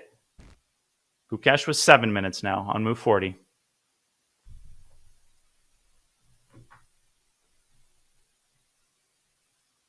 Heaven is in sight for Ding, but this might be the most important move of the game coming up for him, potentially. Yeah, if white doesn't know exactly what to do, then maybe rook h4 is kind of a clever idea for move 40. Yeah, forcing black to play a king g6 move, and then we start thinking. Unbelievable. We'll have some time, hopefully, after move 40 to go back and break down where the... potentially, I think the win was missed, and I have a hunch that it's bishop takes g7, but I'm not 100% sure. But first, let's watch the move 40 action. How many times in chess history, Peter, has the decisive moment come on move 40? Kaisa has a cruel sense of humor. Yes, move 40 or sometimes move 41, yeah, when the players are in such time scramble that they are unsure if they have already reached the time control. Yeah, that's also how many stories we had like this. Whether they've written the moves down correctly. We saw Gukesh in the last game looking at Ding's score sheet. This happens often because safety in numbers. You know, if both players have written down 40 moves, it's safe to get up and go to the bathroom. Exactly. Wow. What a momentum shift this will be. But there's still work to be done for Ding. This is not a guaranteed draw, not even close. Yeah, that would be the biggest mistake if you suddenly relax, yeah, because there is still so much job ahead. People saying this is equal. Put yourself in Ding's shoes. If you had black here, would you really be sitting there thinking, I don't really care who I'd rather be, white or black. It's all the same. It's equal. Come on. Okay, my evaluation is like it should be holdable. Yeah, I cannot judge this as equal, but I feel like it should be holdable. So rook h4, king g7, is that just repetition, or is white trying to set up some sort of a trick? Like, do you have to that's go the back problem. to d4? Yeah, that's the problem, that after rook a4 you can take on d5. So maybe it's equal. Maybe black wins the d5 pawn, and then it's close to equality.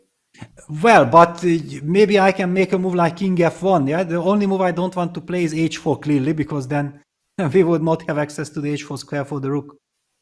You know, there's even some pawn. I actually was thinking about h4 and going to a pawn endgame and setting up like a pawn break, but it doesn't work.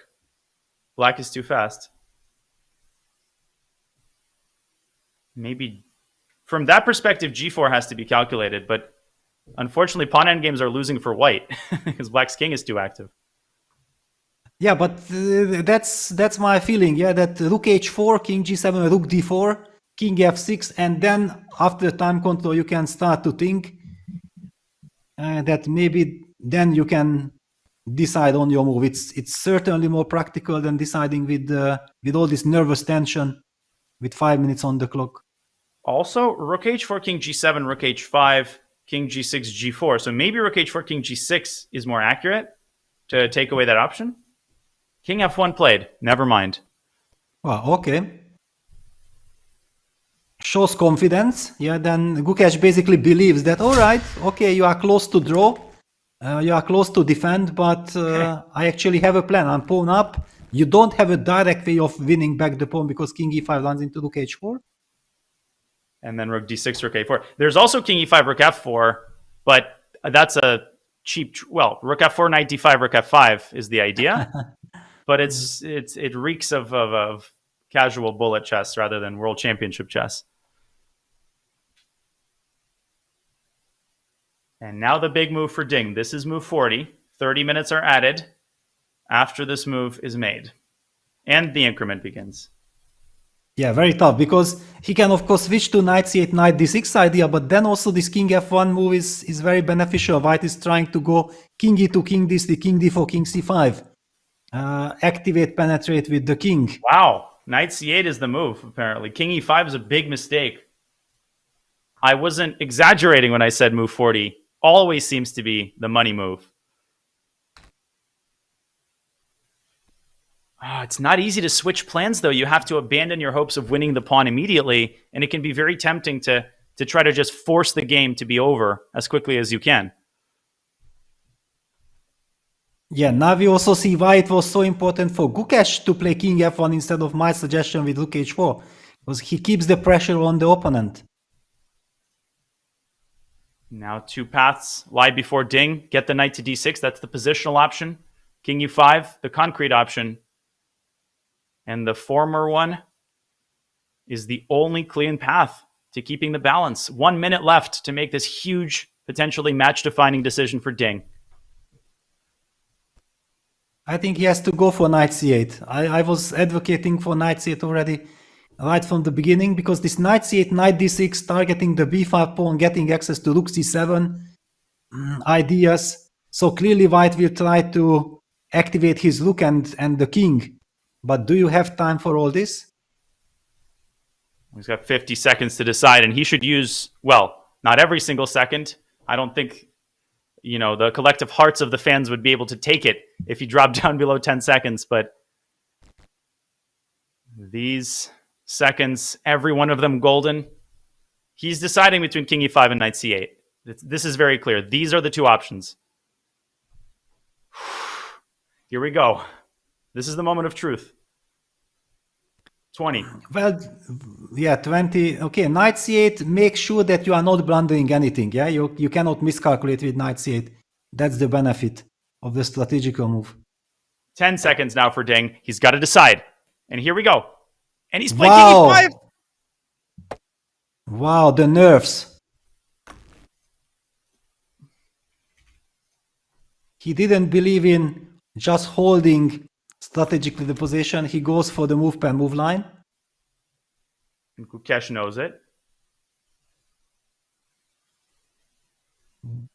But hang on, actually, how does this... okay. I'm trying to understand what is Ding really calculating after rook h4. Is he going to play rook d6? Or is he trying to play with knight takes d5, rook h6 and there to try something? But that looks... I mean, you can't get to the b pawn. Yeah. I think we have to show this line with rook h4 and rook a4, the rook trampolining from side to side. There must be something, because it's not like Ding had 5 seconds, right? And he just had to throw out a move. He had time to calculate. I missed rook a4 initially, Peter. Like, I forgot about the a-pawn being hanging. Can you go back to d7? Yeah, and then we spoke about this rook a6 possibility. Yeah. And even this just looks awful. Yeah, and now also the pawn on h6 is more vulnerable than on h7. So h6 to h7 is the best move. What was he thinking here? Knight c8 here? No. But then you would play it. Then why not play it immediately? C7. Exactly. Yeah, no, this is all very mysterious. And rook h4 already played. Oh my gosh, this is heartbreaking. It might just be lost for black. Yeah, I don't see good defense. Sessa, the engine, confirmed that knight c8 was essentially, I hate to say it, but close to equal. White was running out of options there. The knight got to d6, and you got a position that would survive like a blast. Everything's defended, solid. b5 is weak. He would have exactly, drawn that. yeah. So basically, king e5 was a nervy move. Yeah, move 40, the nerves played a role. If you would show this position to Ding Liren without time trouble, he would just tell you that, no, of course, if I have this choice between king e5 or knight c8, I always gonna play knight c8. But this is move 40, very little time on the clock, World Championship match pressure, and the mistake. Wow. And one other crazy detail, as this rook, this is the same rook, I believe, right? The one that moved up to a5, is that this rook or is it the other rook? No, it is still this one, yeah. Unbelievable, this rook. What kind of journey it had throughout this game. And it's writing its final act, potentially, its final victorious act. If rook d6, let me show this again, rook a4, and if knight c8, our producer, tirelessly working behind the scenes, it's still going, this rook. A perpetual motion machine has finally been invented, and it's called the rook that's currently on c4. And it just keeps going, and now the meat grinder sets in with black just losing all the pawns. This is unbelievable. Let me just show the correct move. Knight to c8. And as a positional player, Ding must have had the instinct to play it, but the nerves prevailed, the desire to force the draw, to complete a Herculean defensive effort. It won over what I'm sure were his instincts, Peter. Yes, absolutely agreed. And again, we should come back to this, that King F1 was such an important move, yeah, that it kept the pressure on Ding. If they would have reached this position after the time control, there is no way Ding would have ever played the move King E5. It could have only happened with all the nerves in play, and he goes for knight takes D5. He goes for knight takes D5. We'll see rook takes H6, and now it should be a technically winning position. But yet again, we have to remind people, work remains to be done. You try winning a pawn-up endgame against the current world champion. John Sargent, I have full faith that you would convert this seamlessly, and so would I, of course. I've never screwed up a pawn-up endgame in my life.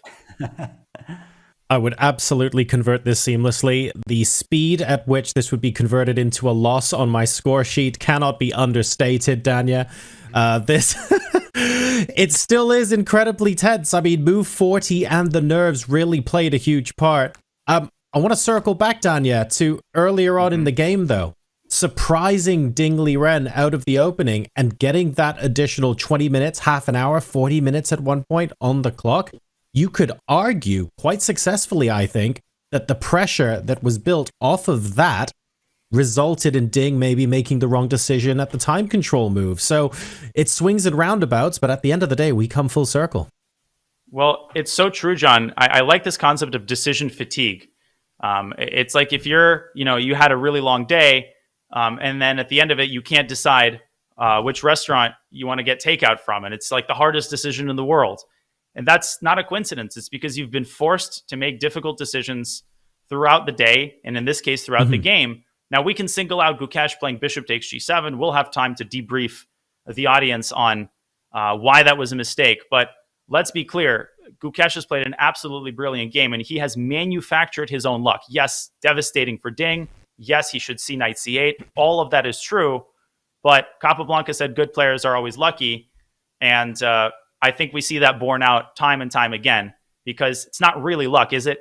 I think really most of it is skill. And of course, You're putting exactly the pressure right. on the opponent. Yeah, you make your own luck, right, Peter? There's a reason why the best people in the world in any discipline seem to be luckier more often than most. So Gukesh may be demonstrating this as far as chess is concerned.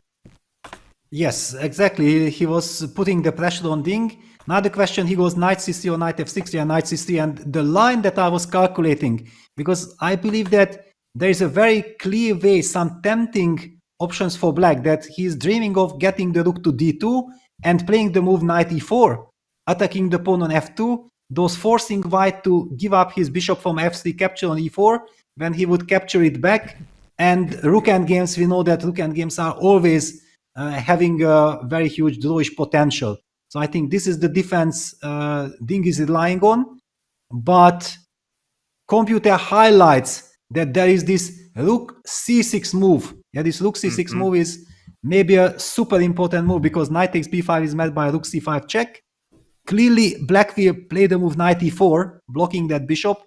But yeah, this endgame is already not looking so good for black. Yep. So let's find out. Gukesh manufacturing his own luck in a position where, technically at least, we should be able to get to a winning position, but it is far from over, and there's plenty of fighting still to be done in this endgame. Folks, we're going to hop to a quick break, and when we come back, let's discover if Gukesh can convert in Game 7.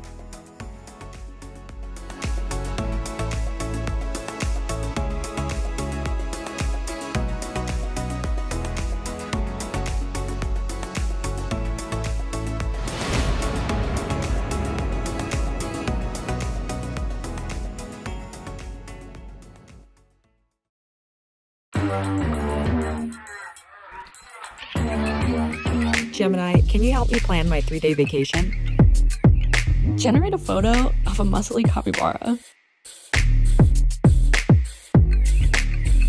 Explain the concept of supply and demand with OpenStax. Hi, Gemini. Quiz me on the rise of industrialization. Can you help me find an email? Yeah, I can help with that. So then, let me say this.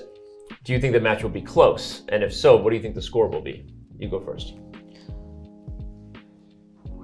No, I don't think it will be close. But of course, Ding still makes his moves.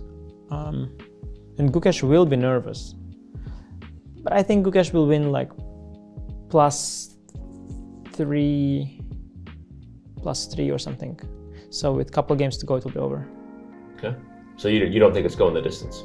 No time. Not full. No. Okay. How many games is World Championship? I think it's 14 keeps changing now, every again. time. It's been changed back to 14. 14? Yeah. So I think first few games will be draw. Like let's say first 3 will be draw. And then Gukesh will... Actually, Gukesh can lose also one of the games, because he's a bit ambitious and it can happen. But in general, I feel like once he scores his first win, he'll just get the momentum and then keep scoring. So I don't know the final score, but +2, +3, I don't know. You also don't think it's going the distance? Not a tiebreaker? No tiebreaker. I think it will be decided in classical chess. Okay. What activity do you think you would beat Gukesh in that's not chess? Like for sure, like without even knowing anything, that you just think you're hands down the favorite over him? Wow. For really, there's dancing, obviously. Same question's coming to you, so start thinking. Well, I think anything else? I don't know. No. But I'm also not very good at I haven't played much any other games, or No, sports is not also something I'm much better than him. I mean, maybe okay, table tennis. Maybe I don't know. I'm okay at table tennis. I don't know how he is. Maybe. If I have to pick sport, then for sure badminton, basketball. Two sports where I know I'll beat him, or anything which is like, you know, physical. It requires physical strength. So anything wrestling. physically Just you would wrestling. beat. Wrestling. Arm wrestling. He just wants to beat chess up boxing. poor little. Challenge, or you just like He just wants to beat up a little Gukesh. Wow, nasty. All right. What activity do you think Ding Liren would be better than you in besides chess? Probably some Chinese board game. He must be very good at some kind of Chinese chess. Yeah, some Chinese card game, some whatever they have. They have these things, yeah, this backgammon, I don't know, different ones they have. Yes, that for sure, yeah. Also, he's way more knowledgeable on poetry and music, I think. So anything, any kind of pop quiz type thing. Trivia related? Yes, you'd crush me. What do you think? I don't know, actually. I don't know. I mean, if you don't think Ding Liren can beat you at anything? I mean, if I'm given time to prepare, then no. Like nothing? No. Okay, I love that.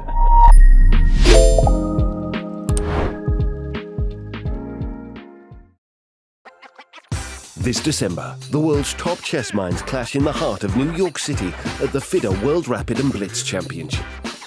Witness world number one Magnus Carlsen and other stars from across the globe. Rapid and Blitz, chess in its most thrilling form, unpredictable and unforgettable. Fast moves, tactics and blunders, and moments that will keep you on the edge of your seat. Witness the pinnacle of chess excitement. Get your tickets now at worldrapidandblitz.fide.com.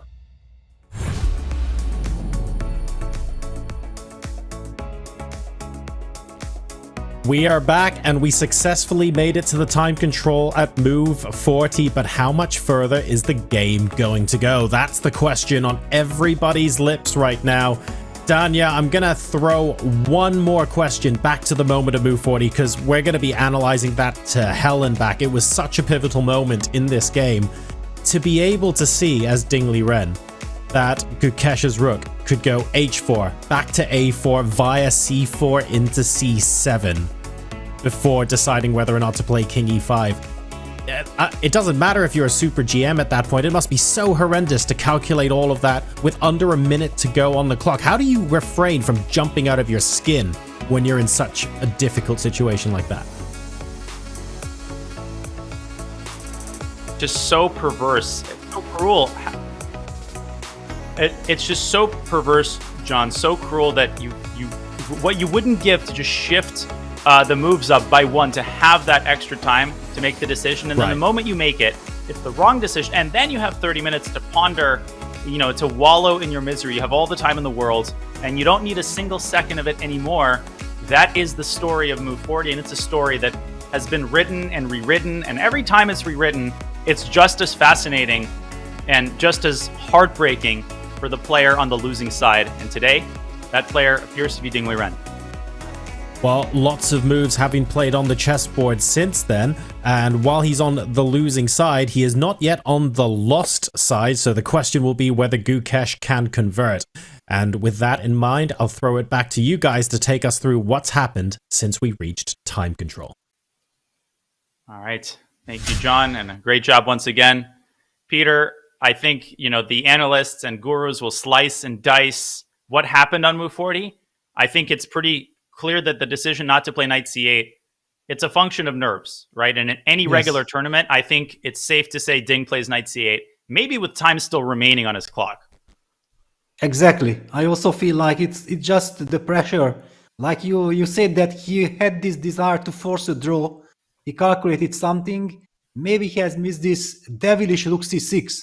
Because actually, if we just go back one move after the time control, he had kind of blitzed out the move knight c3, clearly expecting bishop c6 to be the move, yeah? Because this is the most natural move. The bishop from f3 finally it's freed on the long diagonal, hits the rook on d7, protects the pawn on b5. But then suddenly black has all this rook d1 check, king g2, rook d2 ideas. And then with knight e4 threat. And suddenly, I believe this is what kind of Ding expected. For example, the line continues like rook h7, hitting the pawn on f7. Black can even fall back with the king to, I don't know, f6, bishop e8, and knight e4. Yeah, and giving up the f7 pawn, but finally getting access to the f2 pawn, hitting that with a check, that active knight, one has the feeling that black has excellent drawing chances here. So I think this was the line that Ding Liren had in mind when he captured on d5 in time trouble. And then to his horror, he had to realize, or he didn't realize, but Gukesh played the move rook c6. And that's when things are in a lot of trouble. Indeed, and there's no sugarcoating the reality, the current reality. Plenty of time for Gukesh now. And for Ding, I mean, in my experience, sometimes when you're in that move 40 situation, there's a voice in your head that tells you the correct move. That it's like, okay, I got to play knight c8. That's got to be the move. But when we say that the nerves are responsible for the wrong decision, sometimes like you override that instinct. Your instinct to just force the game into the favorable direction, it wins over like the rational instinct to play the intuitive move. And Ding's such a positional master, surely his compass, you know, the map was guiding him toward the correct move. But this is the nature of a high stakes decision that could decide a world championship match. You don't always, you know, cooler heads don't always prevail. What a defensive effort, Peter, and what a heartbreaker this would be. I think Gukesh could just go h4 here. I mean, this is certainly nothing to worry about. Yes, with all this construction, because black has still too many weaknesses, the king on e5 actually also feels a bit strange because it cannot really stop the h-pawn. It's looking very good. Can we just, for a very brief moment, get the analyzing board? I would like to show something why maybe Ding Liren decided to go for king e5 on move 40. Because... and it all has this effect, psychological effect of king f1. Because with the king on g2, let's just put this king on g2. I think that here for black to play the move knight c8, knight d6 is so natural. But when white played the move king f1, then suddenly Ding Liren with little time on the clock might have assumed that, yes, I wanted to go knight c8, knight d6, but oh my god, white has this king e2, king d3 idea. He can even sometimes sacrifice the b5 pawn. And then with rook h4 forces my king back to g7, king c4, king c5, king c6. Yeah, you suddenly sense some danger and you see some ghosts. And because of this, then you, oh no, yes, so this is what he wants. So maybe I should try to force matters or move 40. I shouldn't be afraid of calculating lines. And then you have this fight between yourself. And that's how you can end up making this mistake, like you also said. Like in any other tournament, he would have just intuitively believed in his knight c8. And that fight is often not like calculating both. It's often deciding what to calculate, which is, you know, just obviously from the outside, it's irrational, but it's what happens. Like you can't even decide which move to focus on in the 3 minutes that you have. So you end up choosing the bad move because you haven't even decided which move you're going to focus on. And that's just the nature of decisions. And Ding has had to make a lot of them in this game. But Gukesh, the pressure and a rook c6 is easy. Like once the position is reached, it's, you know, a move well within his skill level. And king to e1. Okay. So no h4. Wait a second. That was not expected. Was it? Well, maybe he simply does not want any rook endgame, yeah? Because we are always joking, kidding with these rook endgames, like all rook endgames are draw. It's clearly an exaggeration, but the tendency of a draw is very huge. He feels like he's a pawn up. He doesn't want to allow this endgame. That's what I'm assuming. But he's giving Ding a tempo and just intuitively feels a little bit flimsy. Of course, trying not to be too influenced by the swings of the eval bar. The logic behind king e1 makes sense. It's prophylaxis against knight e2, sure. But does Ding have other resources like knight g5, f4? There's a lot of moves that you have to... Rook d5 has to be considered. Then bishop e2, I suppose, simply. Yes, then bishop e2, yeah. So, because obviously if he was worried of some rook endgame, then he doesn't want to trade on e4. That's kind of obvious. Then black will play f takes e4 and get a lot of activity. And yes, it's true that it's a passive move, but on the other hand, how is black exactly able to benefit? Well, f4 doesn't work, I think, because of bishop takes c4, king takes c4, and rook c4 check. So, yeah, and there I think black just loses a second pawn.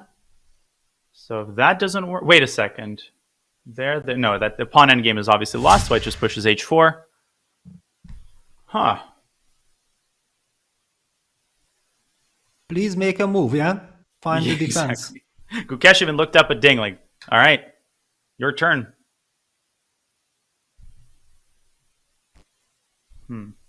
Yeah, I think we have to highlight that it would be kind of thematic from black side to go rook d3, hitting that bishop and trying to activate the rook. Yeah, I'm trying to go rook b3 and behind, but probably you can just take on e4 and go rook c7. Can you go for a second pawn? Is that the problem?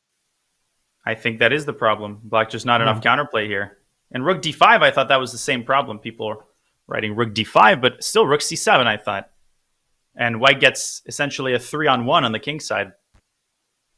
Like bishop But b4. okay, hang on. Rook c7, rook takes b5. Why is this not... Okay, bishop e4. King Because takes rook f7, e4. knight g5, by the way. King takes c4. King takes e4. And if I play rook f7, you have king f3. Yes. Whoa. What if I take the other pawn? Still king f3. I still have king f3. Yeah. Oh my gosh. This king is on the worst possible spot because black has king g2 next. And before you know it, black is like, wait a second, I've got the initiative. Yeah, for example, rook a3 check would be kind of forced. King g2 h4. Another question that can we play f4 or can you then take gf? Well, also rook b1, rook b2, right? Yes, yeah, rook b1, rook b2, that's easy. Yeah, so the king on g2 is a very tricky piece. Huh. So what if white takes on e4 before going rook c7? Do you still play king e4? But here already maybe fe and then f5. I can maybe take fe. switches. Yes, exactly. I can take fe. And f5. Yes. It's amazing how black changes the recapture depending on white's move order. That's pretty mind-blowing. Because here king e4 is bad, yeah? Rook c, maybe not even so bad. Yeah, but not so nice. Rook c4 check, for example, it kicks the king back. And then I'm not so happy. No, of course, f takes e4 here is the move. Wow, but then rook d5 is a hidden resource for Ding Liren. Is he fighting back? Holy smokes. After h4, I mean, the king on f1 was so good because it could stand sentinel over the king side.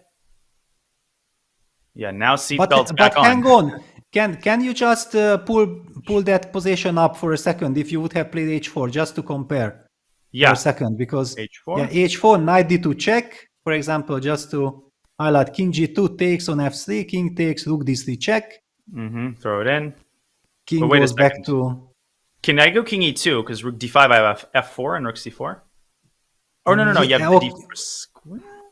Okay, I anyway wanted to go rook b3. Yeah, I'm not sure which way the king should go. Yeah, I think that maybe king g2 and then this f, but okay, it looks very good for white. It looks very good for white. No, this has to be winning. King is on the perfect spot. Yeah, but this case, of course, h4 would have been better because after h4, rook d2, it's another option, yeah, trying to force the trade on e4.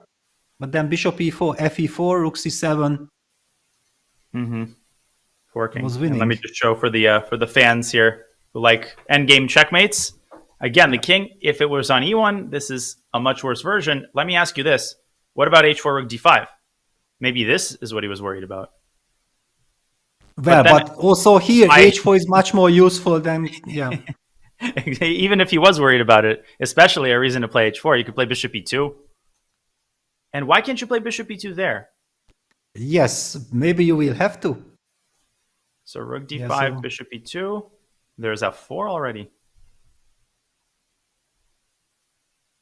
But okay, at least I think this is what white has to play because going for rook endgame is out of question. And somehow king e1 is connected with bishop e2. Should black try to improve his pawn structure and get rid of some pawns with f4? This is very tempting for me. Okay, but takes, rook a7. Takes, rook. A7. Which move? c7. Ah, king f4, rook c7, then you just push f5 and you rely on activity with knight c3. Rook takes Precisely. a7, knight c3. b6, rook e5. What a construction. Is that true? Yep, apparently so. Well spot. Incredible. Rook e2, rook b2. There's no Wow. tactics. Yeah, crazy. King d2. Just, wait, king d2. Wait, what does black do after king d2? King d2. Is that just a draw? Maybe after knight e2, b7, rook b5? No, then king e2, rook b2. I think that might be a draw, but I'm not 100% sure. Yeah, it's a very tricky endgame to assess correctly. Like this. No, it's losing apparently. Yeah, this should be losing, yeah. Maybe even rook a4, rook b4. Wait, this is a draw? Are you kidding me? And it's not knight takes e2. Wow. I mean, check. What am I missing?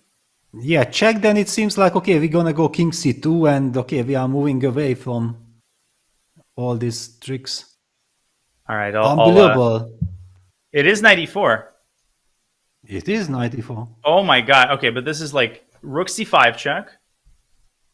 Yeah, And normally you are asking your opponent to design, right? Because, okay, I'm 2 pawns up, my pawn is queening. Oh my gosh. So let's say, where do you go? King b2? There's Okay, this king b2. resource. Rook c6. Yes. Yes. And look, oh my And gosh, look b7, at rook this. b6. If b7, rook b6, if rook b7, knight d6, and knight c8, and knight back to d6, and you cannot stop. No, but this is absurd. This is completely crazy. The king is hiding. It's just safe on a little beach. Yeah, but then actually it's clear that Gukesh did not miss the move rook d5. He just believes that after rook d5, bishop e2 wins, simply. Well, he misses knight c8 on move 54. Come on. What kind of a world champion contender is he for missing a crazy computer move after 5 other crazy computer moves? 7 moves into a line. Now, f4 is not the only move, and apparently it was not the best move either. Okay, but if you don't do f4, then actually what did you achieve with rook d5? Yeah, that's another kind of Okay, question. Rook d4, which is like the weak engine move, that doesn't... I don't understand that move at all. Like, what are you doing? Well, You're getting rook b4, yeah. Yes, you want rook b4 and then rook b1 check. Activate Bishop that rook. c4, threatening mate in 1, by the way. Provoking knight d6. Bishop c4, knight d6. But yeah, knight d6 is somehow also the wrong direction. I'm not happy. Maybe now f4, but then I take. And then king takes.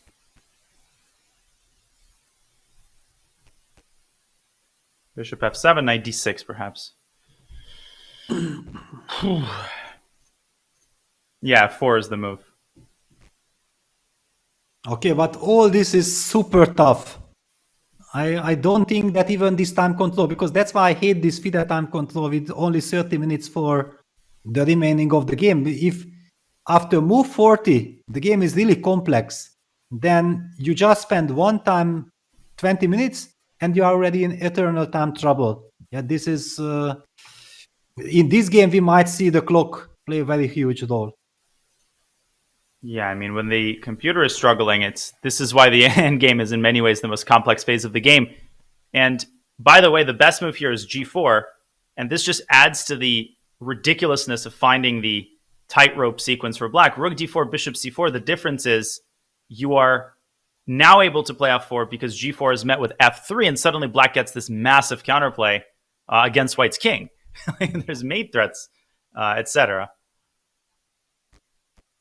And the king is f4 as an escape square. So. Yeah, super interesting. Yeah, will Ding find rook d5? Yeah, because if he finds rook d5, all these lines, also the For example, this bishop e2, rook d4, bishop c4 was not such a trivial choice at all. By the way, computer even said it was not the best. There is a lot to play for. Okay, 15 minutes. He's already burned, as you said, half of his remaining time allotment. It's so easy to think, now I don't have to worry. He's got a time to take a quick breather, and boom, you're right back into this time, as you said, eternal time pressure. Yes. There's no Tata Steel move 60, 15 minutes. Exactly, the good old classical, the 7-hour time control. That's the best. That's what I really enjoyed. Yeah. I agree to disagree. I respect that. There is no amount of time that is enough for me. Yeah. So if it's 10 hours, it's even better. Yeah. Well, 10 hours of playing bullet. That's how I would amend that statement. But no, your point is very well taken, and Gukesh now gets to sit back and watch watch Ding Liren, have to pick out the right line out of 20 false but tempting continuations. Knight g5, knight d6, like rook b7's a move. Yeah, but one has this feeling that black can fight in this position. Yeah, it doesn't feel hopeless at all. I think that Team Ding is still really hoping to survive, to save this game.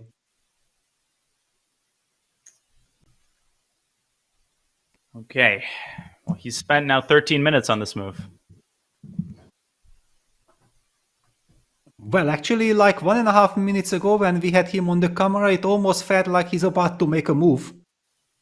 Interesting that what happened. Well, he's not so happy. I understand he's not so happy. On the other hand, the position was so out of control. He even had worse position than this during the game. And again, he's casting that quick glance up at his opponent and back down at the board. Definitely h4 was tempting, but this is the danger of over-relying on the eval bar. The more we look at this, the more understandable I think King e1 becomes. Just keeping the option of maintaining the minor pieces, avoiding the immediate transition into the rook endgame, which by definition would be drawn, as you said. Because if all rook endgames are drawn, then this one must be too. Yeah, at least you are a little bit worried of this. Look at this. Yeah, Ding is shaking his head. Clear indication that he doesn't see or he doesn't believe that there is a good move.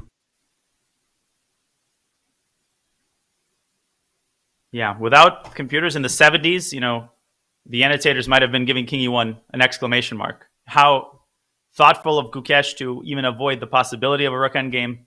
Brilliant prophylactic thinking. Exactly. And in practical terms, maybe that is the best assessment of this move. Maybe it is practically very smart. And we have no authority to remove the question mark. We cannot, yeah? I've seen Robert doing it, but he's unfortunately He's my maestro, technological yeah? skills. Yeah. Yes, I yeah, know how he's to the move maestro. the pieces. And even But- that, but- still learning. But I think we already had this with Robert in one of our commentaries that I was insisting that please remove it. And then the computer after like 10 seconds was bringing it back, yeah? Or something like this. Yeah, you just cannot. He believes, computer believes that it's a mistake, so it will be a mistake. And they talk about AI ending the world. I don't know if that is an idea to be sneezed at. Yeah, the computer wants its moment in the sun. It wants to show us the fallibility of the human mind.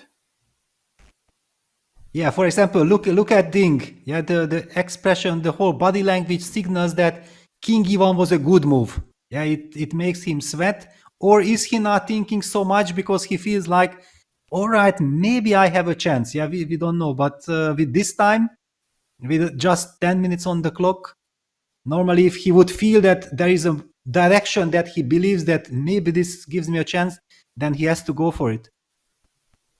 And Gukesh was spotted. He was caught, I should say, doing some puzzle rush on chess.com this morning. So hitting 53 on 3-minute puzzle rush today. Okay, that's a pretty solid score. I think if he puts in a couple hours, he can get that closer to 60. but that sharp tactical eye trained even on the day of a World Championship game. His high score is 58. Okay, that's more like it. Yeah, well, the point is that I don't think that he was trying to break record. Yeah, he was just trying to get into the good tactical frame of mind. Yeah, that he's tactically alert. Well, that alertness has come in handy today. Oh.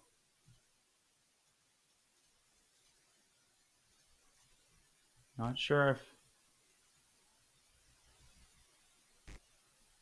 Yeah, I might have lost audio. Peter? No, I hear you fine. Oh, there we go.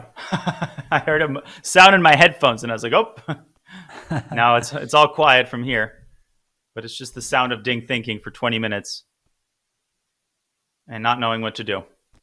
But also look at Gukesh. It's so incredibly impressive because we both know that how difficult it is to constantly sit at the board and focus. Yeah, for example, the reason why I was kind of almost after every move automatically getting up and walking to get rid of the tension. Yeah, I felt like if I'm sitting at the board, I'm just unable to bear all this crazy tension. So it was a defensive mechanism for me always to get up. And now seeing him in this very tense game 7, right from the beginning, sitting with a very straight posture and focusing, super impressive. Yeah, this is straight out of the 1800s handbook. Paul Morphy was known to have unlimited patience, and his contemporary and longtime friend wrote that in a game with Lewis Powelson, one of the leading players of the day, who was known for his long thinks, this is before chess clocks, Powelson spent 2 hours on a single move, essentially stalling, and Morphy spent the entire time at the board. Just think about that in 2024. I certainly get up from the board all the time, but mostly because I don't have the attention span to keep calculating. For Gukesh, just total and complete devotion to the purpose. Every second is put to good use. There are no other games to look at. They are the two world champion contenders, but total restraint and single-minded focus is definitely very, very impressive to see. And now looking at the clock, one could have the feeling that, okay, that's it. There is no way Ding will come up with some great defense, but I don't agree with it. I still believe that he will find a good way. He's spending all his time, all his energy. If he finds the right direction, then he might think that, okay, I can speed up. There will be a couple of force sequence of moves, and I'm going to cash in with the 30 seconds increment per move. So finding the right direction is key. Plenty of Nostradamus wannabes were sort of writing Black's obituary before the time control when Ding found that way to trade queens, and he did the same thing. His logic makes sense. If he doesn't find a clear path forward, he just loses. So he might as well, devote what time he has and hope that if he gets another chance with that additional increment, people should remember there is now a 30-second increment. It does change the calculus quite a bit. And I think you pointed that out before the first time control. You can rely on that increment to hold, like, let's say, a dead drawn position. So you have a little bit more cushion, a little bit more time to spend. And what is interesting that Ding Liren keeps on calculating and then looking at, you see he's also looking at Gukesh, like what he sees might give him signals that I have good drawing chances. What am I missing? What does my opponent see that I'm not seeing?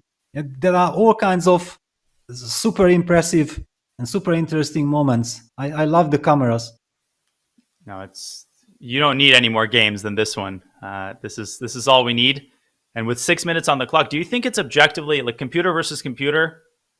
My gut feeling is White probably is still objectively winning. There's too many detriments to Black's position. You're down a pawn. Your king is weak on e5. Even after rook d5, bishop e2, I'm just not confident that even with perfect play, Black can save the game.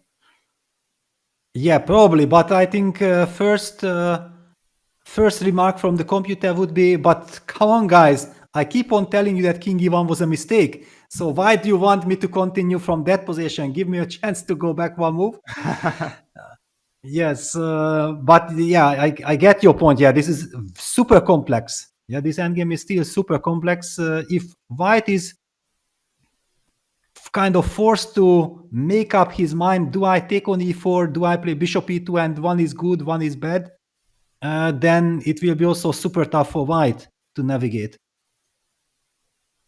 5 minutes now, biting his hand. I mean, just analysis paralysis, as people like to say. Look, a nervous glance there at the clock. He's spent now 22 minutes. He definitely sees rook d5, but bishop e2 is such an annoying response. If he could force bishop takes e4, then you become hopeful. Another look at Gukesh. You're right, Peter. He just keeps looking up at Gukesh, trying to gauge his reactions. Gukesh is like, I'm chilling. I'm waiting for you to move. Yeah, super focused. He's not giving any signs if he's nervous. And there we have a move. It's F6. Definitely not rook d5. Yeah, f6. But this feels strange.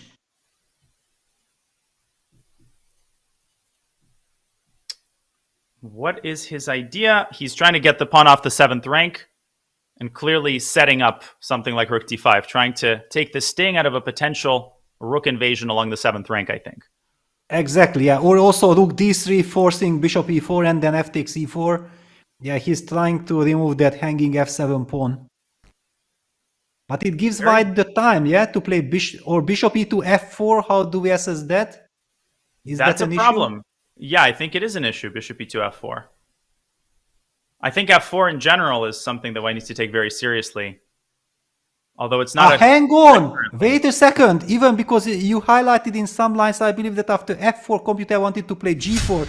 Maybe even some rook h7 idea might appear, hitting the h3 pawn. Is that also an extra idea?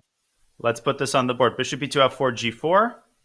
And rook h7, is that a move? Or are we running into some... It is the move. It is the move. It is the move, yeah.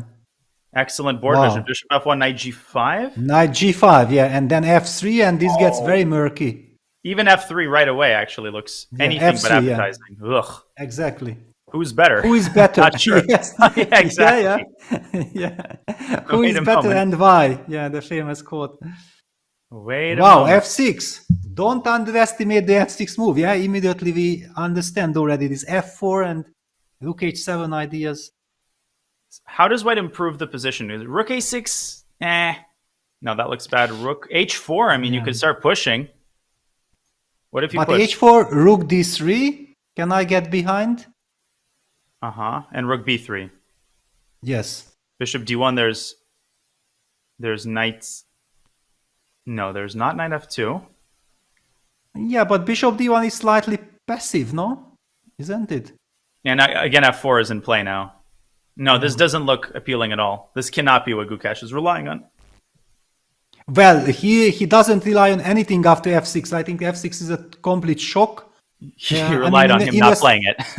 Yeah, in a sense, shock that you couldn't have anticipated the move f6. Yeah, it's a very special move. Clearly, from the white side, you are checking all these rook d5, rook d3, all the forcing moves. So now after f6, he has to start calculating. So how do you prevent rook d? I mean, rook c8, rook d3, rook e8 would stop rook d3, but it would give black presumably other options. Well, rook c8 is interesting move. Surprising and interesting. But knight d6? There, rook c5 check. Thank you very much. And that's just winning on the spot. Yeah, that drives the king back. I was also thinking king e2, trying to make that work, but rook d2, king e3, rook b2. Yes, no, black is too active probably. Okay, exactly there. Maybe you can take on e4 and give rook c5 check. But somehow I'm skeptical of that line. Exactly, yeah. Yeah, king e2 doesn't feel so natural.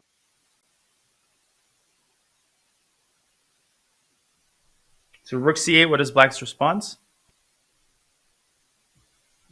Somehow I feel like rook c8 is a very unpleasant move because it stops all my ideas. Yeah. Yeah, I guess I'll show. Rook d3. The important part is rook e8 check. I mean, no matter where the king goes, just rook d8 pre-move, and obviously just trade everything. Pawn endgame, finally.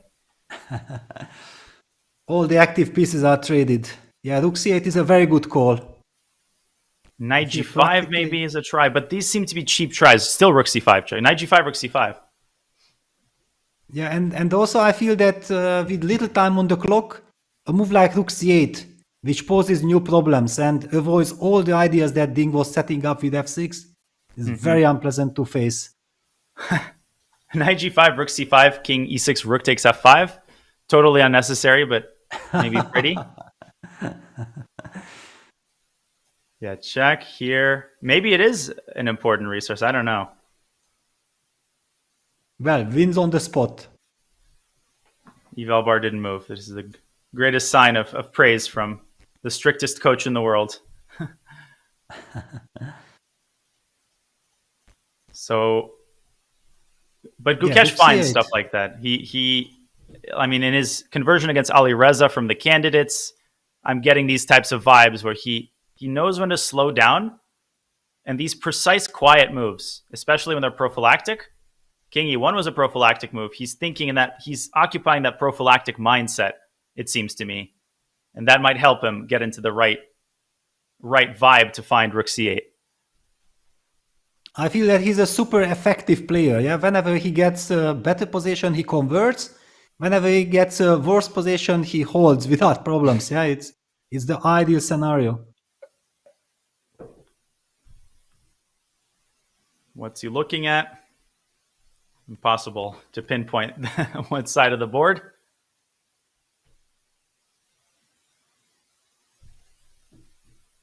He's looking at every angle possible.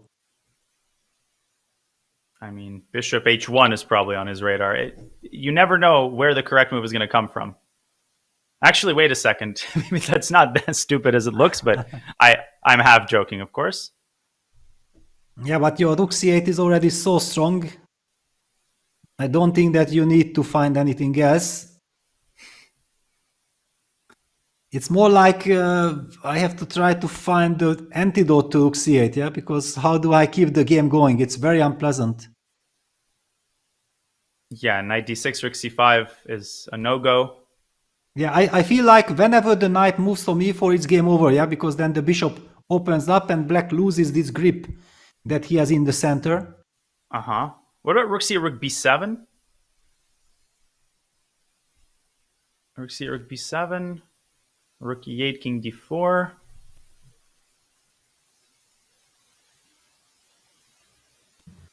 Yeah, bishop maybe e2 even. Yeah, bishop you can always protect. You can even start with bishop e2, maybe, or then, yeah, maybe you include rook e8 check, yeah? I mean, either way, I think it should be. Yeah, check. How is it bad to play rook e8 check? How could that be possible? And bishop e2. Maybe knight c3. Knight c3, yeah. Now you keep on harassing. And if you played knight c3 immediately, oh no, you don't have it because you don't have it, yeah. And knight d6 again. There's what is white's knight d6 is stronger. Yeah, knight is stronger, but you are not starting to take on b5. Yeah, so I have a extra move. Rook c6 again. Yeah, that seems to be the winning square. Yeah, then why did we remove the rook from c6? Well, because we had to get other advantages. Well, we've won a tempo. Like if black can go rook d7 and knight e4 in one move, it's a repetition. Oh no, the bishop's also on e2. Bishop is already on e2 as well. Yeah, we definitely improved our position. Yeah, we cheated black out of like 3 moves. So rook b6 can be maybe tried, but this seems desperate. I mean, even takes should be winning. Yeah, also rook c7. You can just play rook c7. Continue.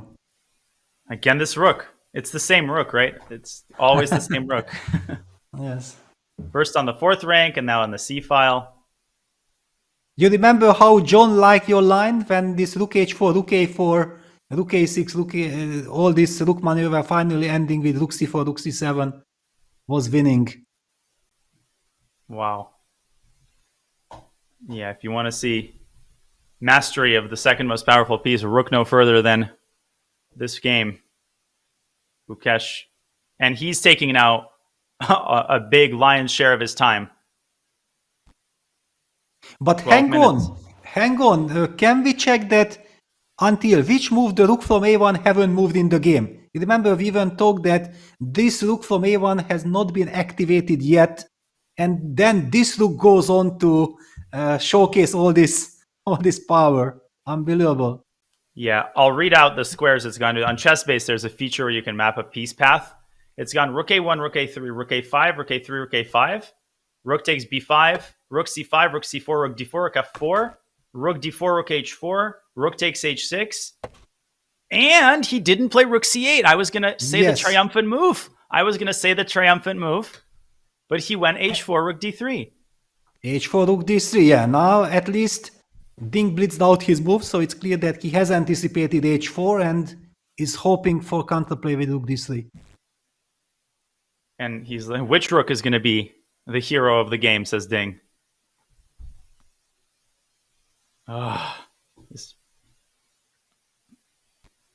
Wowza. Yeah, nerves and fighting spirit, everything involved. The players are giving their absolute maximum. Well, bishop e2 is seemingly automatic, but obviously at this point, either Gukesh realized that he missed something or bishop d1 is on his radar as well. But we decided that was too passive. Yeah, it felt passive, yeah. But otherwise, bishop e2, rook b3. Ooh. Wait. What did he play? What happened? Did he make a move? He moved it back. He moved it back to f3. So he hasn't made up his mind yet. And now he moves it back to d1. Permanently. And f4. F4, the blue arrow, shows us it might draw the game. Well, f4, but f4, bishop c2? FG. And oh, wow. FG. Bishop d3, g2, f4, king f4. Wow, and then black wins. No, rook f6 maybe. Knight f6, king f2, draw. Ah, okay. Yeah, but... Oh my god. And f4 played. He played it? And look at the glance, how he stared at Gukesh. Like he sensed, did you miss this? But what's wrong with GF? I'm still not seeing why this is so... Like GF, king f4, rook c4?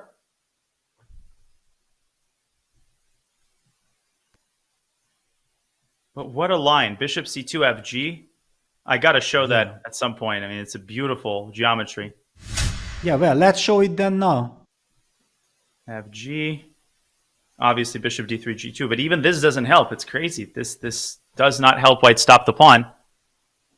And white only draws by this miraculous resource, rook f6 and king f2. And then the headline would be, Gukesh barely holds, winning endgame, if this happens. Yeah, so then the next question is what happens after gf and king f4, rook c4? It's a good question. Why isn't white winning? King back, I guess? No, but then rook e4. Wait, yeah, what? That's why I'm kind of puzzled. Rook h3 maybe?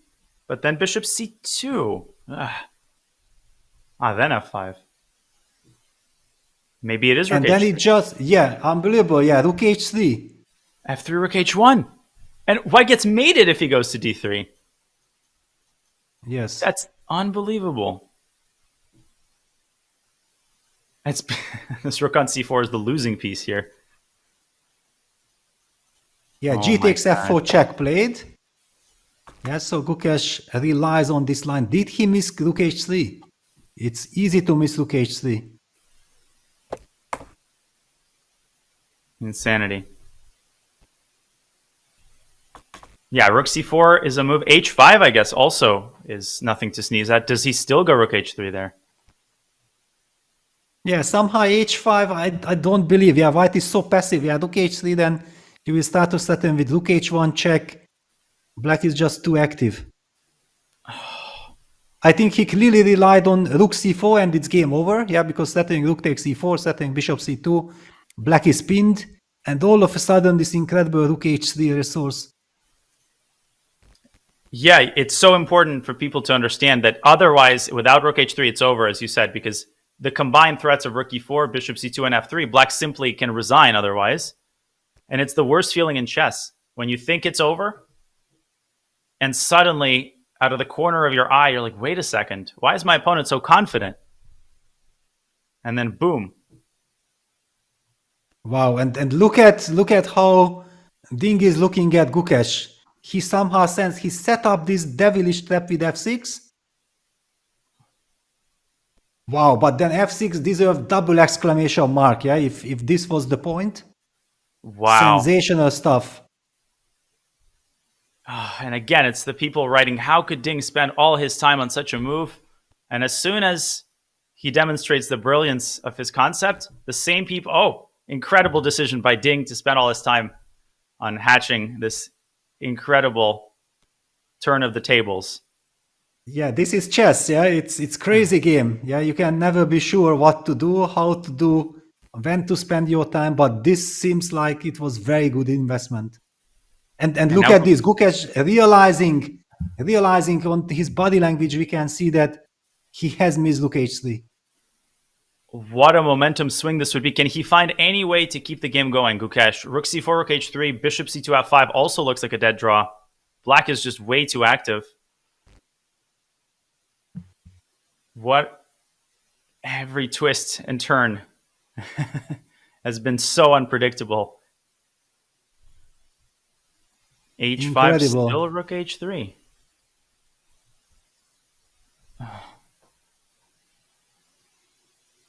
Fantastic. What a game. What a fight. I'm loving it. Incredible. Ding's defensive effort, I mean, it hasn't been perfect, but just the grit and the determination, the people saying, he's not motivated. This game is a very, very nice counter to anyone who thinks that this doesn't mean the world to him. To both of them, really. Just the pure desire, willpower, but there can only be one result. Might be the most shocking one of all.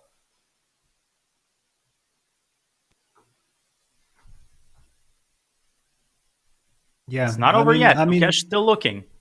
Exactly. I'm also silent because, I feel the tension. Yeah, sometimes even maybe silence is required just to appreciate this incredible effort by both players. Yeah, first we had Gukesh playing some incredible chess. It looked like he will win. Then Ding Liren comes up with some great practical decisions, going for that endgame. It looks like Gukesh missed some chance. It seems like Ding Liren is already holding. Then suddenly move 40, a nervy mistake. It looks after time control that's it. Gukesh finds rook c6, now he will win. And then Ding is finding resources like this f6 and this rook h3. So easy to miss. Wonderful play. Are we in for one more twist? One more turn of the players' fates? That's the biggest question of all, as the time situation starts to equalize. As you said, Peter, the moves, the emotions, they've spoken for themselves. Can Gukesh find any tricky resource here? That is what he's devoting almost all of his time to. Yeah, for example, after the move f3, how would you react? Just a question. I would play, knight c3 maybe? Yes, and then because I will have this bishop c2 resource, so rook c4 check first. I see what you're going for. I have to go king g3, I guess. Yes. Yeah. It's also very scary what I'm doing from the white side, yeah, but it's... Wait, but still, king g3, rook g4? It's scary for black, yeah? If your king has to... bishop e2? Then rook e3, king d2. I feel like we've seen that resource before and it didn't work the first time. But yeah, then rook e2 and then rook e3 check, rook takes f3. Yeah, there will be this kind of, there's those crazy calculations, yeah, are required here. Even at the end. Now, Gukesh is down on time for the first time, I want to say, this game.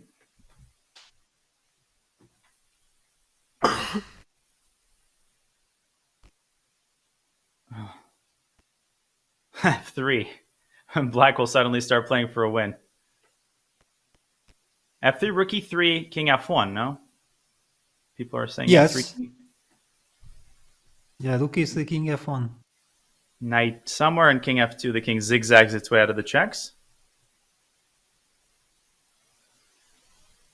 Oh my gosh. I feel like if white doesn't know what to do, then f3 is still kind of a try, because if you allow rook h3, then I can already never kick this knight with f3, and then rook h1 check will be very awkward with the bishop on d1. At least it forces black to make a decision. Because rook h3 is on Ding's mind. Try to pose a new set of circumstances and induce one last blunder. But now Gukesh is a minute down on the clock. Unbelievable. And look at how he's shaking his chair. Yeah, it's a very dramatic situation. And it's not a joke that he has to be careful not to overpress, because there have been games where you're so upset, you're sort of in denial, and suddenly you're like, wait a second, black has really active pieces. So Gukesh has to keep that in mind, and of course he will. He's way too professional to allow, I think, anything like that to happen, but you never know. You just never know.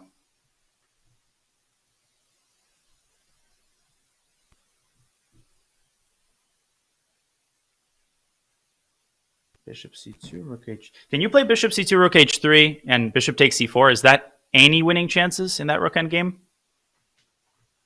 Well, if you can find a good idea afterwards, yes. If not, then it's an elemental draw. Maybe rook c7 there at the end instead yes, of then rook b3. Then rook b3. h5. Okay, no. Rook takes b5. Yeah. I'm not fast enough, yeah. Yeah. Well, all rook endgames are drawn, as we can see. The thesis is borne out. Yeah, this is Gukesh the danger. Time pressure. In serious time pressure. And it's a shock, yeah, because just 2 moves ago he thought like he's winning, and all of a sudden he has no time and he's not winning anymore. Winning, and with 20 minutes seems like an eternity compared to Ding's 5. Look at Gukesh. He's just his last seconds ticking down. If he doesn't find anything, he might end up going for that rook endgame. And that will be an extra minute for Ding, because he can play rook h3 instantly in response to bishop c2.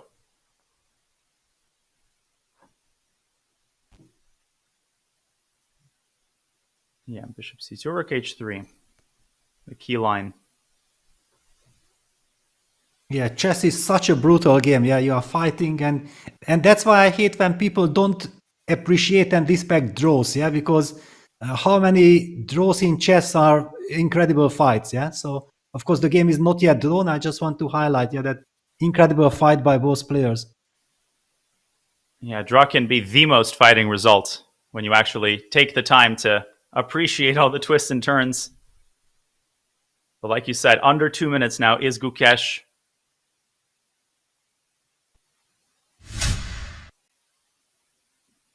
Like you said, the moment speaks for itself, Peter. There's not much that needs to be said.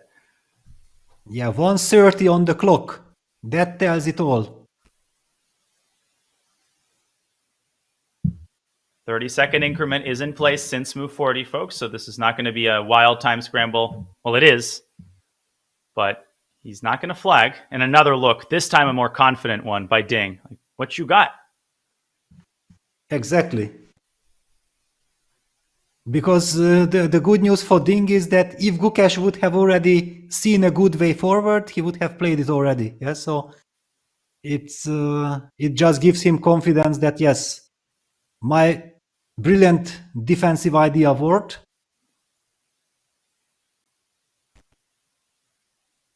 Under a minute now. I think he's going to end up going bishop c2 and taking the knight. Like that is the bailout, eject from the burning cabin option if he just doesn't see anything else. Because that guarantees that nothing insane happens. 30 seconds. Yeah, he made a move. Bishop c2 on the board. Good call. Ooh. And no rook h3. What? He went rook Oh, b5. Rook b5. Also probably a draw. I'm so shocked. Rook h3 was so tempting. Probably also draws, yeah? Probably. Okay, with the speed that he played rook d5, it signals that it must be. He believes that this should be a draw. Was rook h3 a loss? I don't know. It doesn't matter now. But looks like the eval bar confirms rook d5 also good because rook c4 f5 and white does not have the move f3 that he did with the bishop on d1. Yes. Well done.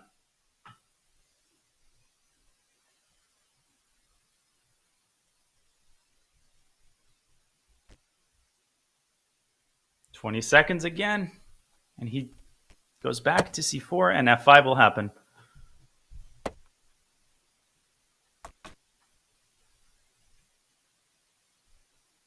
Rook b4 maybe?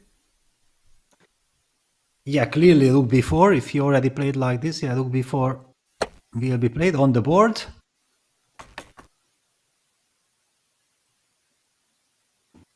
What now? Rook c5 is a move, but that might help the bishop get back to d1. That probably isn't what you want to do. It's not over. Ding still has to be precise. Yes, this rook c4, rook b4 was a good idea. Keeping some tension in the game. What's the clinical option here for Ding Liren?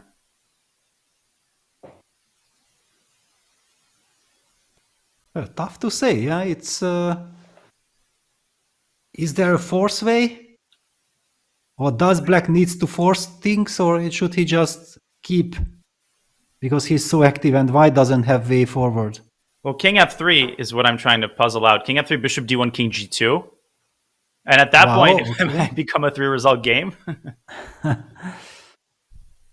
Because, okay, then h5 starts to move. But then rook b3 in that position. Like king f3, I'll show it for 2 seconds really quickly. Okay. King f3, bishop d1, king g2, rook b3. And you can't take on f2. Bishop f3 is now suddenly a huge threat. So what is Black doing here? Rook e5 maybe? Rook then bishop f5, rook e3. Or rook e3. Knight f2? Yes, knight f2. And it goes on because I have this h passer, but maybe it doesn't bring me anything. By the way, look at this line. Bishop f3 I was going to suggest king f1, knight d2 is another mate. But your line is much more important. Rook e3, knight f2. Wow, bishop f3 and it doesn't matter. Yes, so we have a move. We have a move. King f3 on the board. Wow. Wow. With little time on the clock, please calculate all these lines. And suddenly Ding's so confident. He played that with 5 minutes still on his clock. He did that in game 1. That kind of thing. Yeah, he wants to now also push Gukesh. Yeah, it's understandable. 30 seconds goes by a lot faster when you're actually sitting at the board than when you're playing. And bishop d1 on the board. Oh my gosh. King g2, only move. Yes. Only move. He's thinking, but king f4, f3 loses the knight, so you might as well. Yeah, it's a little bit puzzling. Yeah, that he blitzed out king f3 and now he's pausing. Okay, this is making me concerned, but indeed, king g2 on the board.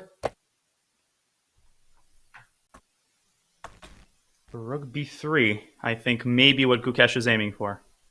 Yeah, because, okay, you have to stop this rook e5 and White's king is in danger. Rook b3, make sure that nothing can happen to White and there are even still some chances.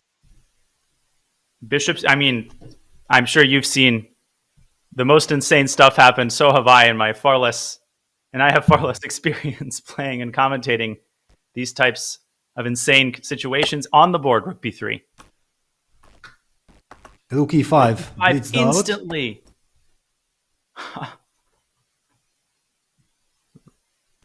Which means he sees rook e3, knight f2, doesn't he? Of course. Yeah, that's the defensive resource. But I also don't really see for white any other try.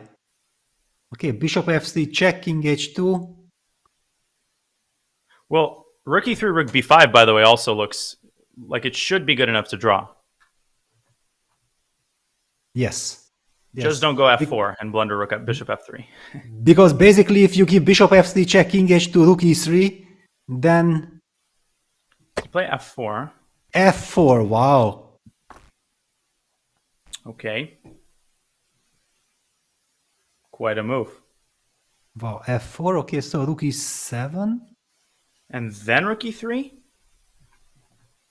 And then rook e3. Uh-huh. I'm loving the resourcefulness by Gukesh. He keeps the game going. Yes. But then there will be this motive, yeah, that rook e7, rook e3. If I go with the rook, for example, to c7, you give bishop f3 check, king g3, bishop takes e4, check, king takes f4. And I'm hitting the bishop and the rook and I'm surviving. Beautifully spotted. I might have to go h5 then, after a move like rook c7. So like here I'm going to show with arrows. We don't have time because this is too tense for me to mess with the board. But so people can follow rook c7, h5. Yeah, and then you rely on this bishop on d1 protecting your king. And what we're missing is some tactical fireworks. This game has been too boring. We need some action. What a one-sided endgame this has been. What is chess after all, yeah? What is it? Yeah. Incredible. Okay, now Ding will burn some time deciding where to put the rook. It might not matter, but I wouldn't put it on e6 because then you don't have access to the lateral squares. Yeah, the reason why I picked e7 was that it's a dark square, yeah? Just protecting everything. And that's super important, Peter, because in the motif you mentioned, bishop h5 otherwise would pick off the rook on e8. King takes f4, rook f3. Exactly. Yeah. That was the point behind. And also rook e7 protects the a7 pawn, plus it protects, and yeah, rook e7. And even here, bishop f3, king g3 straight away also works out for black. Yeah, I'm guessing rook e3 will have to be played. That's the idea. Yep.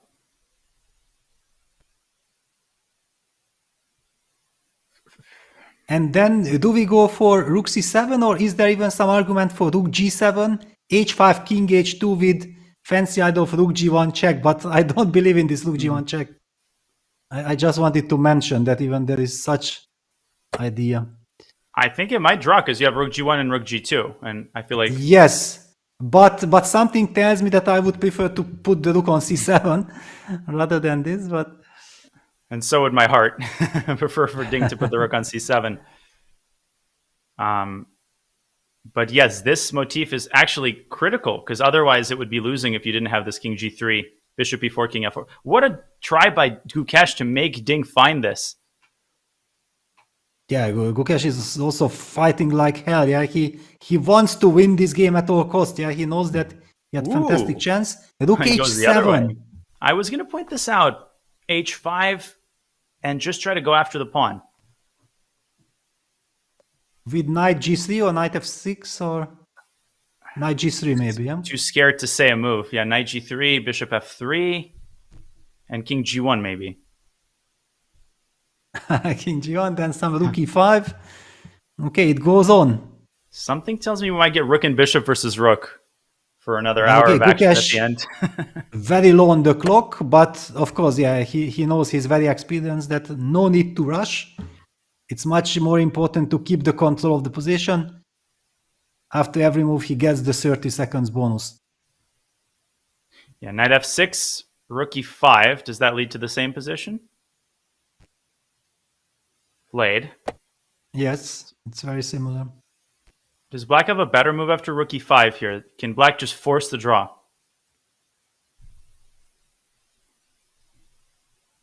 I don't see a way. You might have to just take h5 and play a pawn down for a few moves.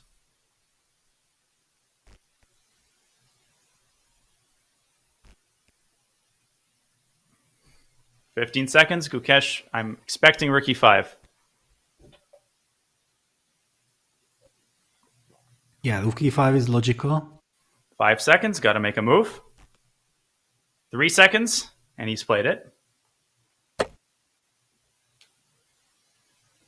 Oh my gosh. I can also imagine Gukesh fans, yeah, when they see 3 seconds and he's not moving yet, they can get a heart attack. But of course, Gukesh knows that he's controlling the clock. The decibel level in like the live studio where Sagar is doing so much amazing work, that just jumped way up to the level of a soccer stadium. Gotta move. Knight g3, yes, well on the board. Done. Rook e5, just rook f7. There's no need to do anything fancy for black. Just pick off the pawn. Oh my gosh, rook f6, rook e7 loses. Yes, and if rook f8, this is the rule that you have to move away from this enemy knight as far as possible. If I go rook f8... Maybe I can go after your b pawn, like rook b7. I wasn't joking that we might get rook and bishop versus king. I don't think Ding should allow that, though. Exactly, now already he probably shouldn't. Yeah. Here we go again. Unbearable tension, yeah? Even like this, we are neutral commentators, we are just enjoying the show and this fantastic fight, but I'm also so tensed for both players. Get away from that f6 square. Get away from any knight forks. I somehow feel that Gukesh deserves to win the game, Ding deserves to save the game, and we will only have one result. It's still not over. I mean, rook b7, f5. I think it's essentially the easy part at that point, but there's no such thing as easy when the tension is this high after 5 hours of play at the World Championship. Easy is not. 5 hours and this crazy timed scramble. Yeah, this is if the players would have now half an hour each, then I think they would be quite relaxed, but not like this. On the board, rook b7. Any tricks here? Maybe you can try to cling to the pawn, bishop a4. Why give it away unless you need to? Yes, if you can. But then you also allow some king f3 business. Can black try to play for some mating ideas? Or king that f3, does king not work? d2. Yes, king d2. He's played it, I think. Check. Yeah, he protects the pawn. Ding has that time cushion, though. He might do well to spend a little bit of time here. Make sure like the f pawn doesn't get out of control. There's these types of tricks. Of course, it doesn't work. Rook will move and capture the pawn. But still. Yeah, there is still a lot of tension here. King f3, king d2, knight e4. The black knight can get around to c5 and kick the bishop away. Yeah, I feel like, okay, king f3 and then knight e4 check gives me quite a lot of stability. I should be able to liquidate. What about king f3, f5 and pray that white doesn't get mated? Yes.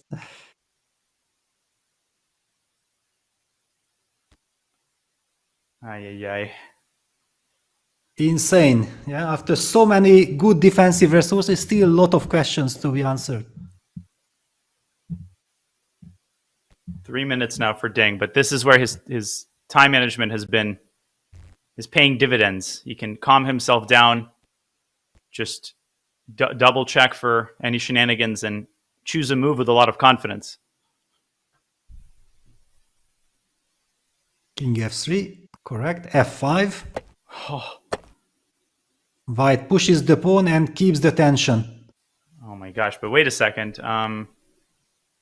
So what's black's move? Rook e7 is a little counterproductive, it seems. Yes, then king runs out.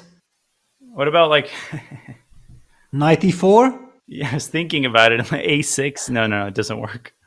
But okay, maybe knight e4. f6? Okay, yeah, he plays king f4. Yeah, this was the other strategy. Just keep on harassing this pawn, yeah, because the f pawn can be finally maybe captured, yeah. Knight e4, just chasing it down with a knight. Yes. f7? What's the move, though? Well, okay, knight d6. I'm assuming I can always set it up that I can always end up in rook bishop versus rook if I feel. But I would no. I understand. I understand. Anything but that.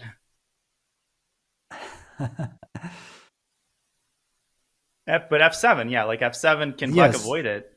Yeah, f7 and then bishop b3 will protect the pawn, and okay, you will have to sacrifice. f7, knight c5 is a blunder because of rook c8, but he goes bishop c2, tries to be tricky. Oh, rook b5, bishop e4. I think rook e5 there may be a draw. And then rook e4 and rook e7? Yes, that is like this fairy tale draw. But okay, rook b5, I can push f7 and you will have to sacrifice your knight or not. You have then knight d6. Yeah, I think knight d6 is good enough. Wow. And then bishop g6. Okay, I will somehow try to get this, but... Rook b5 is not the move, apparently. Knight d6. Knight d6 played, of course. It's the professional move. Why risk it with crazy tactics when you have simply knight d6 stabilizing the situation? Now the pawn doesn't even reach f7. Yes. Rook exactly. D8. So now also king e5 is coming. It's a draw. I mean, Gukesh has run out of resources. And after king e5 already rook f7 will be a threat. Also just liquidating everything. Oh, there's that look again. Yeah. Rook d8 maybe can be tried. But okay, king e5. So annoying. Yeah, it already does not change anything. Yeah, this knight e4, knight d6. The rook has run out of breath. It's like I'm done. I'm done for the day. We were praising Ding Liren's. We were praising Gukesh's rook. We have to praise that knight. Yeah, that knight, monster knight. What a job it has done, jumping all around and saving the day. And again, time ticking down. 10 seconds. Gukesh can't get too engrossed. He's got to remember, and he does. King e5 might be a handshake, Peter. This might be the last hurdle. Yeah, king e5, bishop d3, and then okay, the game will just end in a draw. King e5, bishop g6 maybe. Wait a second. Bishop g6. King e6? King e6, yeah. Bishop b3. Okay. Knight f7 is one move. Is it the move? Maybe it's a professional one, yes. Knight f7. And then take on f6. Don't take on b5. Don't do that to yourself, Ding. And he Knight plays f7 on the board, yeah. Wow. That's it. He's going to lose the pawn back, and that's it. Then it's going to be official.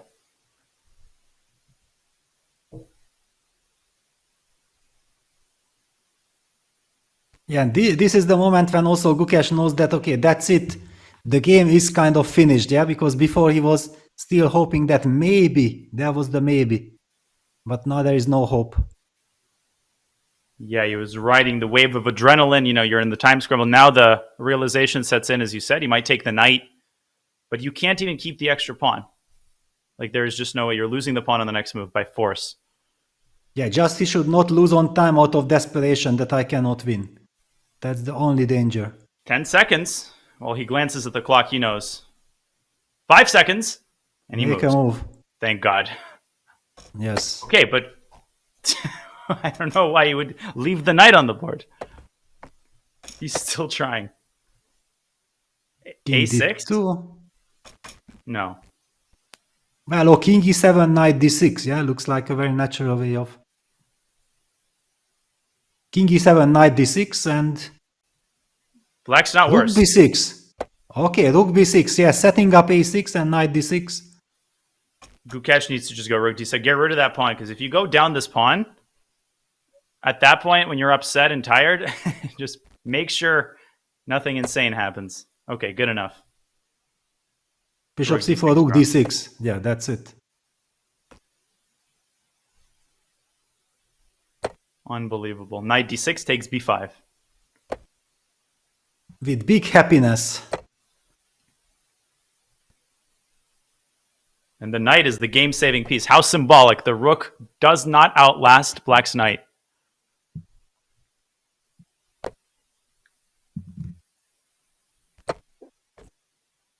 And both kings live to tell the tale. It is officially a draw.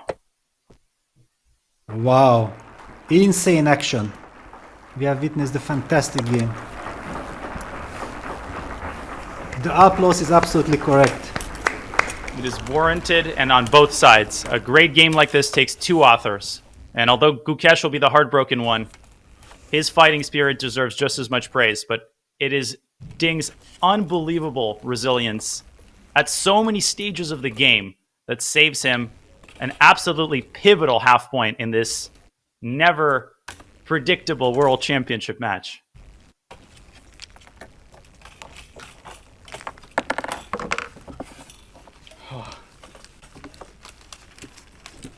You got to do it again tomorrow, Peter. That's the best part.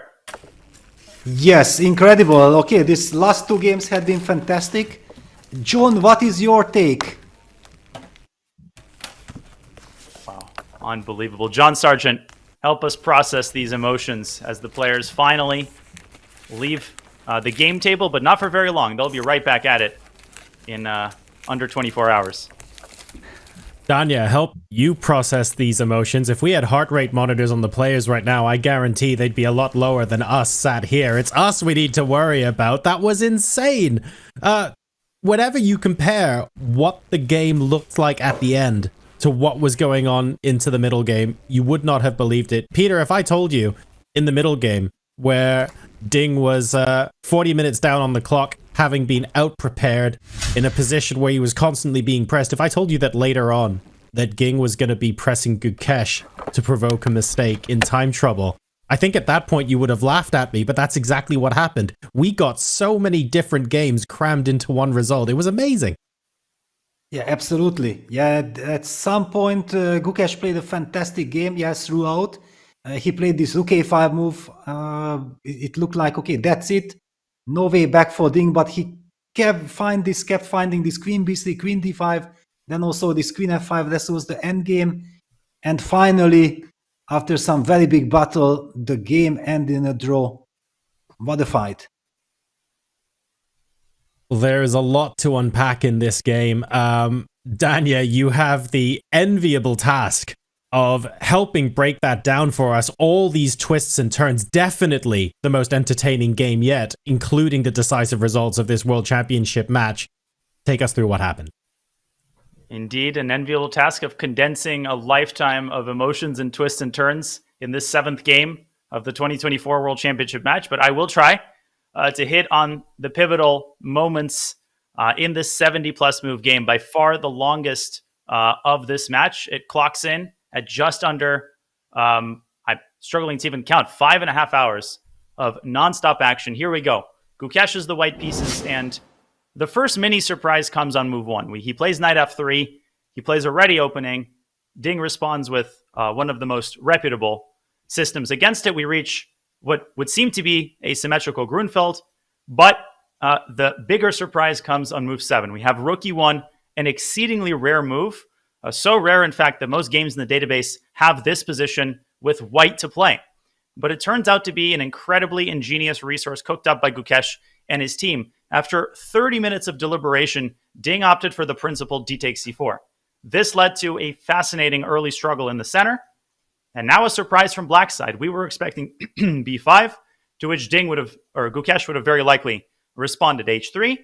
And now the bishop has several spots it can jump back to. I'm sure that the more capable analysts will break down the pluses and minuses of this setup, but it was not meant to be. c5, a surprise from Ding, leading to a fascinating Benoni structure. d5, e6, Gukesh secures the bishop pair, and after the trade on d5, unfortunately for Ding, he's unable to capture on d5.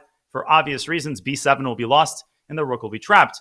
Gukesh recovers the extra pawn, equalizes the material, and asserts a small but very stable and very nagging advantage, which soon blossoms into an even bigger advantage because Ding, using a lot of time, b4 was an excellent decision, again, causing really, really difficult tasks, posing them every single move, and eventually Ding cracks.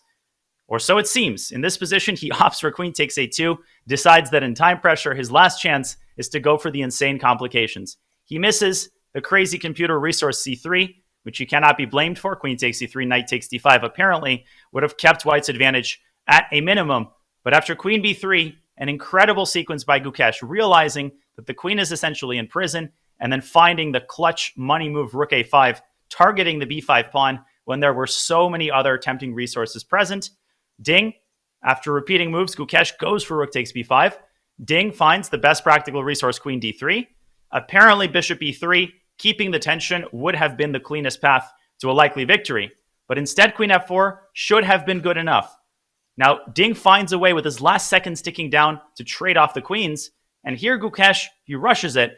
Maybe keeping the bishop pair would have given more winning chances. But instead, he trades on g7. He goes for the c4 pawn and underestimates Ding's resource of getting the knight back into the game. And suddenly, Ding finds knight c6, another incredible move. And leading up to move 40, all that remained for Ding was to find the knight maneuver to d6, and he basically sets up an impervious fortress. But the nerves set in, and instead he went king e5, missing the trampolining of the rook from h4. And of course, the point is that if Ding guards the h-pawn, the rook moves over to the other side of the board, and then up to a6, and black simply loses too many pawns. So instead, a desperate Ding tries to find counterplay. Gukesh finds rook c6, the only cleanly winning move. And now h4 would have led to sure victory. But after king e1, things get interesting again. f6, h4, rook d3. f6 turns out to be an absolutely brilliant move. And here in this position, Gukesh commits likely the move that allows the draw to happen. I'm not sure what the correct sequence would have been, probably bishop e2. Instead, he plays bishop d1 and allows a brilliant resource to take hold. The whole point, and what was likely missed by Gukesh, is that rook c4, setting up these twin threats, would have met with rook h3. And unfortunately for Gukesh, f3, black just gives endless checks on the first and second ranks. King d3 gets checkmated. So that resource is off the table. Unfortunately for Gukesh, he was forced to kick the rook back to a commanding square. Ding's pieces are way too active. And after a further just absolutely fascinating struggle where Gukesh found so many ways to keep the game going, Ding did not falter. He played confidently, chased the f-pawn down. Ultimately, the king went all the way back to help out the knight. He won the pawn back, traded off the rooks, and eliminated White's final pawn to make a miraculous draw. What a save. What a fight. And the score remains tied after 7 games. Absolutely stunning action here in the World Championship. And I didn't do justice to this incredible game, John. Not even close. Absolutely incredible stuff. Thank you so much for that breakdown, Danya. Advantage Gukesh, advantage Ding, really tense equal status in the middle. And frankly, at the end, it was absolutely undeniable, the roller coaster of emotions that we have been taken through. And it also just goes to show, if anyone ever says, oh, this position's equal, the players should just agree a draw, show them this broadcast, show them this game. Because, Peter, I think it was such a good way to demonstrate all of the emotions that can be captured at a chessboard, even when one side isn't winning. Yes, absolutely. Okay, we love such fighting games, but we have the press conference. All right, here we go. Yes, Morris Ashley is ready with the players. Thank you, Peter. Let's go ahead and hop in and see what they have to say. They must be exhausted after that game.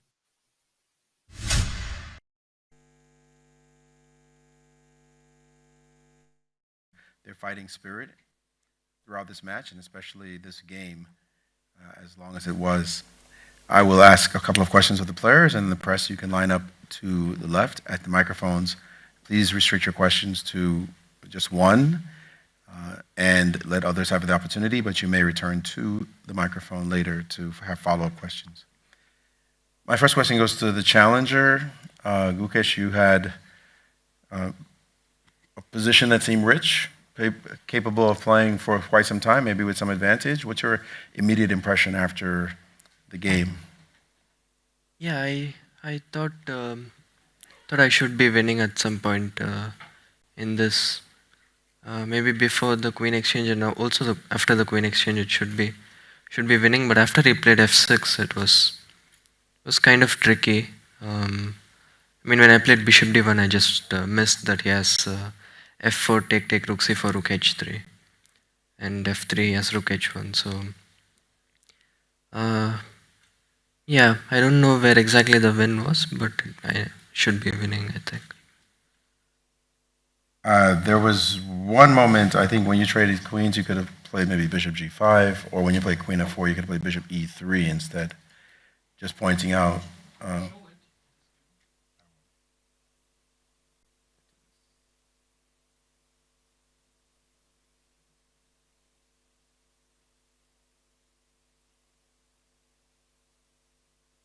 Here, where it was possible to hold the position like this, or even after queen f4 to maybe play bishop g5 and play the two bishops. Did you consider either one of these two moves? Yeah, I considered a bit, but I thought this endgame with this f5 weakness and the pawn up should be winning, but probably it was more difficult than I had expected. To the world champion, this was definitely a difficult defense. When did you sense that maybe you were in trouble? Well, immediately after c5, I saw he can play d5, and yeah, he can take the knight. He can take with both bishop and maybe also queen, and he didn't need to play e5 and then just take and cannot take on d5. Here I saw time my positions are already worse. And in the end, very hard defense. Here I'm considering take a knight e4. I didn't see any straightforward win, but I just don't know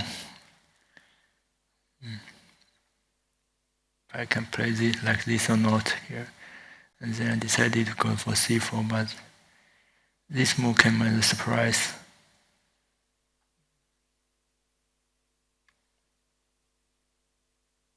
Don't know where to put the king. Go queen. Yeah, here I thought my position hopeless. Yeah, because my intention was to take on a2 after queen and f6, but I realized after king g2, my position very bad, lack of coordinates. But maybe it's not so bad. It's difficult to understand. When you were in this situation, you talked about hopeless. How did you get the resolve to find all the defensive moves, or did you think you were just going to possibly just lose the game? Yes, I was beaten many times.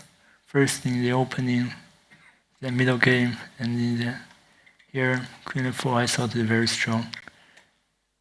And yeah, I'm happy to find this defensive idea, at least to create some counterplays over his pawns. But here, still, it's very difficult to. Maybe this is the way to play. The rook h4, rook c4.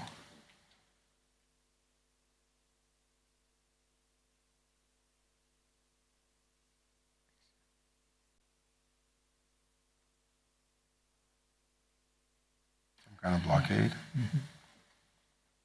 I'm curious about a moment in the game when you were. I'm sorry, I'm speaking to the challenger now. You had a moment to play rook d2 instead of rook to f4 here. This move. Yeah, I thought knight b4, I didn't see it. And after knight b4, this move. And reroute the bishop to this diagonal. Put the pawn on d7 to play like this.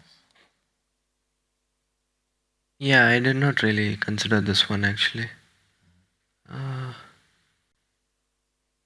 Yeah, but probably I was just playing under the assumption that rook f4 and b5 should just be winning if I manage to consolidate. But yeah, I mean, I didn't really consider any alternatives. Last question from me before I open to the press. Golden opportunity. Do you feel? What are your feelings? You know, was a real chance to win this game. That the chance was missed. Yeah, it's never pleasant to miss a winning position, but I'm happy about the fact that I outplayed my opponent quite easily in the opening, and yeah, after that it's a missed chance, but also there are some positives to take, and I'll try not to repeat the mistake in the other next games. And sort of the same question to you. You felt that you were in an hopeless situation and you were given a second life. Your feelings for that opportunity? Yeah, I nearly gave up when I saw King E1 because here I don't know how to create counterplay. Rook D4, he had Rook C4.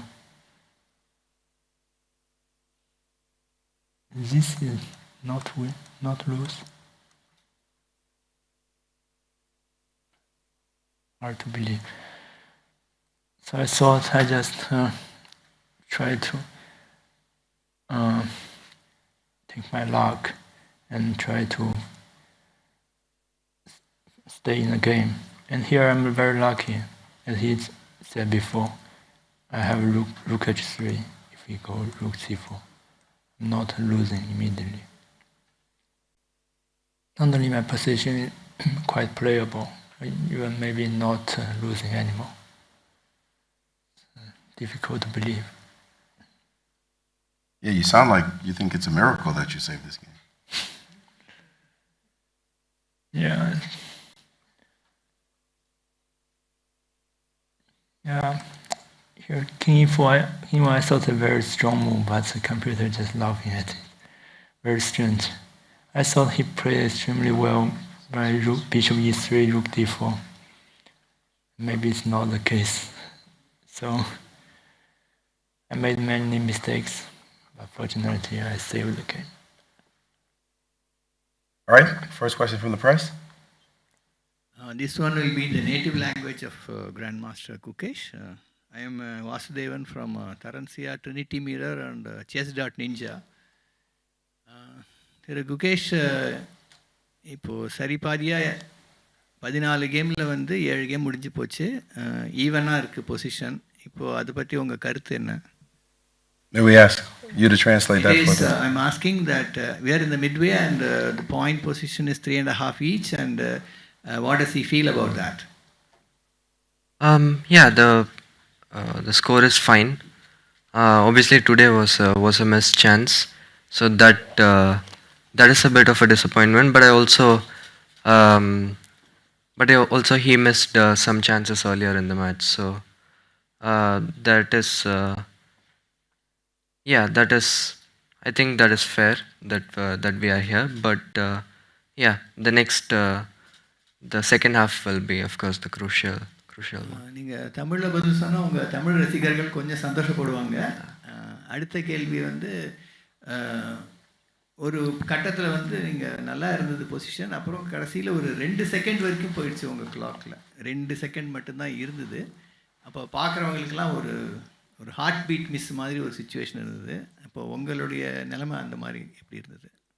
I'm just asking him that at some point of time he had an advantage, and subsequent to that he went down to the final 2 seconds on his clock when a huge number of his followers were missing a heartbeat. So what does he would want to say about that? ஆமா, நான் அந்த பொசிஷனில் இன்னும் எப்படி continue பண்ணதுன்னு பார்த்துட்டு இருந்தேன். But clock I mean 2 seconds இருக்குன்னு எனக்கு தெரிஞ்சது. So I was going to நான் எப்படியும் மூவ் வைக்க தான் போயிருந்தேன். ஆனால் நான் அந்த பொசிஷனில் ஒன்றும் பண்ணுறதுக்கு இல்லை. Anyway, he said that he was very much aware of the clock ticking by and 2 seconds, and he said he is very much in control, so he wasn't too carried away with the reducing of time. So, and thank you, Nandri, Mr. Gukesh. Yeah. Thank you for that. Next question. Leoncho Garcia from El País. A question for each of you. To Ding Liren.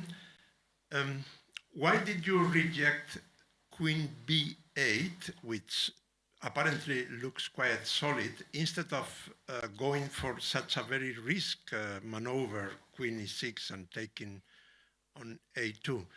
And to Gukesh, you say that you felt like winning at some moment. Suddenly you weren't winning anymore. How did you manage your emotions changing? How did you keep your emotional system under control?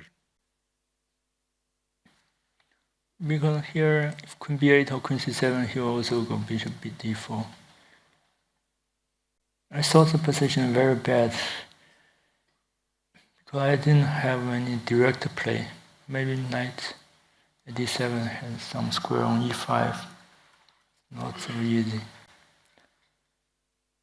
C3. Just wait. Yeah, I think I need to do some immediate actions. Otherwise, my position is very bad. So I totally miss evaluated. Thank you.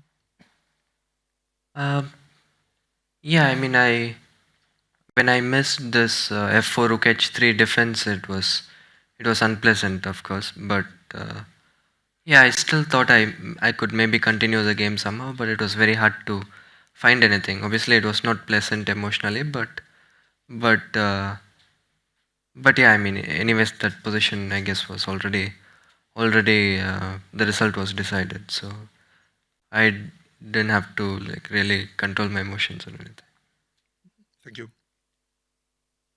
Next. I'm Xiaobing from organization. I have questions for Ding Liren and for both. First of all, 请丁立人用中文说一下今天这盘棋的过程。谢谢。We would just like to ask Ding Liren about his thought process for today's game in Mandarin. Thank you. 今天是看了引擎之后是一盘过山车一般的对决，然后，我被击败了很多次，但是最后没有被打倒，还是顽强的站了起来，守住了一盘和棋。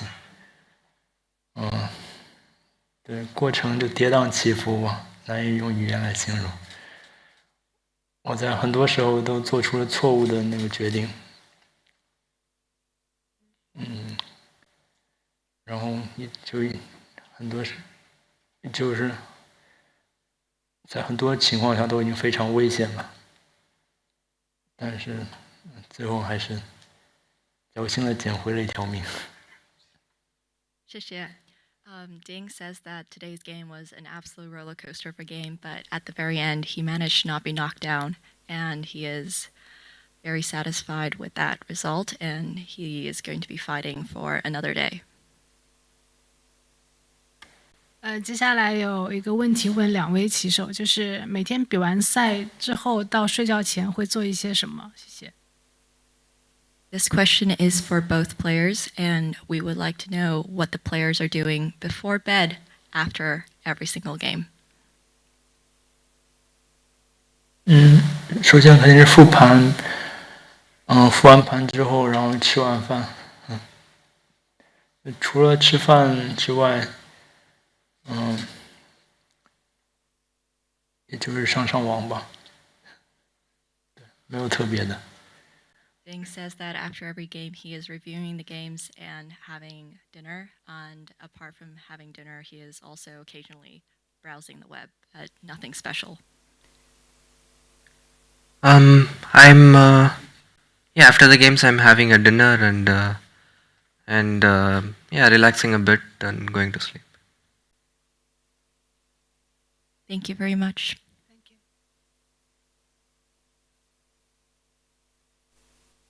Hello, Toril Skytte from Danish Chess Magazine. My question goes to both players. Could you come a little closer to the mic, please?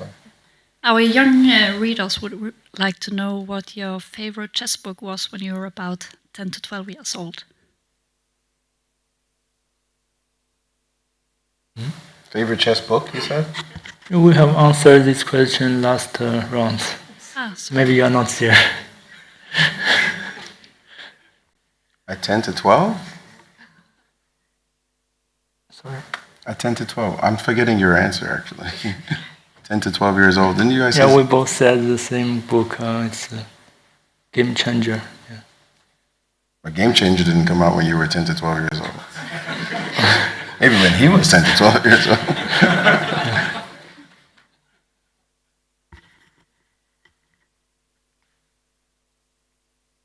Okay.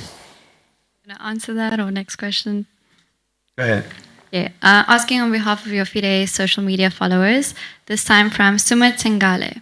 According to a statistical study by Dr. Mehmet Ismail, this match is the most accurate of all World Championship matches.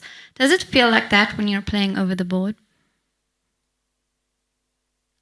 That is quite a surprise because I think there are just pretty much all the games there is something funny happening. So I don't know. I can't really believe it's the most accurate match so far.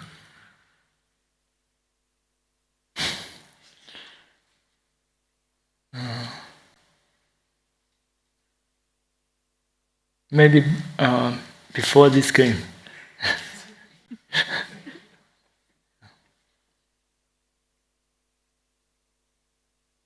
My question is for Grandmaster Gukesh. Vanakkam, Yenpayer, Mike Klein, chess.com. I'll switch from Tamil back to English now. Gukesh, what do you take away from this game? This, on one level, you had an opening advantage, and for much of the game, you could have expected to win. Does that give you some hope, or are you maybe a little frustrated that you had them on the ropes but weren't able to convert? What's your biggest emotion right now after such a struggle? I guess always, like when you don't convert a winning position, it's always, at least the first few minutes, it's a bit disappointing. But yeah, I mean, it was a huge chance and I missed it, but still a lot of games to go. And one huge positive is that I felt really good on the board and I was obviously outplaying him from the start. So that's a very good thing to know. The biggest lesson, I guess, is to stay focused and convert good positions. It sounds like you're a glass half full kind of person. Sorry? You're generally a positive person. Yeah, I try. Thanks. Hello everyone, Aditya from ChessBase India. First of all, congratulations to both Ding and Gukesh for giving us this wonderful game. I would like to point out that at one point of time there were 205,000 people live watching your game on ChessBase India. So yes, Ding, Gukesh, what a start you had in the game, and Ding, what a defense. The perfect game we can say from the tournament. My question is, Rook E1 was a very interesting choice in the opening. You played it out very fast. Could you please tell us the idea behind it, and also to Ding, when you saw Rook E1, what was your thoughts, what lines you were thinking, because you took a lot of time. Thank you. Yeah, Rook E1 is I don't know if it's completely new, but it's a relatively new move in the opening. Yeah, obviously this was a preparation, and the point is to go like DC4, E4. I mean, the main point is to just get a new position on the board. But yeah, my opponent didn't react in a very precise way. So I guess the idea worked well. Yeah, just prep, it worked well. Only thing to improve is the conversion. Well, when I saw this move, I would just come back from toilet. It was totally shock. So I spent a lot of time on this move, on my reply. Yeah, maybe my reply was not so accurate. Yeah, he can enjoy some advantage. Yeah, bishop pair and also very strong passed pawn. The only weakness for him is the knight is not so well placed. but he played creatively by playing b4. And for me, I thought it was a totally failure during the game because I thought I was getting outplayed. But like many times, maybe my position not so bad. Maybe I should be more confident of my position. Thank you so much. Hello, this is Josu Tornay from Berea, from the Basque Country. My question is for Ding Liren. It is about the opening choice. It's about move c5. Why did you choose c5 instead of the more normal, let's say, b5?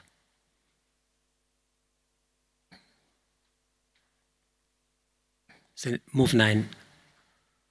Yeah, maybe the way to play b5, h3, and go back, bishop, yes. Go back. Maybe he cannot play b3. Since here I can have some c5 in line. Yeah. Should spend more time on this move because I overlooked the d5, h3, this very simple idea. c5 is open the diagonal with light square bishop, so it's a very risky decision. Thank you. Maria for the Chess Kick channel. I have a question based on my personal observation to Liren. It seems like today, even though the game started quite shaky and maybe time management was not ideal, when you went low on time, you were much more composed and in control of your emotions than in the game that you lost on time. And as someone who was inside the tank all this time, I felt like your opponent was much more shaky than you were. Is it true? And if yes, maybe you can elaborate on whether you changed something in your preparation, in your mental preparation to the games, or you just feel much more in control in this match. Thank you. Before you answer that question, I just want to request that those who are online right now be the final people asking questions, that no one else go online. It's been a long game for the players, and we appreciate their time, and they got to go eat and all that. So, sorry. Go ahead. Yeah, I have to find a move to stay in the game, and actually my play is very bad when I was low on time. Here I made a bad decision to take on a2. Also, on 40th move, I could have played knight c8, which I saw, but I rejected it due to the passive approach. So,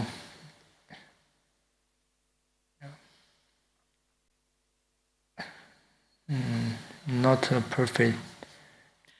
Yeah, I'm not asking about the moves precisely. I'm more about your intuition. If you relied on your intuition more, and it was just more comfortable to play for you under the time pressure, your feeling. With black pieces, I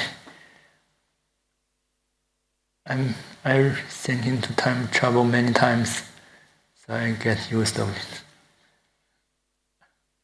Thank you both players for this amazing match on behalf of the whole internet community. Hello, I'm Nemo on behalf of the Singaporean Chess Federation, and I have a question for both of you, but I will address this to Gukesh first. Gukesh, I noticed you were playing Puzzle Rush a couple of hours before your round today. Do you have a pre-game routine, and do you have any rituals or superstitions? Not much. I just try to follow a specific routine. Nothing huge as such, but yeah, Puzzle Rush is always nice to do to warm up my mind. Thank you. Same question for Liren. Do you have a pre-game routine? Do you have any rituals or superstitions? Well, I get up and take a shower, then have some coffee. Thank you.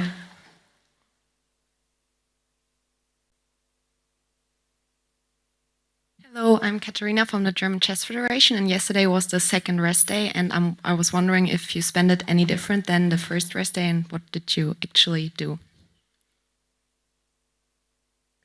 Yeah, I mean, I tried relaxing a bit. I prepared for some time, and also yesterday my sponsor Westbridge Sandeep sir had come here to to watch the match and to support me. So it was really nice of him, and we had a nice chat. So that was quite nice. How did you spend the rest of the day?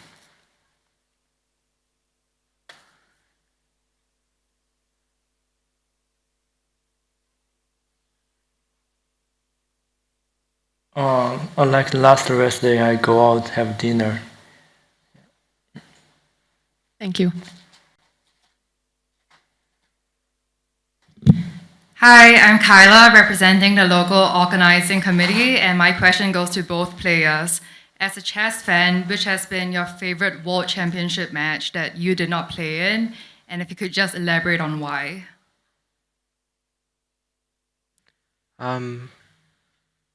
For me, I'm always fascinated by the 1972 Fischer-Spassky match. But also the 2013 Magnus Vichy match, personally for me, it was very nice because that was the one I visited in person, and it happened in my hometown. So these two are quite close to my heart. I guess the answer was Toporov-Anand match. Because maybe it's the first time I closely follow the World Championship match. Okay, thank you very much. Hello, Abhinav from US Chess. I wanted to ask both players, there's been a general consensus among the punditry that the closer and closer we get to the rapid tiebreaks, Ding might be favored because of his past great experiences. Do both of you have any comments on this? I mean, it's only halfway through the event. A lot has happened in this first 7 rounds. And I'm sure a lot will happen in the next 7 rounds. So it's too early to think about tie breaks. But as I've said before, I don't believe in favorites. I just believe in whoever plays the best chess on that day will win. So yeah, I mean, just a lot more chess to play. Yeah. Before this game, maybe I have better performance overall because I have many good positions and not so many worse positions. But this game, he's totally in control. So it's a very exciting match. Thank you both. An exciting match indeed. We want to thank the players once again for spending time with us and sharing their thoughts. Game 8 begins the second half of the match. We'll be here tomorrow. Thank you, everyone, and have a good night.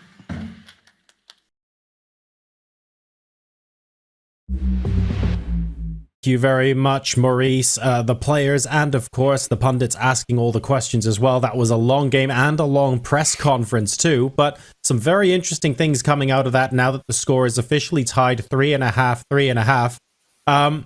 Peter, I'll go to you first. You will have a little bit of experience, a lot of experience dealing with the press after a long chess game.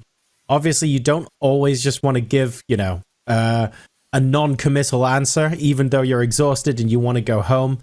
Could you read anything into the player's body language there? I think that clearly both players were very tired. Yeah, and usually I think that when you are very tired, you want to get question which is related to the game. Yeah, because all your emotions, all your thoughts are there. And those questions you are happy to answer. But when suddenly you get all questions like what kind of chess book was your favorite, I perfectly understood why both players felt like, okay, no, this is not the right moment to answer that. I really, yeah. I'm happy and fascinated by the way how Gukesh is thinking about the missed opportunity, that he's objective enough to realize that, yes, before this game, actually, Ding had a couple of chances. So, yes, he is absolutely not happy that he missed this chance, this golden opportunity, but that's kind of life. He also feels that, okay, finally I was able to put pressure on my opponent. This will give him confidence. The only thing that I kind of feel that is a little bit unlucky in a sense that he managed to pose opening problems, but he managed opening problems with a one-game idea. Yeah. So, for example, now in Laporte's camp or in Ding's camp, there is no panic. Yeah, because this rook e1 move was a great one-game weapon or as a surprise, but there is nothing to worry about. Team Ding does not need to change their opening strategy. Yeah, this is what I feel like, and Gukesh and his team will still think about how to break that French because he cannot hope to get always the upper hand with the Reti opening. And then thinking about how the players feel at the press conference. Danya, this must be, it's a tricky one, right? Because you're trying to capture how the players are feeling right after the game, but actually it's 15 minutes later and they're kind of slumped back in the chair and they've had time to process. I guess that is what's led to things like the confessional booth, for example, that we see in some chess broadcasts. How should we be thinking about in press conferences? How do we get the most out of the players? Because that's a really difficult one, isn't it? Well, I'll say three things. First of all, sometimes getting the most out of the players, you got to realize that they're beyond exhausted. They're mentally exhausted, and it's hard to compose, sometimes cogent, elaborate responses. Number two is I would ban the question, what did you do on your rest day, just for all of eternity, because every answer in human history to the question, what did you do on your rest day, involves some form of relaxing / sleeping, eating, preparing, and maybe like a walk on the town, like walked around with my seconds. So I really wish that, and the third thing is I really wish that there was more. I think the players are happy to go through the game. So I wish that there was a segment where, you went through the game, you focused on a couple of pivotal moments. It does seem a little bit disjointed, like, a couple of critical moments are inquired about. So I totally get it from the reporter standpoint. Like, you need the sound bites, you need the little pithy phrases, but I think a little bit more meat on the bone would, both make this press conference more succinct and would also extract more value, more of a focus on the chess itself and on what just happened, rather than on, what is the favorite color of each player when they were 11 and a half years old. That's what I'd say. But what a treat it was to have courtside seats for an incredible game. And a big shout out to the players for being so gracious. And of course, to the entire press team for doing a great job of publicizing this match. So I say all of this with love. Maybe they did change their favorite color when they were 12, and now I'm going to have to find out that question for myself before the end of the event. No, thank you very much, Danya, for that. The players, of course, have had a really long day, and they still have to prepare for another game tomorrow. We had the rest day yesterday, so this is going to be a string of 3 games in a row that Ding and Gukesh are going to have to play. For those of you who are just joining us now or want to know what time the broadcast starts tomorrow, here it is in your local time zone. The game begins at 5 o'clock in the afternoon Singaporean time. Unfortunately, if you're in North America or South America, not the greatest news. 1 to 6 a.m., depending on where you happen to be. It's bright and early in the morning in Europe, and then late afternoon to evening if you're in East Asia, or 2:30 if you're in New Delhi. So make sure you mark your calendars so that you can come back here tomorrow and enjoy game number 8. Now, Peter, we're officially halfway through, and there's nothing to split these two great players at the moment, which is different from saying we've had 7 boring draws. Quite the opposite. What is our trigger for something to change in the second half? What are we now looking out for? Well, I think we have seen in Game 6 and Game 7 that the tension is rising. The players are feeling that they need to put the pressure on their opponent. They are coming up with great opening ideas, great surprises. The white side in both games got the upper hand. And I'm super happy that with Danya and with you, John, we could witness this incredible roller coaster game. It was fantastic. It was fascinating. Also, I'm loving it when the side who is defending is fighting back and then saves the game, because I do believe that actually the draw after very hard fought is one of the most beautiful results in chess. because it means that both players actually gave their absolute maximum. Yeah, you're completely right. And I want to ask you, as part of your closing thoughts, Danya, maybe some of the psychology behind that. If you're Team Gukesh and you've been pressing, your goal is to find situations where you're only playing for 2 results, where you're either going to win or the game's going to peter out to a draw. You're not going to end up losing. Exactly the same thing for Team Ding, right? If you've got an advantage, you just want to play for the 2 results. But frankly, this whole match long, we've seen games go back and forth, and both sides are going to be a little bit nervous, especially the seconds, on what they can do to prevent that. Do they need to change anything? Would that be disruptive at this point? Well, there might not be enough time. I think it's for Gukesh and his team, it's damage control. You just got to reset. You have a pit stop, get some sleep, go out. It's like, those boxing breaks where the player is injured, he's barely walking, he's got to go out because he has 6 more rounds to play in the ring. And it's really not an exaggeration. I mean, for Ding and Gukesh, the exhaustion affects both players. Obviously, emotionally, Ding will be ecstatic, but you got to put all of that, and save it for after the tournament, after the match. And I think the psychological preparation will predominate. But of course, I'm also really honored to have had the chance to watch this with such legends, and what an amazing experience. But tomorrow, rinse and repeat. That is both the beauty and the cruelty of a World Championship match. So the first half of the 2024 FIDE World Championship is now done. The score is 3.5 to 1/2, nothing to separate Ding Liren and Gukesh Dommaraju. We will be back live from Sentosa in Singapore for round number 8 tomorrow.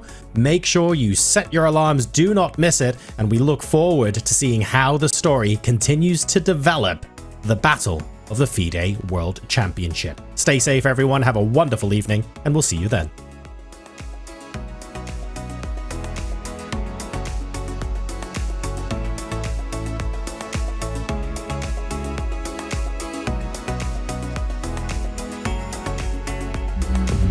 I think we're going to get a more aggressive opening choice by Gukesh. Is this where Gukesh pounces? Knight f3 is on the board. Yeah, it's the most flexible move, Knight f3. And look at this. Ding is taken by surprise. He is posing. Oh, g3. Wow. Second move, g6 is one of the main questions. It was the move that Vishy Anand played against Magnus Carlsen in Chennai 2013. And we see g6. There we go. Peter, rook wow. e1. Forget about everything that you have ever thought about this position, because rook e1 is a completely new touch. Ding made a move c5. I'm loving it. My first intuition says that it's a very interesting move. Okay, you are trying to get out of your opponent's preparation. The computer does not like it. If he just misses one tactical detail in one of the lines, then all his advantage will disappear. Yes, Ding plays queen a6. This is a slightly lazy move because it doesn't put white under pressure. Ding trades the rooks. Instantly recaptured. Gukesh pre-moved that. And now another huge moment. Is he actually going to take on a2? He is! And there is a move. Rook a5 on the board. Found it! Ding was not happy to see that. There's always a draw. We could always go home and get some dinner. Okay, rook a3 on the board at the moment. Okay, queen b1. Repeating once. If you wanted to force a draw, you would have played rook a1, and I think we will get queen f4. Something tells me that is what he's aiming for. But hang on, do I see correctly? The computer is criticizing the great move queen d3. Don't do that. Artificial intelligence, please change your mind. He does take the knight. I think he's going for that endgame. Gukesh instantly takes black's knight. And what is Ding's defensive approach here? It is queen f5. I think this is perhaps the lesser evil. Could you go knight c6, rook f4, knight e7? Like, is the idea of knight c6 to go back to e7? And he's played it because he is the world champion after all. 10 seconds now for Ding. He's got to decide. And here we go. And he's playing king e5. And rook h4 already played. Oh my gosh, this is heartbreaking. It might just be lost for black. And king to e1, that was not expected. And now looking at the clock, one could have the feeling that, okay, there is no way Ding will come up with some great defense, but I don't agree with it. And f4, fg, and oh, wow. fg, bishop d3, g2, f4, king f4. Oh my god. And f4 played. But now Gukesh is a minute down on the clock. And look at how he's shaking his chair. Yeah, it's a very dramatic situation. 5 seconds, gotta make a move. 3 seconds. And he's played it. And the knight is the game-saving piece. How symbolic. The rook does not outlast black's knight. And both kings live to tell the tale. It is officially a draw. We have witnessed a fantastic game.